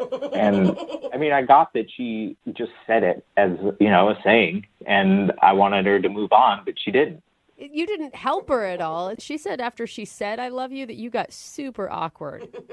I didn't get awkward after the first time she said it. I got awkward after the fifth or sixth time that she said it. Yeah, she told us that she feels like she went a little too hard on trying to let you know that it was a joke. I wouldn't say it was a little too hard. I mean, I was trying to get to know her, and she just kept saying it, and it just kept getting in the way of me trying to get to know her. I thought she was great, and I wanted her to just stop saying it. Poor girl, she was so awkward about it. Yeah. So is that the only issue then? The I love you? No, I knew it was a joke, and I wanted to see her again, and that's why I called her, and the call went to her voicemail, and on her voicemail is this other dude who, yeah, he sounded like a real douche. He was like, hey, what's up? This is Rachel's phone. Leave a message because she's busy right now. And she's laughing in the background, and he's laughing about it, and it's like, what? Weird. Wait, what do you mean? Yeah. So you're not calling her because there was a guy's voice on her voicemail? Yeah, sketchy. It wasn't just a guy's voice. It was the way he was talking and the way she was reacting to it in the background. Don't you think it's just like a voicemail joke that just isn't very funny to you? It didn't seem like it. Like, who's this dude? And why is she laughing like she loves it? You don't know who the guy is? Why don't you just call her up and ask her? I mean, I might sound paranoid if I call her up and I'm like, hey, who's that dude on your voicemail? Yeah, I could see that being like, hey, was it another dude? You seeing somebody else? Like it's been one date. Already? But you are being that way since you're not calling her back and you don't know who this guy is. It could be her brother for all you know. You're right. It could be, but it might not be. And it's only been 4 days. I still haven't decided if I'm going to call her back. You know what? Why don't we just clear this thing up once and for all and ask who the guy is? Because she's been on the phone listening this whole time. What? Yeah. Rachel? Hey, Adam. Hey, Rachel. So I guess I have some explaining to do. I'm kind of, I guess, relieved. But the person on my voicemail is an ex-boyfriend. Whoa! Okay. What? Why? Good question. I mean, it's really not that big of a deal. I mean, it's just my voicemail. I think it's really funny. I like the way he's putting on this, like, douchey, silly voice, and I sound really happy in it. It's just, it's just, to me, it doesn't seem like a... Wait. Time out. You like the way your ex sounds and the way you sound happy with him? Okay, look, it's really not that big of a deal. I mean, things didn't end badly between us, and I just thought it was funny, Yeah, but it's over. Are you not over him? How long ago did you break up? We broke up like 3 months ago, but no, Okay. I don't have feelings for him at all. It's just Okay. So, yeah, you are clearly not over him. Have you gone on any dates other than me since you broke up? Yeah, I went on one, but I wasn't super into him. Rachel. But Rachel, nobody listening believes that you're over your ex. Not one person. Oh my God, you guys! Just because I have a voicemail with someone on it doesn't mean that I'm emotionally attached to them. Oh, We no. broke up, it's over. I feel like... Facebook friends with their exes. People get coffee with them. It's not. I'm not in love with him at all. I don't know, but it just seems like you wouldn't even want to have hear their voice that often, let alone have that be on your voicemail all the time. Well, when I listen to my voicemails, it's not like an answering machine. I don't listen to it. I don't even think about it. The only people that hear it are the people that call if me. you like the way it sounds, do you call your voicemail and just listen to it? No, that is yourself? not something that I do. And honestly, Adam, I really like you, but we've only been on one date. And as we get to know each other, I'm happy to change my voicemail if it bothers you this much. That's a big step. It's not. That's see what I mean. It's not a big deal to me. It's just like I just feel a little on the spot and awkward right now. I just feel like I don't need to be bringing in my past. Right? It's my past. It's just a voicemail. I'm But not it's not your past. him. You're still living in it. Adam, she said that she'll take the voicemail down. That's a first step. I'm sure she'll get rid of her photo collages that are in her apartment as well. She said she'd do it after we get to know each other. That's not. It's got to be it's got to be done. Well, hey, Adam, would you like to go out on a second date with Rachel? We will pay for no. it. No. That was quick, Adam. You don't even give her a shot, man. I mean, you've gotten out of relationships. We all have. And after 3 months, it's sometimes hard to let go a little bit. Mm-hmm. She's ready, man. Yeah, she's clearly not. You said, so it's a no. You're not going to give her another shot? Listen, Rachel, I like you. I like you too. I think we got along really well, but I think there's some things that you need to examine. And once you've done that, hit me up. Okay, so you mean like Oh my 3 God, months? Adam, come on. 6 months down the line, Adam, after she's had time to heal? Yeah, I think so. I mean, like, Oh my if they've God, worked together Adam, for a you're year- making a huge mistake right now. I just want to eat food and make out with you, and I'll delete my voicemail. It's not a big deal. Like, I don't know what happened to you, but like, if you have bad experiences with people messing around with their exes or something, like, there is no unfinished business. And if you feel this strongly about it, there's nothing I can say. Come on, Adam. Did you hear Adam, eat some food and make out. Yeah, that proposal doesn't fall into your lap every day, Sounds Adam. awesome. If I weren't over him, would I be on the radio trying to get a second date with you? Come on. It's a good point. Would you still have his voice on your voicemail? You could be my new voicemail if it makes you feel better. Wow, I'm honored, but I'm gonna have to pass. Oh, I can't believe that. She was even honest the whole time. Come on. Sorry, Rachel. No second date. Man, I really thought it was because of the I love you thing, and now I'm learning it's because of something bigger. And It's because of the I love you thing with your ex. That's what it is. Brooke and Jubal in the morning. Text in at 78592 that says, what's wrong with that guy who doesn't want to eat food and make out? What an idiot. It's Brooke and Jubal in the morning talking about the second date update. Rachel wanted to call this dude named Adam. They live in the same building. They went out, had a good time. She thought he wasn't calling back because she accidentally was laughing at something he said and it slipped out. She said, I love you. And then the whole evening she kept making excuses and trying to point out that it was a joke when she said I love you. She didn't actually mean I love you. But the problem was he called her for a second date and she still has her ex-boyfriend on her voicemail. Yeah. And he didn't want to go out with her again because of that. You can't blame him too much, but she did sound pretty cool about it. Like, I'll change it. It's not a big deal. It's one of those situations. It's a deal, but you don't know why. It just doesn't feel right. She didn't sound like she was still into her ex at all, but he was convinced that she was not over her ex because she left him on the voicemail. Yeah. Remember, if you want to do a second date update, all you have to do is email the show, and we will call the person who didn't call you back. Moving 92.5.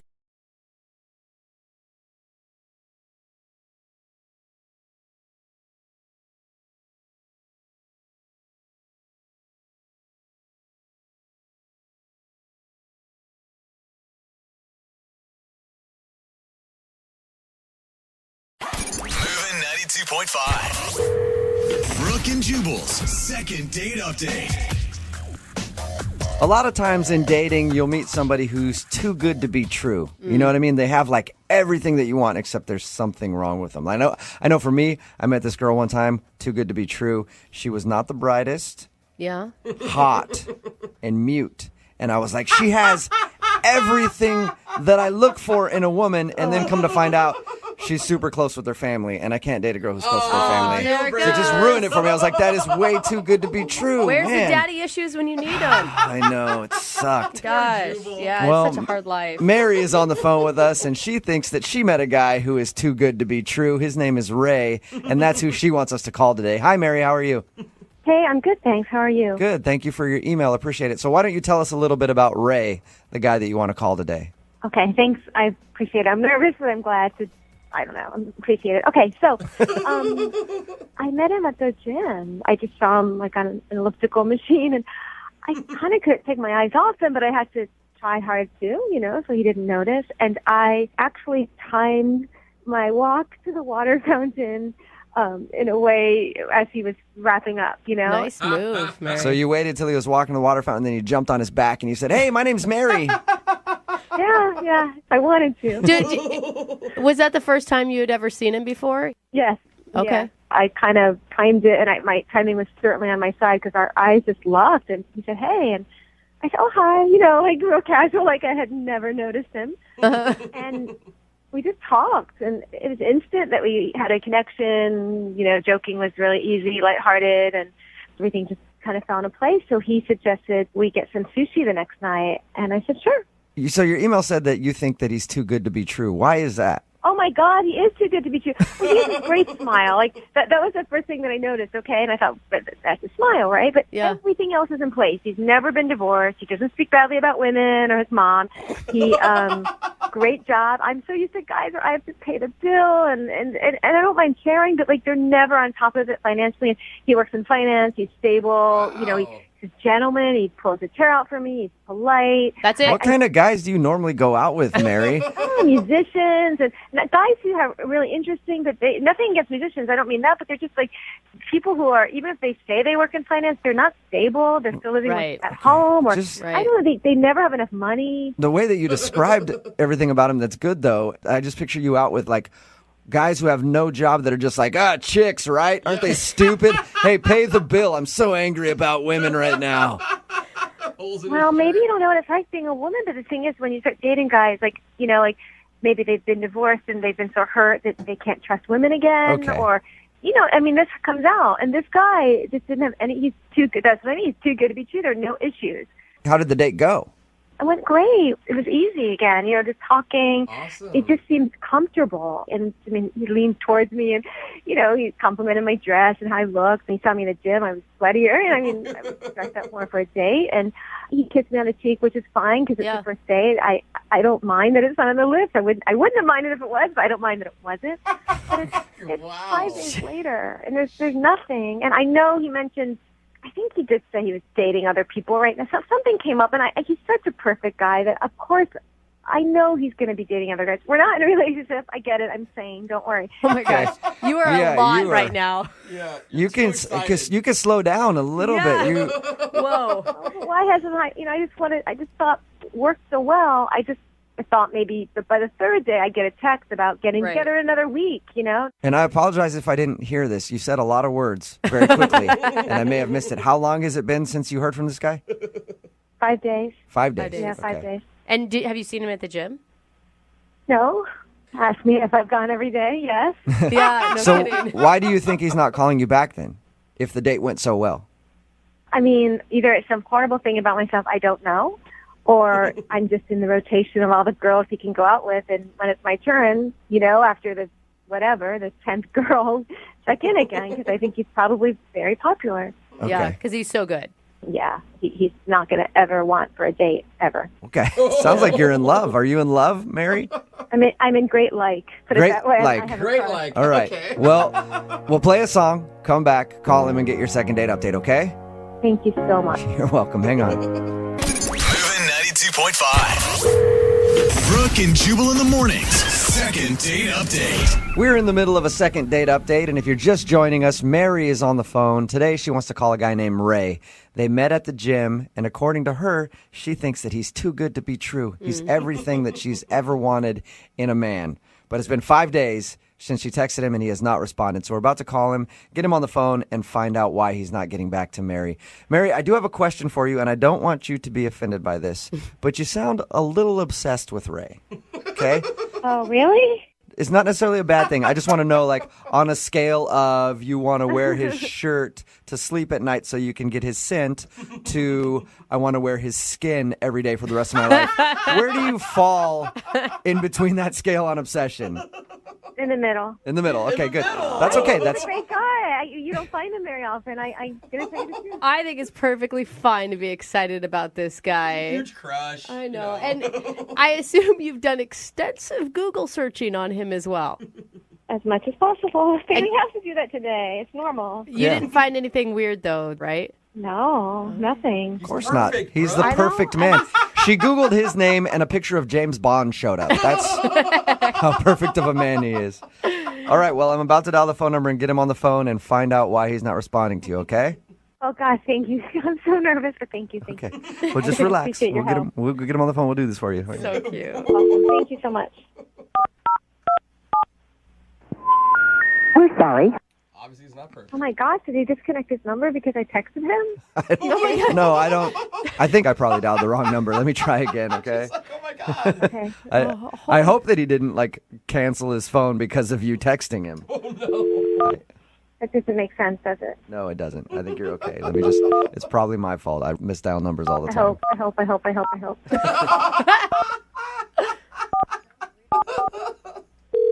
There we go. Hello? Hey, I was looking for Ray. Yeah, this is him. Who is this? Hey, Ray, how are you? This is Jubal from Brook and Jubal in the Morning. I'm sorry, what is this in regard to? It's in regards to a date that you recently went on. Yeah, I didn't sign up for any date thing or anything like that. I know you didn't, Ray. I host a radio show. It's called Brook and Jubal in the Morning, and you recently went out on a date with one of our listeners, and they asked us to call you. Okay, you're going to have to be a little bit more specific because I go out with a lot of women. Mm-hmm. Okay. Her name is Mary, and you met her at the gym. Oh, okay. I remember Mary. She says that she's tried to reach out to you since your date, but you haven't responded, so she's wondering if she did something wrong.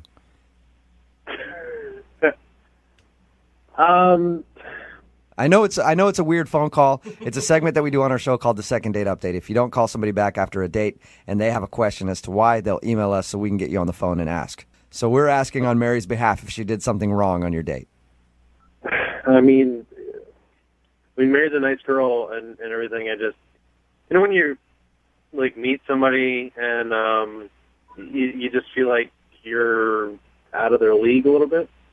I know exactly what you're talking about, Ray. It happens to me all the time. Ouch. So are you saying you don't feel like Mary's in your league or playing on your level? Yeah, I mean, essentially, it was the way, she was looking at me and the way she was talking to me. I felt like I was doing her a favor by going out with her. Whoa, dude. Did you feel that's this a lot way? to say. Did you feel this way before you went out with her, or this happened like you realized that while you were out with her?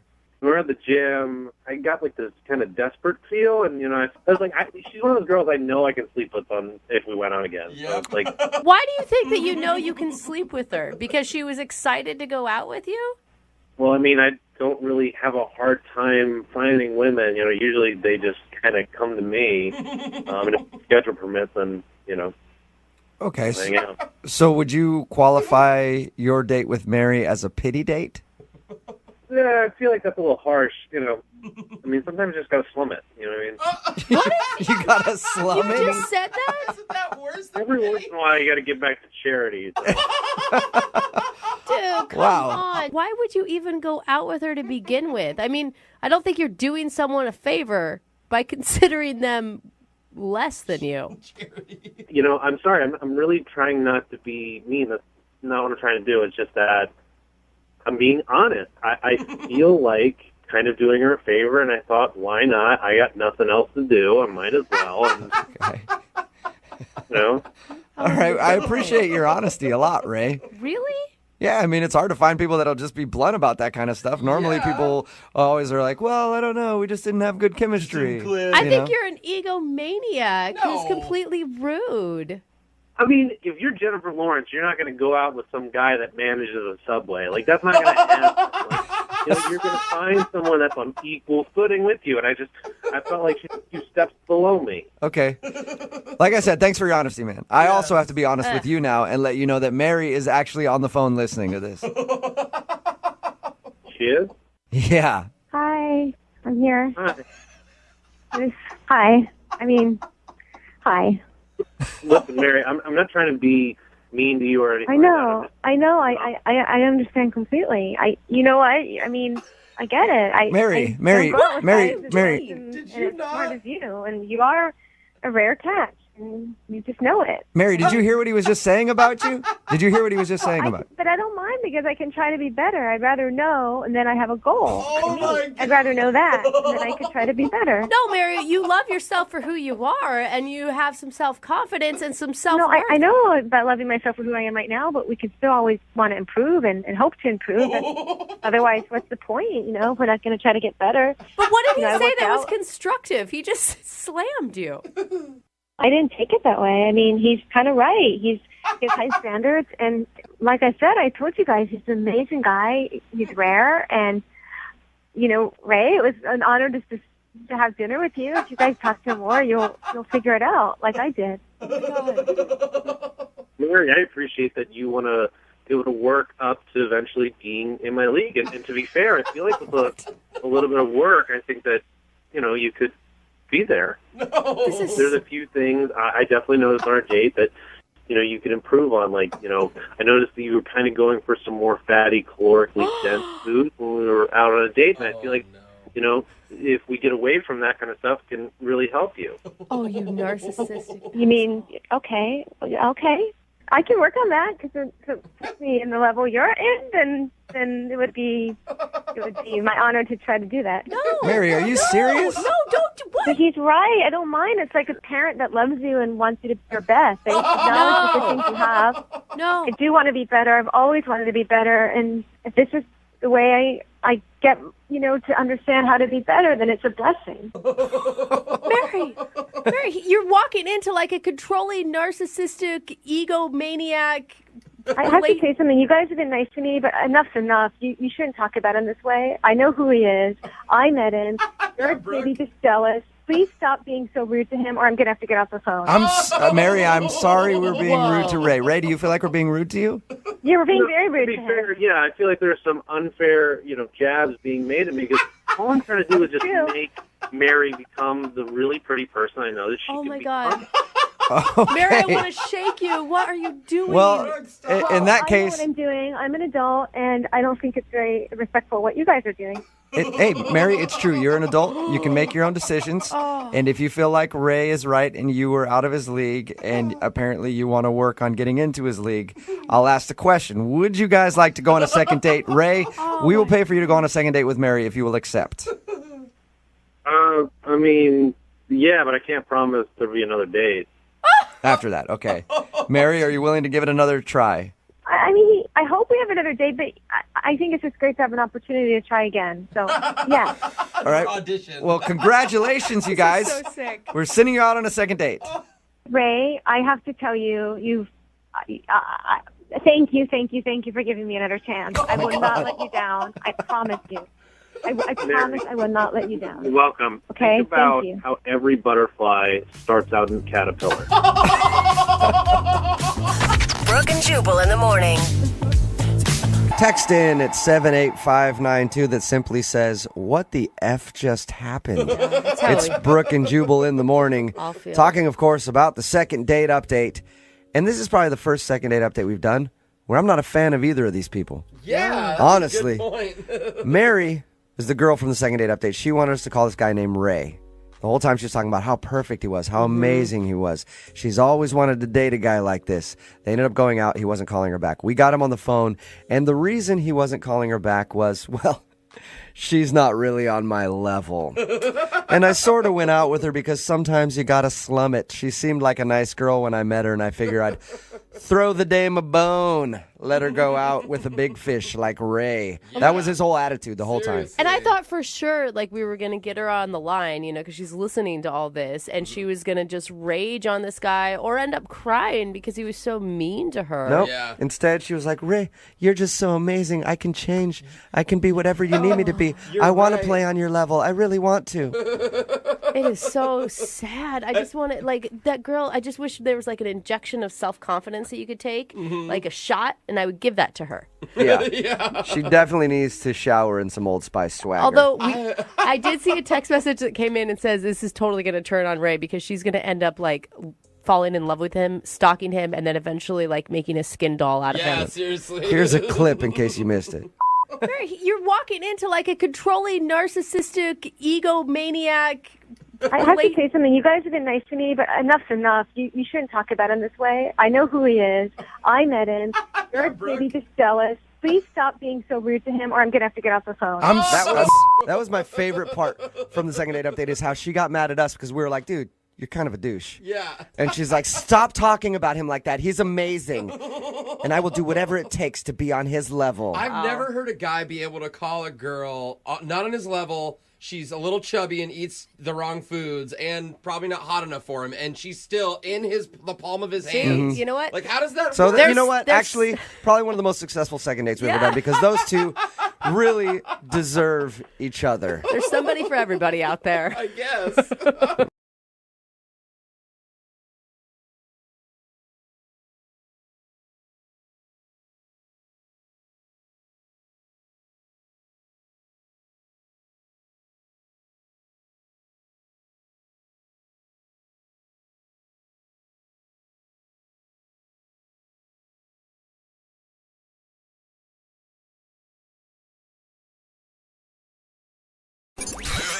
92.5. Brooke and Jubal in the mornings. Second date update. The guy on the phone today that wants to do a second date update was impressed by the girl that he wants us to call back today by how quickly she dropped to her knees. What? That is not a way I want to. To pray. He met her at church. Gosh. Why do you do that to me? You guys are perverts. He met her at church. That's all I was trying to get at. Sure, yeah. Sean is his name, and he wants to call a girl named Lisa today. I guess he met her in church. Sean, how you doing? Hey, I'm doing good. I'm doing good. So that's what impressed you about Lisa, huh? Her praying abilities? Yeah. She maybe not in that way, but yeah, church. It's a good place to meet people. Yeah. So you met her at church. How did you approach her at church? Or did you wink at her during the service, throw a Bible at the back of her head? What'd you do? Well, I've been going there for a while, and she started going, and she always sits in the same pew on the right-hand side, probably about 6 back, so... I've been watching her for a while, and I was like, it's time to make a move. Mm-hmm. It almost sounds like you're stalking her at church with details like that. Well, no, Sean. you do. I grew up in the church, and there's usually a couple hot girls, and you always know where they sit, and you kind of want to sit diagonal so you can stare at them while you're at church. Yeah, it's not that weird, Sean. Thank you. So how did you approach her? Well, it was the end of the service, and we're all leaving, and we're all standing in the foyer, and I just went up to her, and I was like, hey, I noticed you, and I have my eye on you, and I was wondering if you just wanted to go grab some coffee, just, nice and simple. That's what I said. And you had never talked to her prior to that. This is the first time you guys had ever talked. Yeah, exactly. You smile, you walk past people, but I never really, said anything to her, and she never really said anything. So, yeah, it was just kind of just walked up to her and just said that. Did you get the vibe she knew who you were, too? A little bit. She, you said wink before. I didn't wink, but that smile. The way they look at you. Yeah. So you were definitely throwing her flirty glances and stuff like that. Yeah, of course. Okay. Hey, she's cute. All right. So obviously she said yes to coffee. How was that little date? It was good. Listen, I did everything. It was raining that day, so I waited in the parking lot. She pulled up. I walked her from her car to the front door, and then opened the door for her, of course. And That's sweet. We sat down. I pulled out the chair, all that kind of stuff, and it went good. It went good. That's really sweet. You sound like a man who's looking for a relationship. You want something more out of this date, I guess. I really was looking for something. She seems great. She looks hot. In church. What more could you want, right? How was the conversation? It was good. We talked about this, we talked about that. One thing I like is it's not just all church talk. There's the real world, So we're talking about our jobs and what we like to do and that kind of stuff. And I bought us everything. I'm thinking I did everything right. I walked her back out. Rain kind of was away, but I still had the umbrella. That way it could stay closed. You know what I'm saying? So I walked her back to the car, opened the door, gave her a kiss on the cheek. Of course, it's just first date, so no, tongue wrestling. Right. So gave her a kiss on the cheek and just closed the door, and she drove off. And how many times have you tried to call her since? Not every day, stalk 5-6 times a day, but try in the morning, try at night. I've been trying. So. And you haven't seen her at church or anything? I don't know. I haven't been to church since, so I haven't had the opportunity to see if she's been there. So I'm not really sure. She just hasn't been returning my phone calls. Okay. Is there anything that you can think of that would make her not want to call you back? There's just one thing that happened. She wanted to, it sounds really stupid. I don't know. It just keeps replaying in my mind. So she wanted something to drink, right? So she wanted orange juice. Mm-hmm. And I'm like, it's cold, it's raining, it's wet outside. Why would you get orange juice? So you questioned her orange juice choice? Did you really tease her about it? Well, I didn't think it was mean. I just went ahead and ordered her a hot chocolate. I was paying, so I was like, listen, it's cold outside. So she wanted an orange juice. You said, no, you're getting hot chocolate? Yeah, I did, I just don't understand why you would order orange juice on a cold, rainy day. It's wet outside, we're just stomping off our rain boots with all this water. I got my wet umbrella, and she, wants to get a wet, cold orange juice. Yeah, but that would come off as a little controlling. I don't think so. It just didn't make sense to me. So maybe that's it. I don't know. Maybe she didn't like that happened. I don't know. Did she get her orange juice at all? No, why would you get orange juice? Yeah. It's cold outside. Orange juice for you. And this was at the beginning of your date? Yes. Okay. Right at the counter. So, but all the conversation after that and everything else was fine? It was cool. She was laughing. I was laughing. We had a great time. But I mean, the vibe was just a little weird standing there because, like, there were people behind us waiting, and we're back and forth about the OJ and the hot chocolate, and I'm just Can like, I ask, did she drink the hot chocolate? Because I think that will be the telling sign. she drank it. Okay. Well, maybe she wasn't upset by it. Well, the fact that it happened at the beginning of your date and then you had a decent conversation after would make me think that that's not the issue. Look, it's not a perfect date. I can't say that it was a perfect date, but it definitely deserves a second date. I mean, I've had much worse happen than this, you know, tripping, falling, people not showing up. I mean, I think I deserve a second date. Cool. Well, we're going to play a song, come back, call her, and get your second date update, all right? All right. All right, hang on. Moving 92.5. Brooke and Jubal's second date update. All right, if you're just tuning in for the second date update, Sean is on the phone. He met a girl named Lisa at church, and she's not calling him back after their first date. They went out for coffee, enjoyed some conversation, and he can't figure out why. The only thing that he can think of that might have turned her off a little bit was at the beginning of it when she ordered an orange juice at the coffee place, and he kind of gave her a hard time for that because it was wet and rainy and cold outside and said, why are you going to do that on a wet, rainy day? And then he ordered her a hot chocolate. But the date continued and it seemed to go fine, so I don't know if that's really the reason. We're about to get her on the phone and find out what went wrong. Sean, you have any last thoughts before we give her a call? No, I mean, let's get to the bottom of this. All right. Okay. And you guys haven't worked out on how you're going to win her over with your words of romance. Well, we'll see what she says first before I decide what to say to her, you know? Oh, okay. It could be something terrible. You're like, I don't ever want to talk to her again. Who cares? All right, I'm going to dial the phone number right now, get her on the phone, and get your second date update. Here we go, man.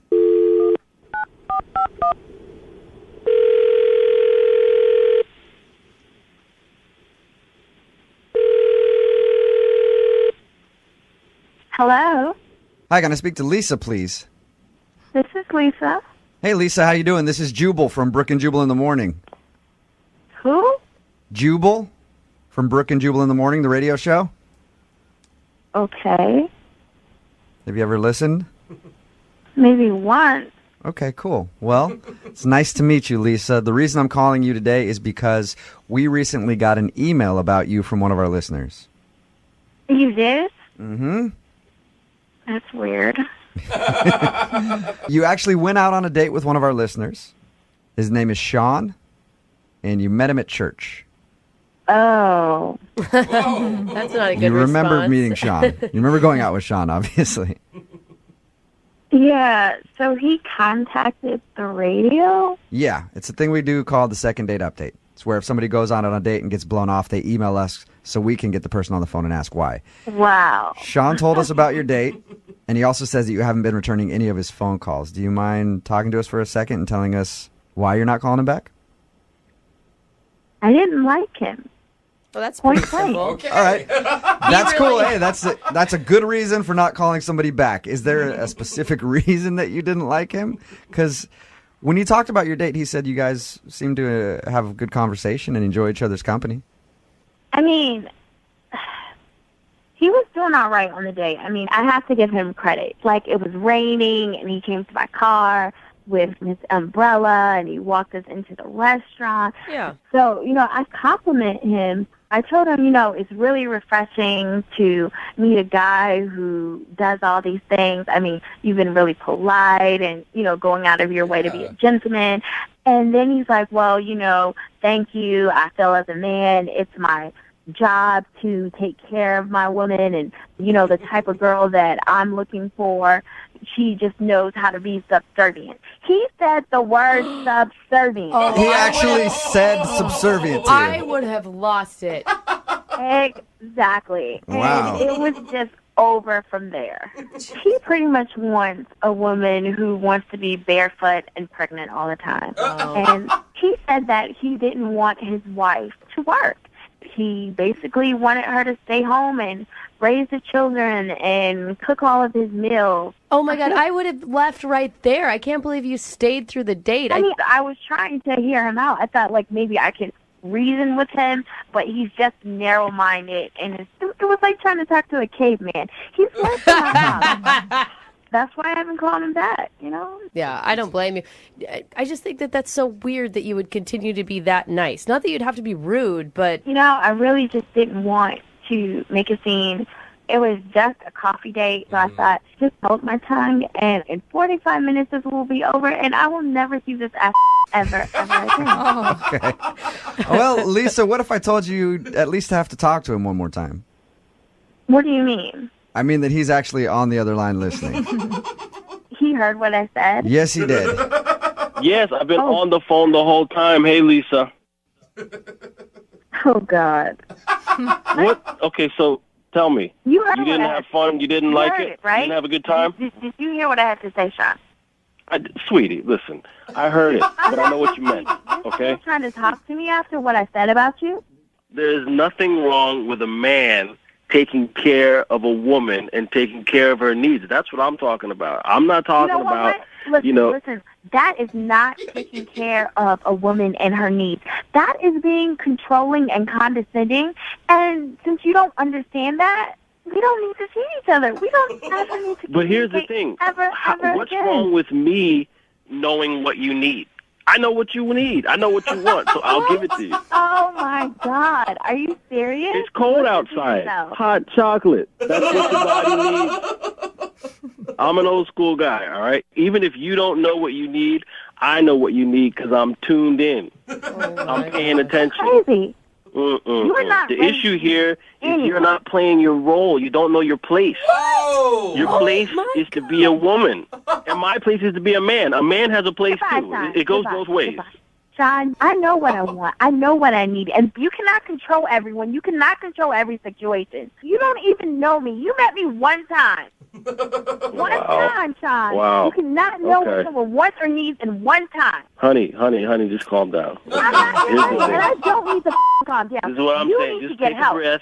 So you're telling me you don't like a gentleman? You don't like somebody opening the door for you or walking in the rain? I mean, you don't like somebody doing a man's job. I don't like you. I don't like you. I don't like what you're about. I don't like your ideas. I don't like your views. I don't like your opinions. I don't like you, Sean.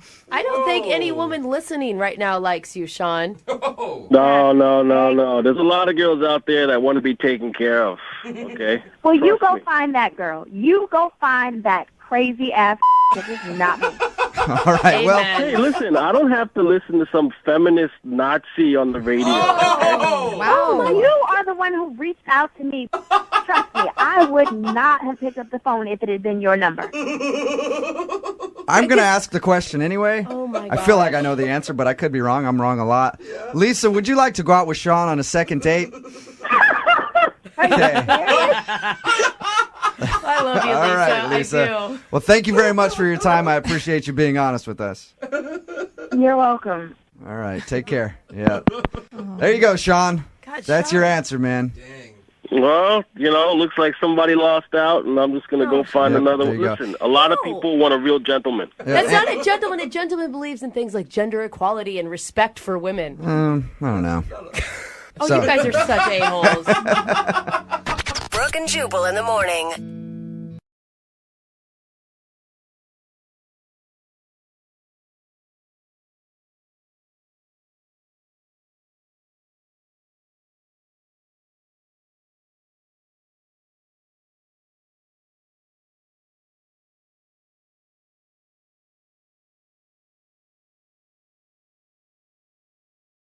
Looking for the perfect birthday or anniversary gift or a special date night? Well, then you need Zodart, Seattle's only exotic car rental company. Visit Zodart.com to book an exotic special car for that very special day. Moving 92.5. Brooke and Jubal's second date update.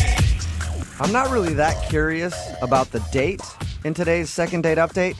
I'm more interested in this guy's name than anything else. Why? Because I haven't talked to this dude yet, but he did sign his email, The Wart. Stop The it. Wart. Please tell me So, that's not his nickname. Is that your name, Wart? No, it's not my legal name. It's a nickname my college buddies bestowed upon me. Okay. That kind of stuck. You convinced a girl to go out with someone who goes by the Wart? Well, I didn't drop it on her until I met her in person, obviously. Okay. All right. Okay. So what? I'll call you Wart for this second date update, but what's your real name? My real name is Desmond. Desmond. Oh, okay. Yeah, I'd rather go by Wart too. Rolls off the tongue. Yeah, that's what I thought. So, tell us a little bit about the girl that you want to call today. What's her name? Her name is Jamie.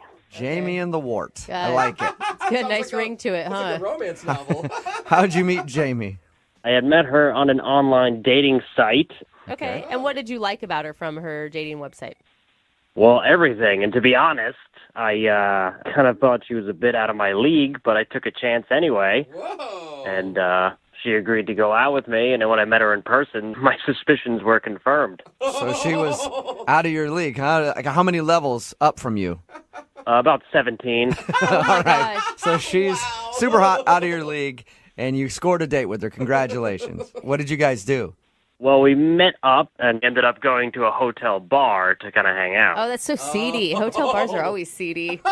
Yeah, but you know what? To me, I find them to be very nice and fancy places that show me in a good light, that I can afford to go to a place like that. It depends what hotel you're going to. Yeah. If it's the W bar, then that's nice. Yeah, if it's like a Motel 6 lobby, Yeah, or the red line it's out gonna by be a an little airport. different. Yeah. What was her first reaction when she saw you? She actually responded to me, I feel like, in a pretty pleasant way. She was very cordial, very excited, I thought. I gave her, instead of doing a handshake, I went right for a kiss on the cheek. Whoa. Bold move, sir. And this is how I introduced her to my nickname, because I said, well, you've just received a kiss from the Wart. Oh. And she I don't liked think that? that's a good way to go into things. How'd she react after you said that? Oh. A little confused, but that then opened the door for me to explain my nickname, where it comes from, and she was kind of on board with all of that. So you're really, I mean, you sound like you're very proud of being called the Wart. It's a nickname that has stuck for a while, and it kind of gives me a little bit of a legendary aspect. Okay. Yeah. I mean, definitely people know you. If I'm talking about the Wart, there's only one person I'm talking about, and that's you. I should hope so. All right. So, how did everything go between you and her at the hotel bar? Yeah, I think very good. You know, we drank a little bit, we talked a lot, we got to know each other very, I'm not going to say intimately, but, playfully. She laughed a lot, I laughed a lot. I may have told her one or too many personal things, like I ended up showing her a scar on my leg. Why? Why'd you show her a scar on your leg? Well, I had told her a story about being injured when I was a teenager, and then I was like, let me just show you.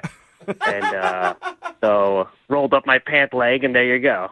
And the scar was like on your calf muscle or something, right? Not like your inner groin. No, it's actually just upper thigh. Yeah, let's call it upper thigh. Okay. So you pulled your pants all the way up to show her this scar. Yeah. All right. Oh, Did that seem to turn her off at all? No, not at all. I think it actually legitimized me and my story, because when I first told it to her, she didn't believe me. And I was like, all right, well, then, you're kind of asking for it. And showed her the scar. And she believed me at that point. Okay. Can I ask, I mean, you sound like a very nice person, but are you not very good with women?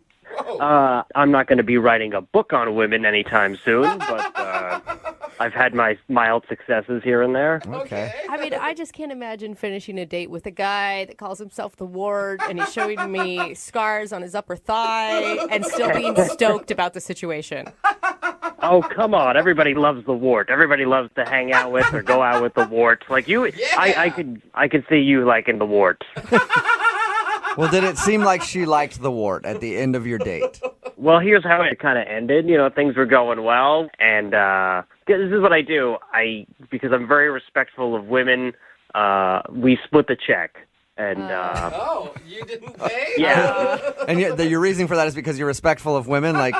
Well, yeah, because I know she works, I work. I feel like it's a good move to be like, hey, I'm not dominating you by just throwing down all my money and paying for this. Equality, I like it. We're equal partners in this.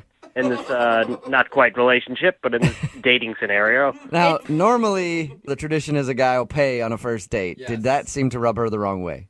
I don't think so. She paused for maybe a half a second, but she was like, oh, okay, I get you. And then she said, I respect that in return. Okay. And I offered to walk her to her car, which she said no. And then I offered to kiss her. I said, can the wart get another kiss in? And yeah. Did you say it like that? Did you refer to yourself as the wart and ask if the wart could get a kiss? I did. I was, I figured it worked the first time. I figured I had one more in me. And I did say I would call her, and she did say yes. So it seemed like a success, regardless of getting that last kiss. And have you called her? I have called her twice, and have yet to receive a response. Okay, and how long has it been? It's been a little over a week now. Okay. Yeah, it sounds like the wart is getting the old blow off. All right, well, play a song, come back, call her, and get your second date update, okay? Okay. All right, hang on, man. Moving 92.5. Brooke and Jubal in the mornings. Second date update. I don't think I'm alone in saying I don't know why somebody wouldn't want to go on a date with the wart. Yeah. If you're just tuning in for today's second date update, the wart is on the phone. That's his nickname. His real name is Desmond, I guess, but he goes by the wart. And he went out with a girl named Jamie, who's not calling him back. They met at a hotel bar, hung out for a little while. He introduced her to the wart, and then they parted their ways, and they haven't talked since. And we're about to call her and see if something went wrong on their date. All right, Wart, are you ready? I am so ready. And has this nickname ever caused problems with women in the past? Surprisingly not.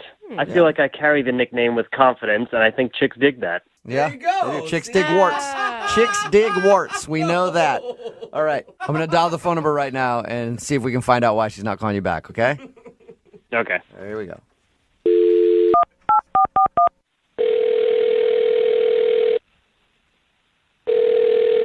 Hello? Hi, I was looking for Jamie. Yeah, this is her. Hey, Jamie, how are you? This is Jubal from Brooke and Jubal in the Morning. I'm sorry, what's that again? This is Jubal from Brooke and Jubal in the Morning. It's a radio show. Okay. I'm calling you today because one of our listeners actually sent us an email about you. What do you mean?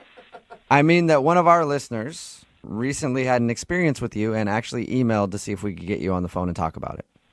What do you mean by experience? What kind of experience? I mean that you recently went out on a date with a guy and you're not calling him back, so he emailed us to see if we could get you on the phone to find out if he did something wrong during your date. What's his name? He calls himself the Wart. Oh my gosh, yeah.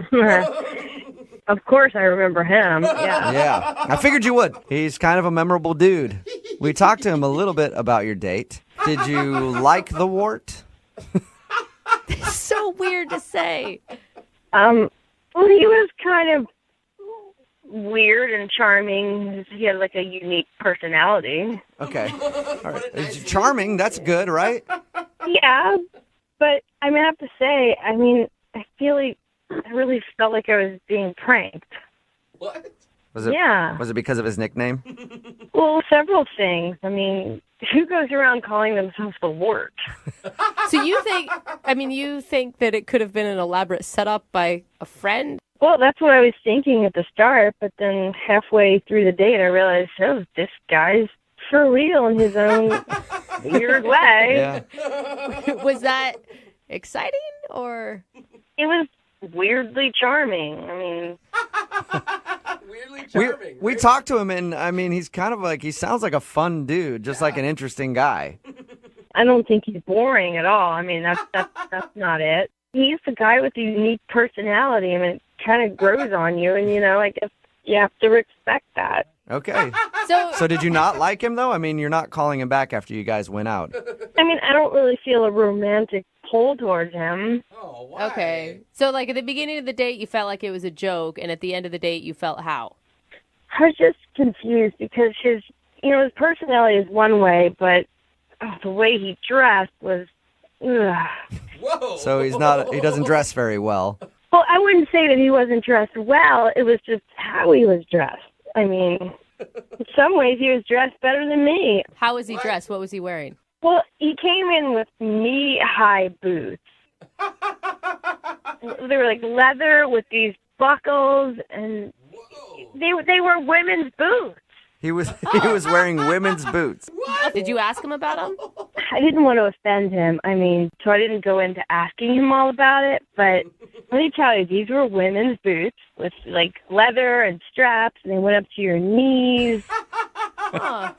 Interesting. I mean, I just couldn't get over that his footwear was better than mine. They do make you feel sexy, though. I mean, I will say, Maybe you that guys was should it. rock them one night, and you're like, well, yeah, 20 buckles later. I can strut in these. I mean, I guess he's an odd guy. It was an okay date, but I'm not going to go out with a guy that wears knee-high lady boots. Okay. I agree. It seems a little judgy. You actually think they were women's boots that he was wearing?